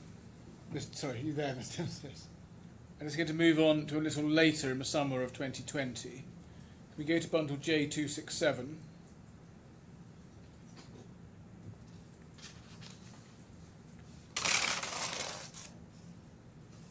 This is a letter sent to Mr. Kahlon by Mr. Jane on the 26th of August 2020. You'll see that it's entitled Offer of Employment, and it has a job title of sales and a salary offer completely different and much lower than Mr. Kahlon's actual salary. Yes? Yes. And although it's cast as an offer of employment with a start date of 26th of August, by this point Mr. Kahlon had already been working with Liberty for months, hadn't he? Correct. And it's right, isn't it, that you had a conversation with Mr. Kahlon when you explained that the process of obtaining Mr. Kahlon's visa could be expedited by signing a document listing his job in sales, yes? Yes. And you advised him that he could enter this into this letter and it wasn't necessary to record his actual terms of employment in this letter, yes? Yeah, definitely not the compensation and structure we did read yet. Could you go to bundle J250?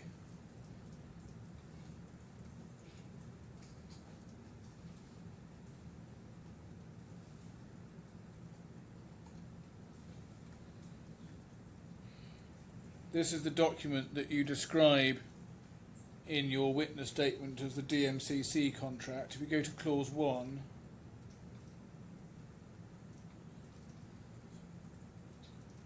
you'll see it describes Mr. Kahlon's job as being in sales. And if you go to clause 1.2, it has a probationary period of 6 months, presumably from August 2020, and it has a remuneration of 70,000 dirhams a month on clause 2.1. So, like the previous document, this document doesn't at all reflect Mr. Kahlon's actual terms of employment, does it? No, on the job title and remuneration, it doesn't. I was aware this document was there, but I didn't have involvement in creating it. The local team dealt with all of this. So, can we just see what you say about this document at paragraph 48 and 49 of your witness statement?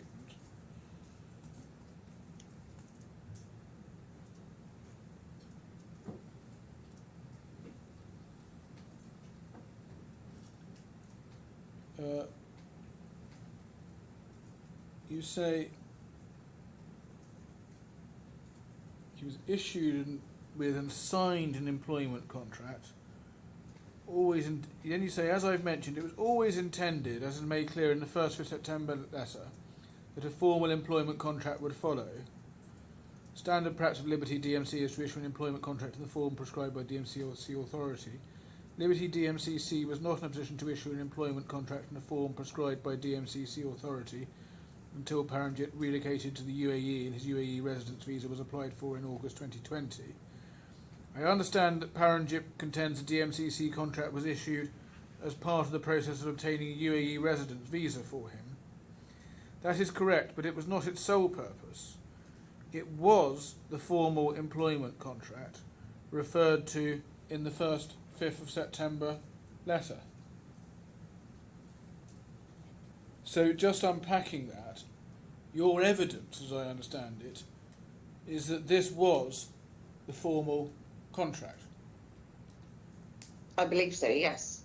I believe this was the only contract in place. So Mr. Kahlon, on your evidence, was formally bound by the terms of this document. But not the remuneration, and the terms that can vary were terms that could be varied, but not the general employment contract, as far as I'm aware.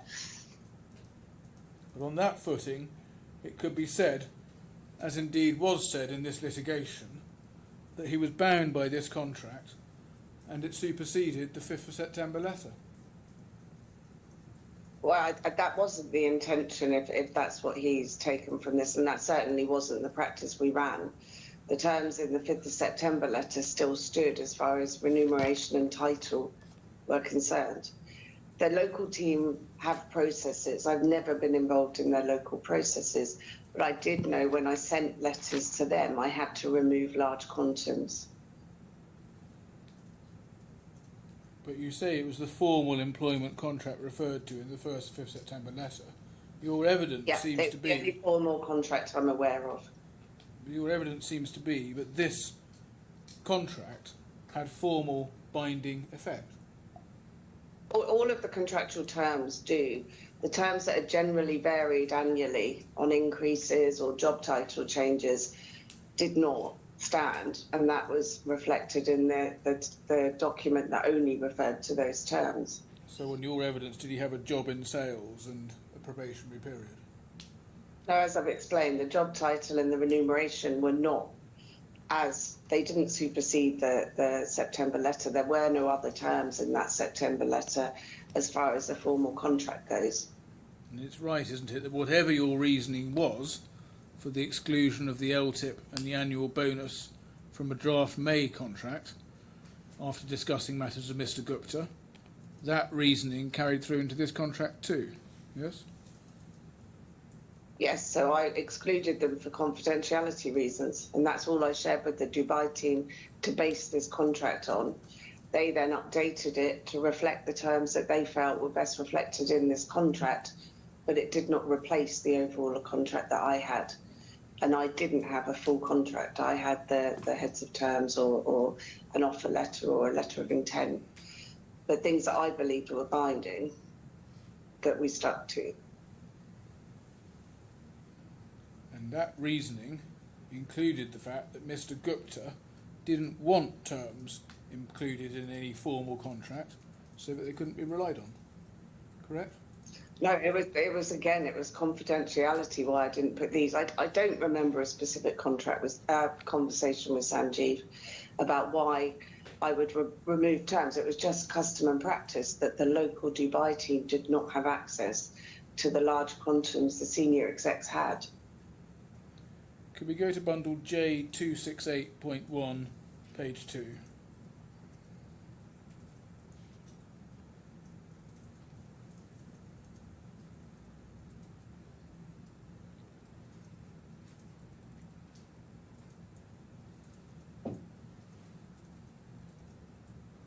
You have something at the bottom of the page saying, end of my first week, this is in August 2020.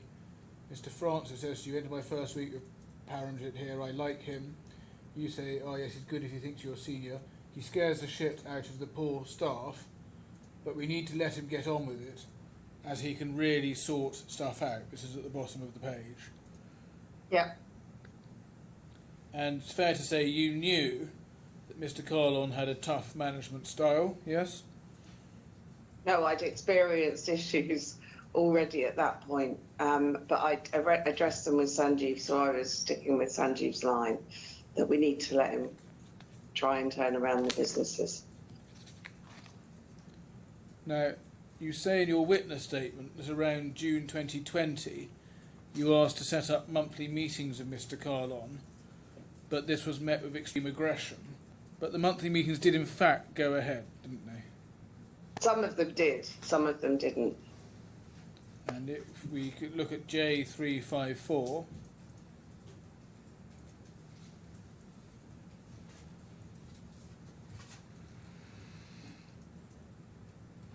this is Mr. Kahlon, in fact, in November, chasing you and asking you if you can join a monthly meeting.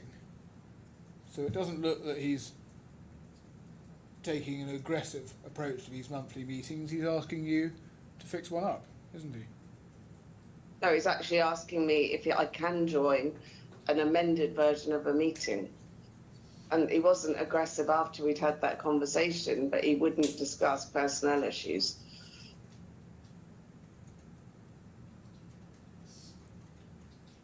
And you say that Mr. Kahlon reacted with extreme aggression, but we don't see aggression towards you from Mr. Kahlon in any of these documents. We've got quite a lot of documents in this case. He attended the meetings.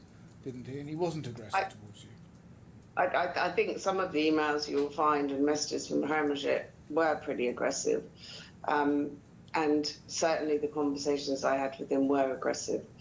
Not all the time. It could be charming if other people were around, but he'd also choose not to be charming at times. We also have extensive communications between you and Mr. Gupta, and there's no suggestion in those that Mr. Kahlon was being aggressive to you, and you would clearly have mentioned it to Mr. Gupta, given, as we can also see from the WhatsApps, the close and frequent nature of your communications with Mr. Gupta. I think there were several times I raised it directly with Sanjeev, but also once I'd raised it about me, I started raising about other people that complained to me. And you do in your witness statement mention various episodes, and I think as you've just said, some of those you did raise with Mr. Gupta, didn't you? Correct, yeah. And it's Yeah. and you accept that Mr. Gupta had his own interactions with Mr. Kahlon and his own views on him, yes? Correct. And Mr. Gupta was the boss, wasn't he? Correct. And there was never any formal warning given about any of the episodes you mention in your witness statement, were they?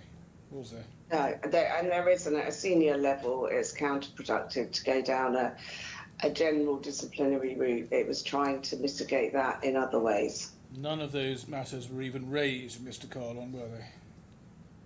I think they were. I think several people tried to raise them with him. But you're unable to point to anything, are you?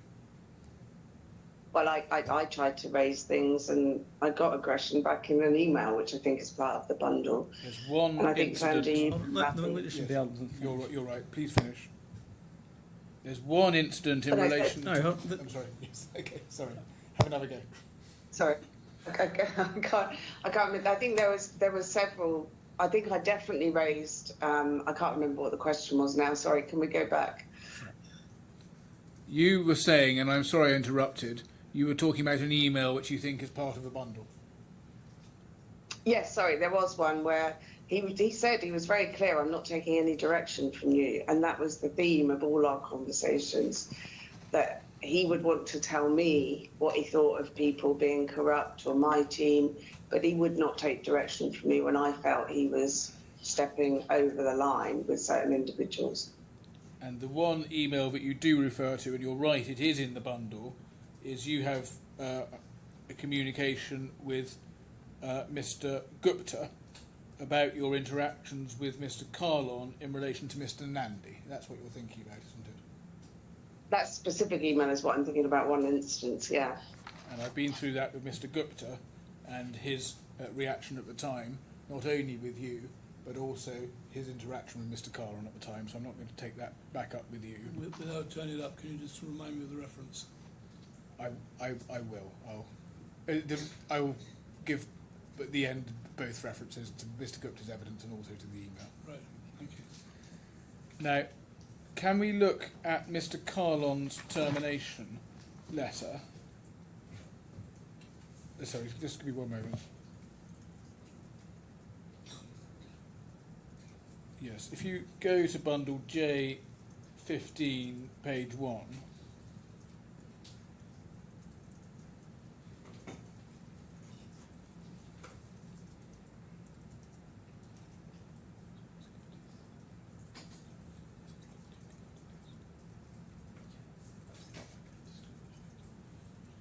This is the only employee handbook we've had in disclosure. Is there any other employee handbook that you're aware of that would have been applicable to Mr. Kahlon at the time? In Dubai, I don't know. No, I don't know the local employee handbooks, I have to say. Would this have been applicable to Mr. Kahlon? If this was the one that was sent to him, that would have been the applicable one at the time, I guess. It does say, welcome to Liberty, Trade, FE, DMCC at the top line, the top paragraph, so that presumably is the relevant handbook, yes? Well, it's 2016, so I honestly can't tell you if that was the one that was covering it at the time. Can we go to page 13 of the document? You see there's a disciplinary procedure section. Yes. and it refers under procedure to, generally speaking, the company's disciplinary procedure involves notifying the employee in writing, inviting the employee to a disciplinary hearing, holding a disciplinary hearing, investigating any explanations provided, issuing a decision in writing. None of those steps happened, did they, in relation to any of the matters raised in your witness statement? No, senior executives, it's a very bespoke process rather than following a general employment term process. And there wasn't any process with Mr. Kahlon, was there? It was all conversations and trying to mitigate some of his behaviours, I guess. Can we look at Mr. Kahlon's termination letter? This is at J, page 1052.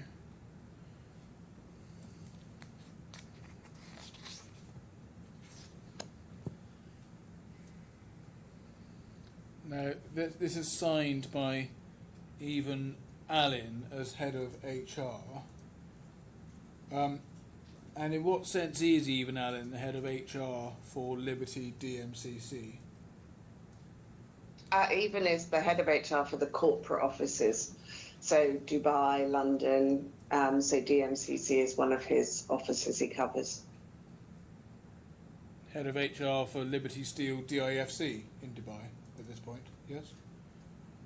I don't know. Yeah, if it was there, yes, he was. He covered all the Dubai entities. Can we go to J725.1, page 3?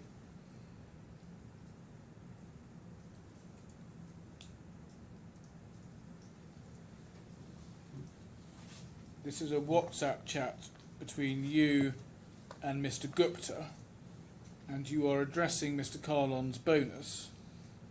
And Mr. Gupta says, and I'll just read, 2/3 of the way down, Param do the full bonus, i.e. 1 million, business act for more than 2,000 fans, so tough to defend. Now, this bonus decision then led to the letter at J730, page 1. Can we just go there?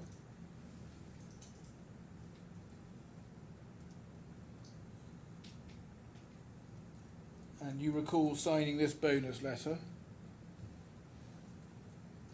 I recall it being done, yes. And this represented the bonus that was due to Mr. Kahlon for the period to April 2021, didn't it? Which was now quite overdue. I believe so, yes. And this letter is sent by you on behalf of Liberty Steel Group Limited, and that reflected the fact that in real terms the employer of Mr. Kahlon was by this stage Liberty Steel Group Limited. No, I mean, I think that I followed up with the Dubai team on this because apparently there were a number of letters that went out on this generic letterhead rather than the specific entities that people were employed by. So, yeah, I don't know why it happened, but they admit they've made a mistake. But the reason it happened, and it may be right for other employees in every way, and it was right for Mr. Kahlon, is that these employees were all, executives at this stage, were employed by DIFC, and that was the real employer, and so it was entirely natural for you to write a letter on Liberty's DIFC letterhead, and that's why you did it. No, that's not the case. And I didn't write the letter, I signed the letter. These were created all by the Dubai team for the Dubai population. But that, again, makes the same point. It was the natural thing to do, because by this point, Mr. Kahlon, like other executives, was working for Liberty Steel DIFC, wasn't it? There was no intent behind this letter apart from confirming a bonus. They made a mistake putting various employees from lots of different entities onto this letterhead, and it's not something I would have picked up, if I'm honest. Now, do you yourself have a detailed knowledge of what was going on in the various Dubai offices, or is there not much point in asking you because you were largely based in the UK? No, I had a detailed knowledge of the personnel issues, any strategic decisions being made, senior employees, but yeah, the administrative side I didn't get involved in.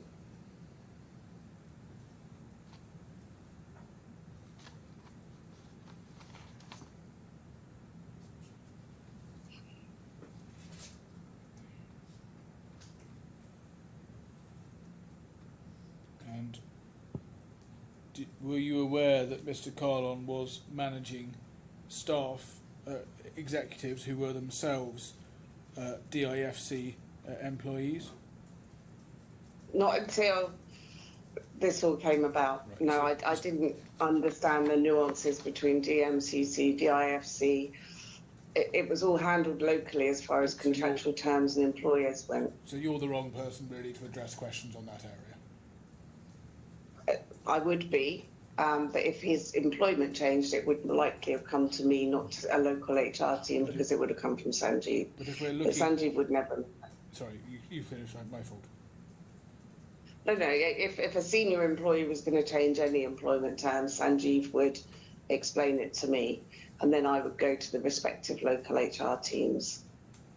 But if we're looking at a slightly different question about who, in practical terms, represented the real employer, then which involves a detailed, fact-based assessment of what people are actually doing in the Dubai, various Dubai locations, that's not something that I can really take up with you, is it?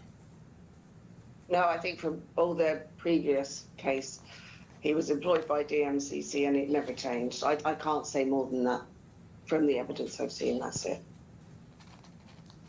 But you're not referring to your personal experience of what you understood Mr. Kahlon was doing on the ground. No. Now, can we look at bundle J852?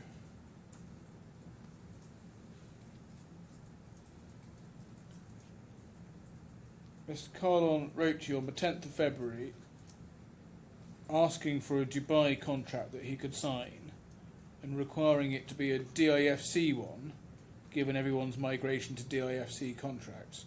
You say you'll check and get a signed version, get a version for him to sign.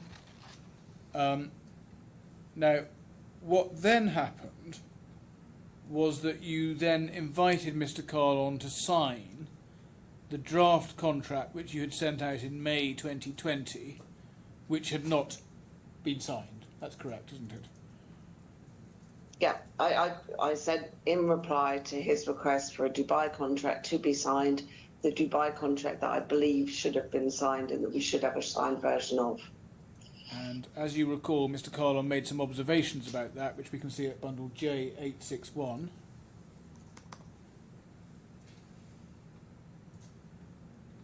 He noted the contract was missing the LTIP clause, which it was, and he made the point also that everyone had been operating from DIFC for the previous 8 months and the contract should be as per the DIFC guidelines. So that's his observation to you. Do you recall that?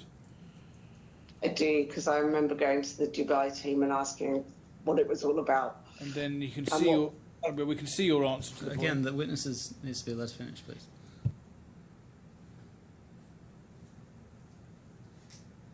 We can see your answer to the point at J868.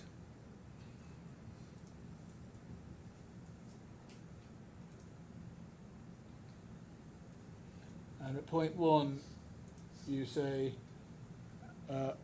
as discussed at the time, LTIP is confidential to you and Sanjeev, so I can't include in a local contract. Medical cover is included in the contract.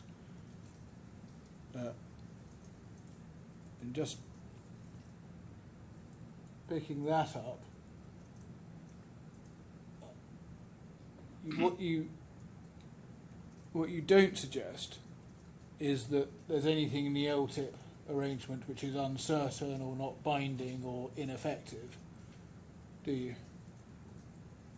No, I don't. And then at The paragraph, arrangement is as it was, yeah. paragraph 3, you don't take any issue I'm with... so sorry, it's just the transcript there. That may have been an important piece of evidence and hasn't been picked up. What got missed? It says, the transcript says, the arrangement is indecipherable as it was. Perhaps the witness should repeat that answer. I see. Oh no, it was as it was. The arrangement was as it was previously. No change had been made, so I didn't raise any new things here.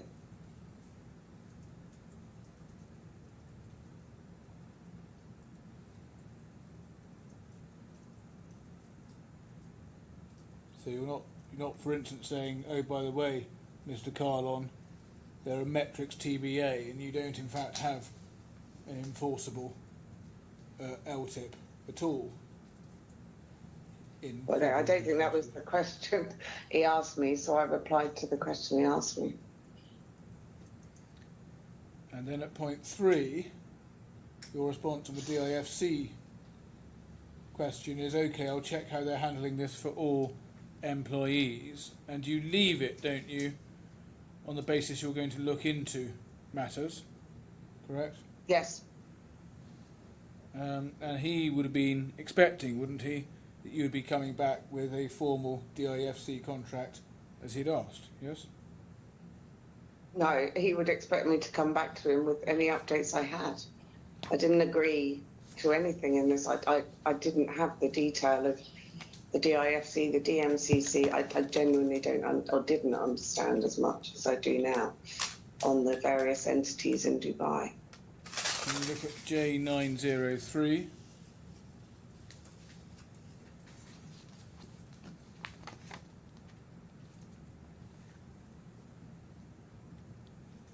This is Mr. Kahlon following up with you to regularise his formal employment contract. So he's chasing you, isn't he? He's asking me to look at something to formalise. I don't have any other context than that. So I said I'd speak to a lawyer because as far as I was concerned, the side agreement was still valid. I mean, the metrics weren't in there, but I don't know what else to say, really. And you were stalling Mr. Kahlon, weren't you, over this period? No, well, I was to a certain extent later, because I'd been told by Sanjeev that he and Ravi were looking to exit Paramjit. So me putting together any further documents, whatever the case may be, was not appropriate. Well, he's asking you on 2nd of March. He's chased. So you're saying on 2nd of March, I have a lawyer today. Best way to structure it. We'll follow up the other points. Could do 15 minutes. He's so that's early March, yes. And then if we go to J960.1, page 2.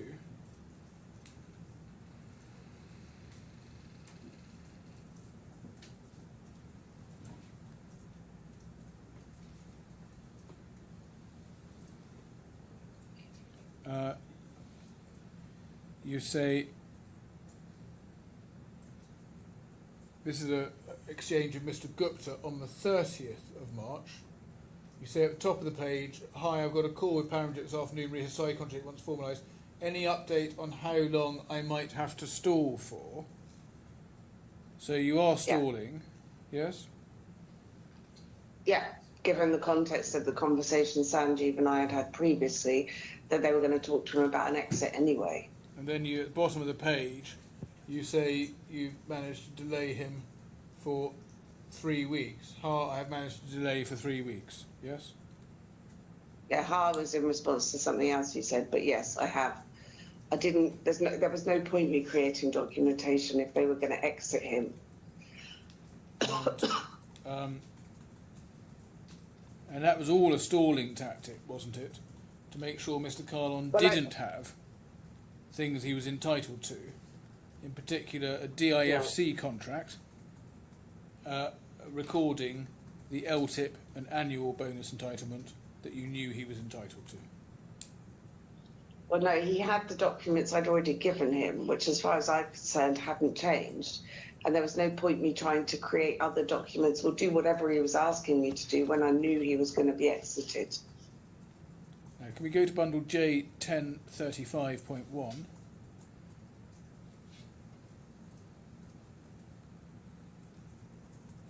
On page 11.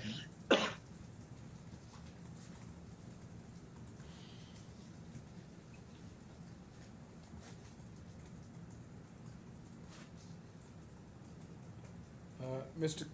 Gupta, this is Mr. Gupta reporting to you his pre-termination conversation with Mr. Kahlon on the 8th of May. Do you see 2/3 of the way down the page?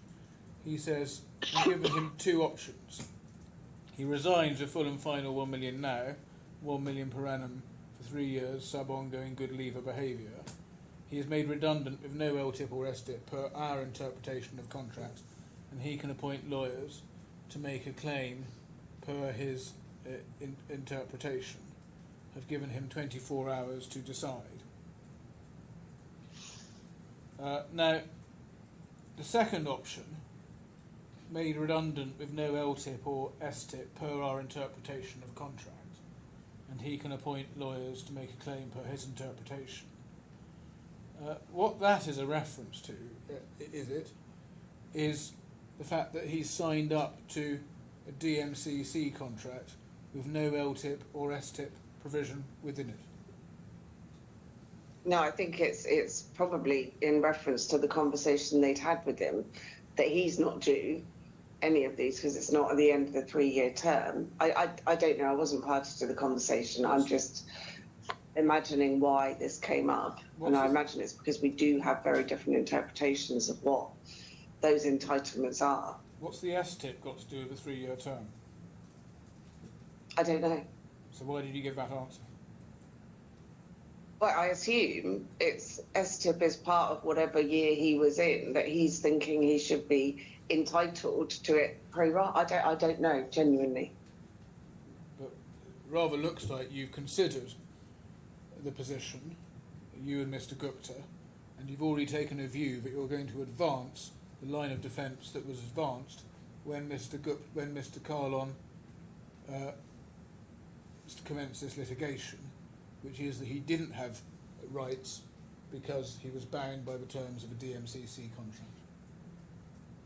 There's nothing referring to the contract here.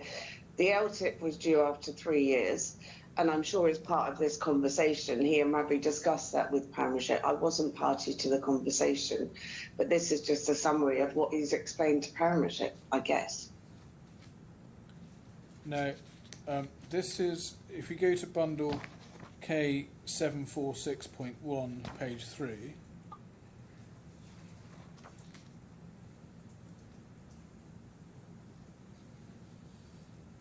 this is a document retention notice dated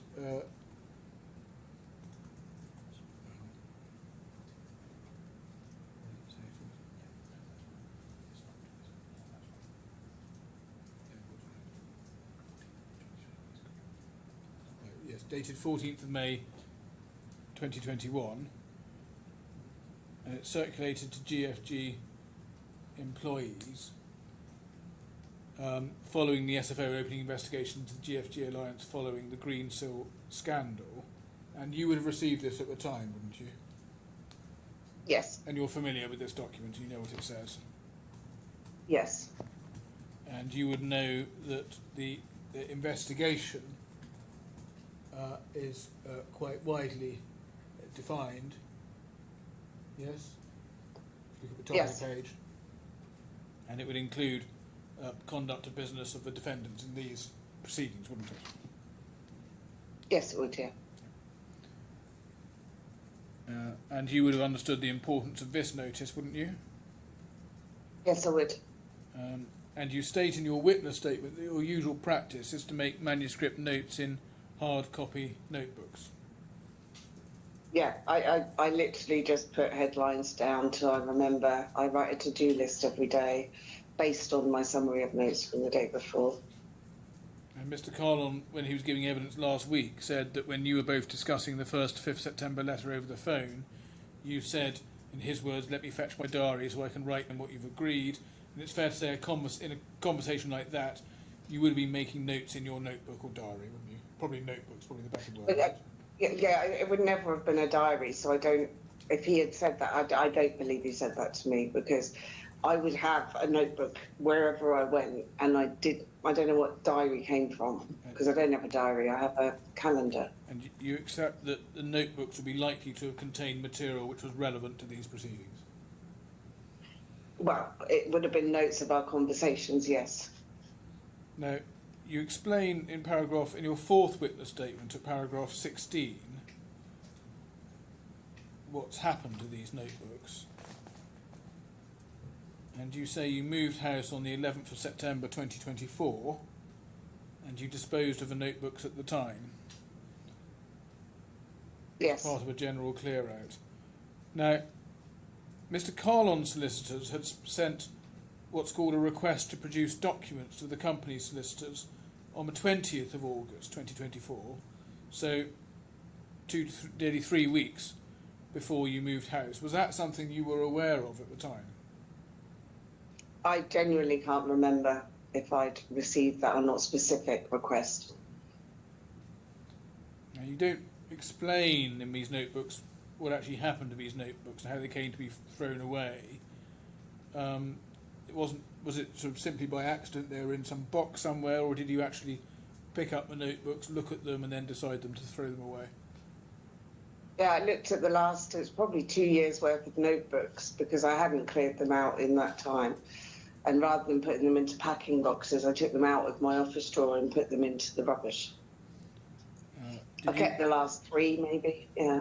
Did you really not appreciate at that time that documents relating to the GFG alliance needed to be retained? I genuinely did not think my notebooks were part. I got the wrong impression maybe, but I genuinely did not think my notebooks would be part of that, given that everything that I acted on from my notebooks was recorded elsewhere. So it was my mistake. I put my hands up. I didn't realise. I suggest that you're an experienced HR professional. It's inconceivable that you wouldn't have realised that you shouldn't be throwing away your notebooks.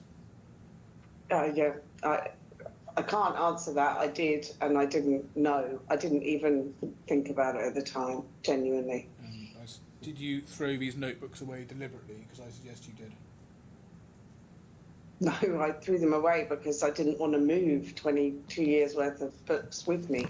I kept the last 3 because that was stuff I was still referring to. Now, we touched a little earlier on, in the evidence, on the question of you being involved in laying what was effectively a false paper trail with regard to when Mr. Kahlon was recruited. Do you recall that we touched on that?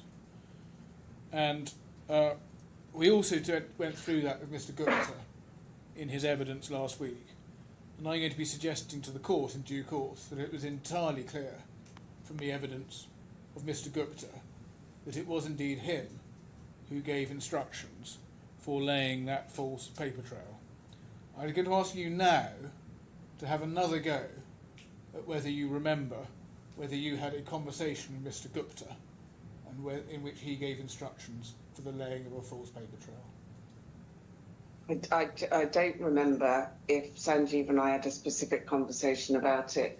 My understanding at the time was that from all 3 parties, Paramjit had to leave ArcelorMittal and didn't want to annoy them, but also I didn't know what provisions were in his contract. Marwa, I believe, had worked with ArcelorMittal and he wouldn't want them to see. And Sanjeev had a relationship with ArcelorMittal that I was just of the understanding it had all been agreed in their conversations. The email I got was not clear on who was asking for it. I just followed what they requested me to do. And I'm going to suggest, I'm going to suggest to you, Mr. Timms, that is a rehearsed answer, and that you know very well that at the time it was Mr. Gupta who was asking you to lay this false paper trail because the motivating factor was him and his concern about his relationship with Mr. Mittal. Do you want to comment on that? Yeah, I honestly thought at the time that all 3 of them had had the conversation and I didn't know who trumped who. I felt that they all had an interest in this agreement. Thank you, Ms. Timms.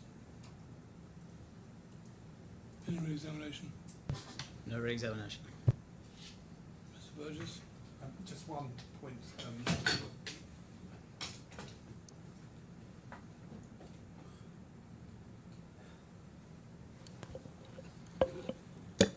Hopefully my microphone's not working all that well. Hopefully the transcriber can still hear me. No, they can't.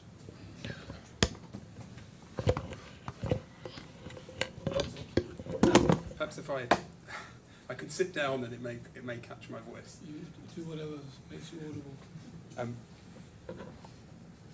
Could I please have turned up J1851.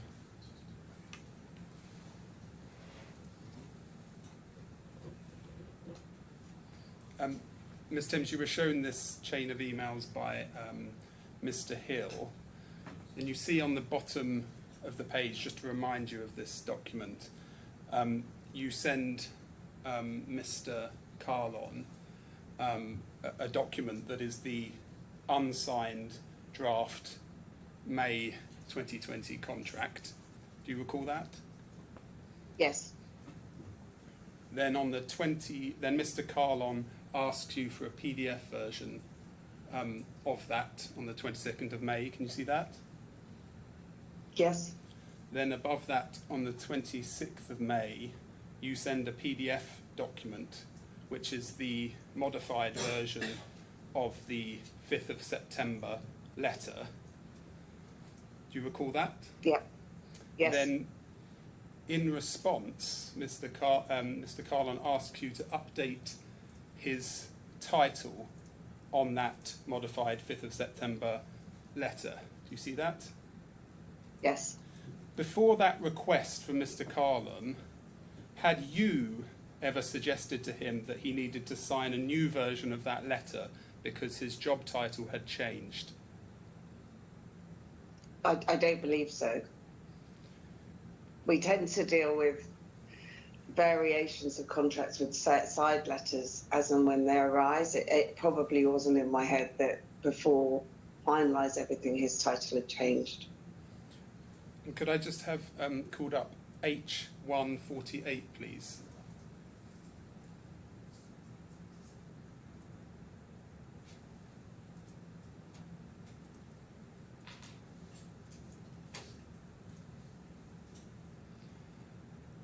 And could we zoom into paragraph 233?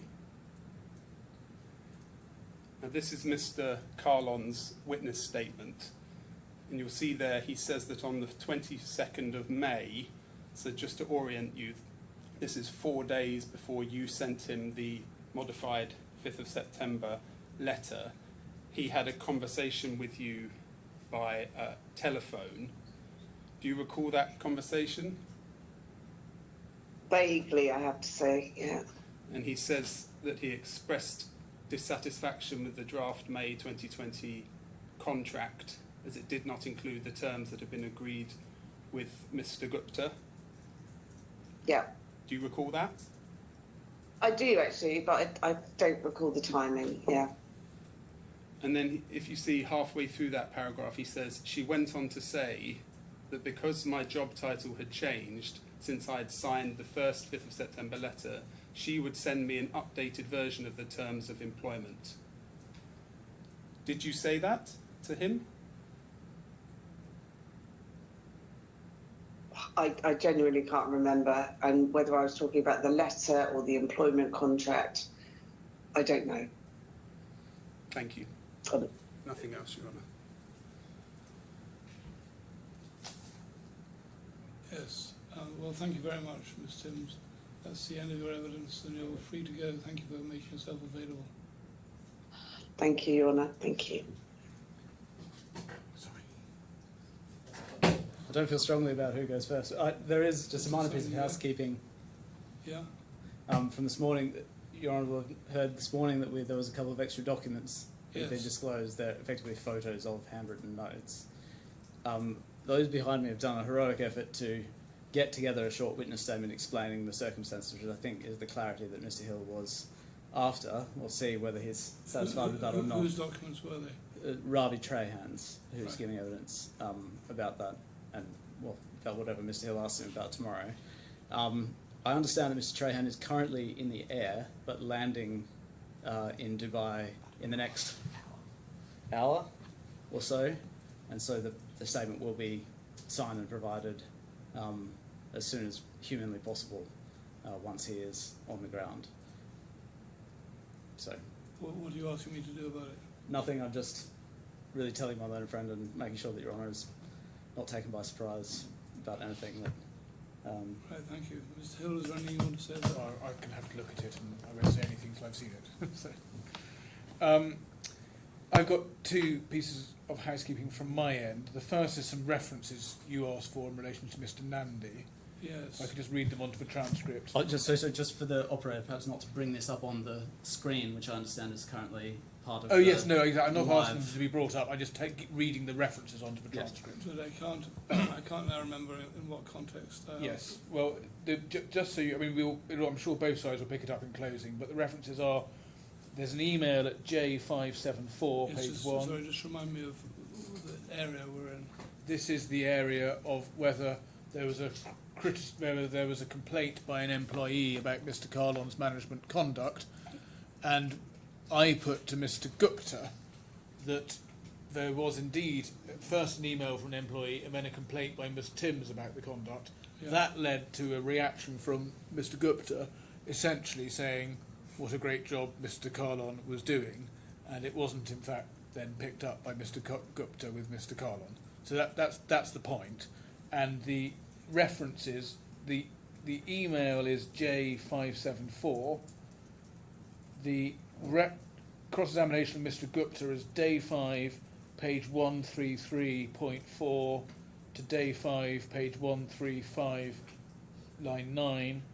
And then the WhatsApp chat that I was referring to, in which Mr. Gupta hears the criticism and then says, but Mr. Kahlon's doing a great job in all these respects, is at J563.1, page 10.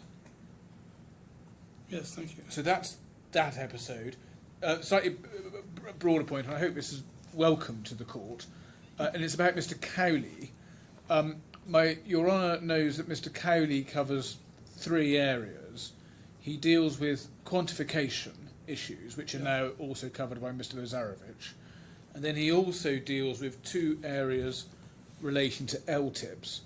One is the use and how standard it is or isn't of EBITDA in LTIPs, and we say, in light of the evidence, light of the factual expert, the expert evidence on that point has now become rather academic. He also deals with vesting arrangements in LTIPs, which we also suggest. Who's the factual expert? In light of the evidence we've heard already about whether EBITDA was included in this LTIP, I suggest having an academic question about whether in the industry generally you include EBITDA as a metric in LTIPs. It's not going to be very illuminating.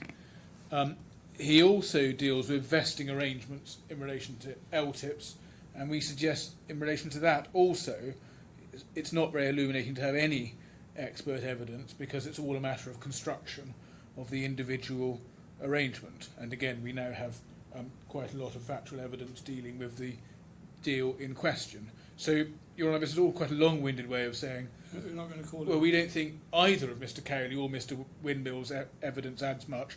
We obviously can't do anything about Mr. Windmill's evidence, that's my learned friend's prerogative, but we don't propose to call Mr. Cowley. And that does free up some time in the timetable.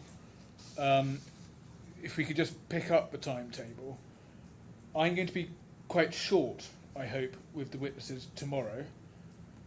Mr. Cowley would have been on tomorrow afternoon, and what I would suggest is we bring, and into Wednesday morning, I was going to suggest we bring Mr. Lazarevic on first thing on Wednesday morning, and if it were possible, and if Mr. Ashton's available, I'm not going to be that long with either Mr. Windmill or Ashton, so I would hope we could finish all the experts on Wednesday.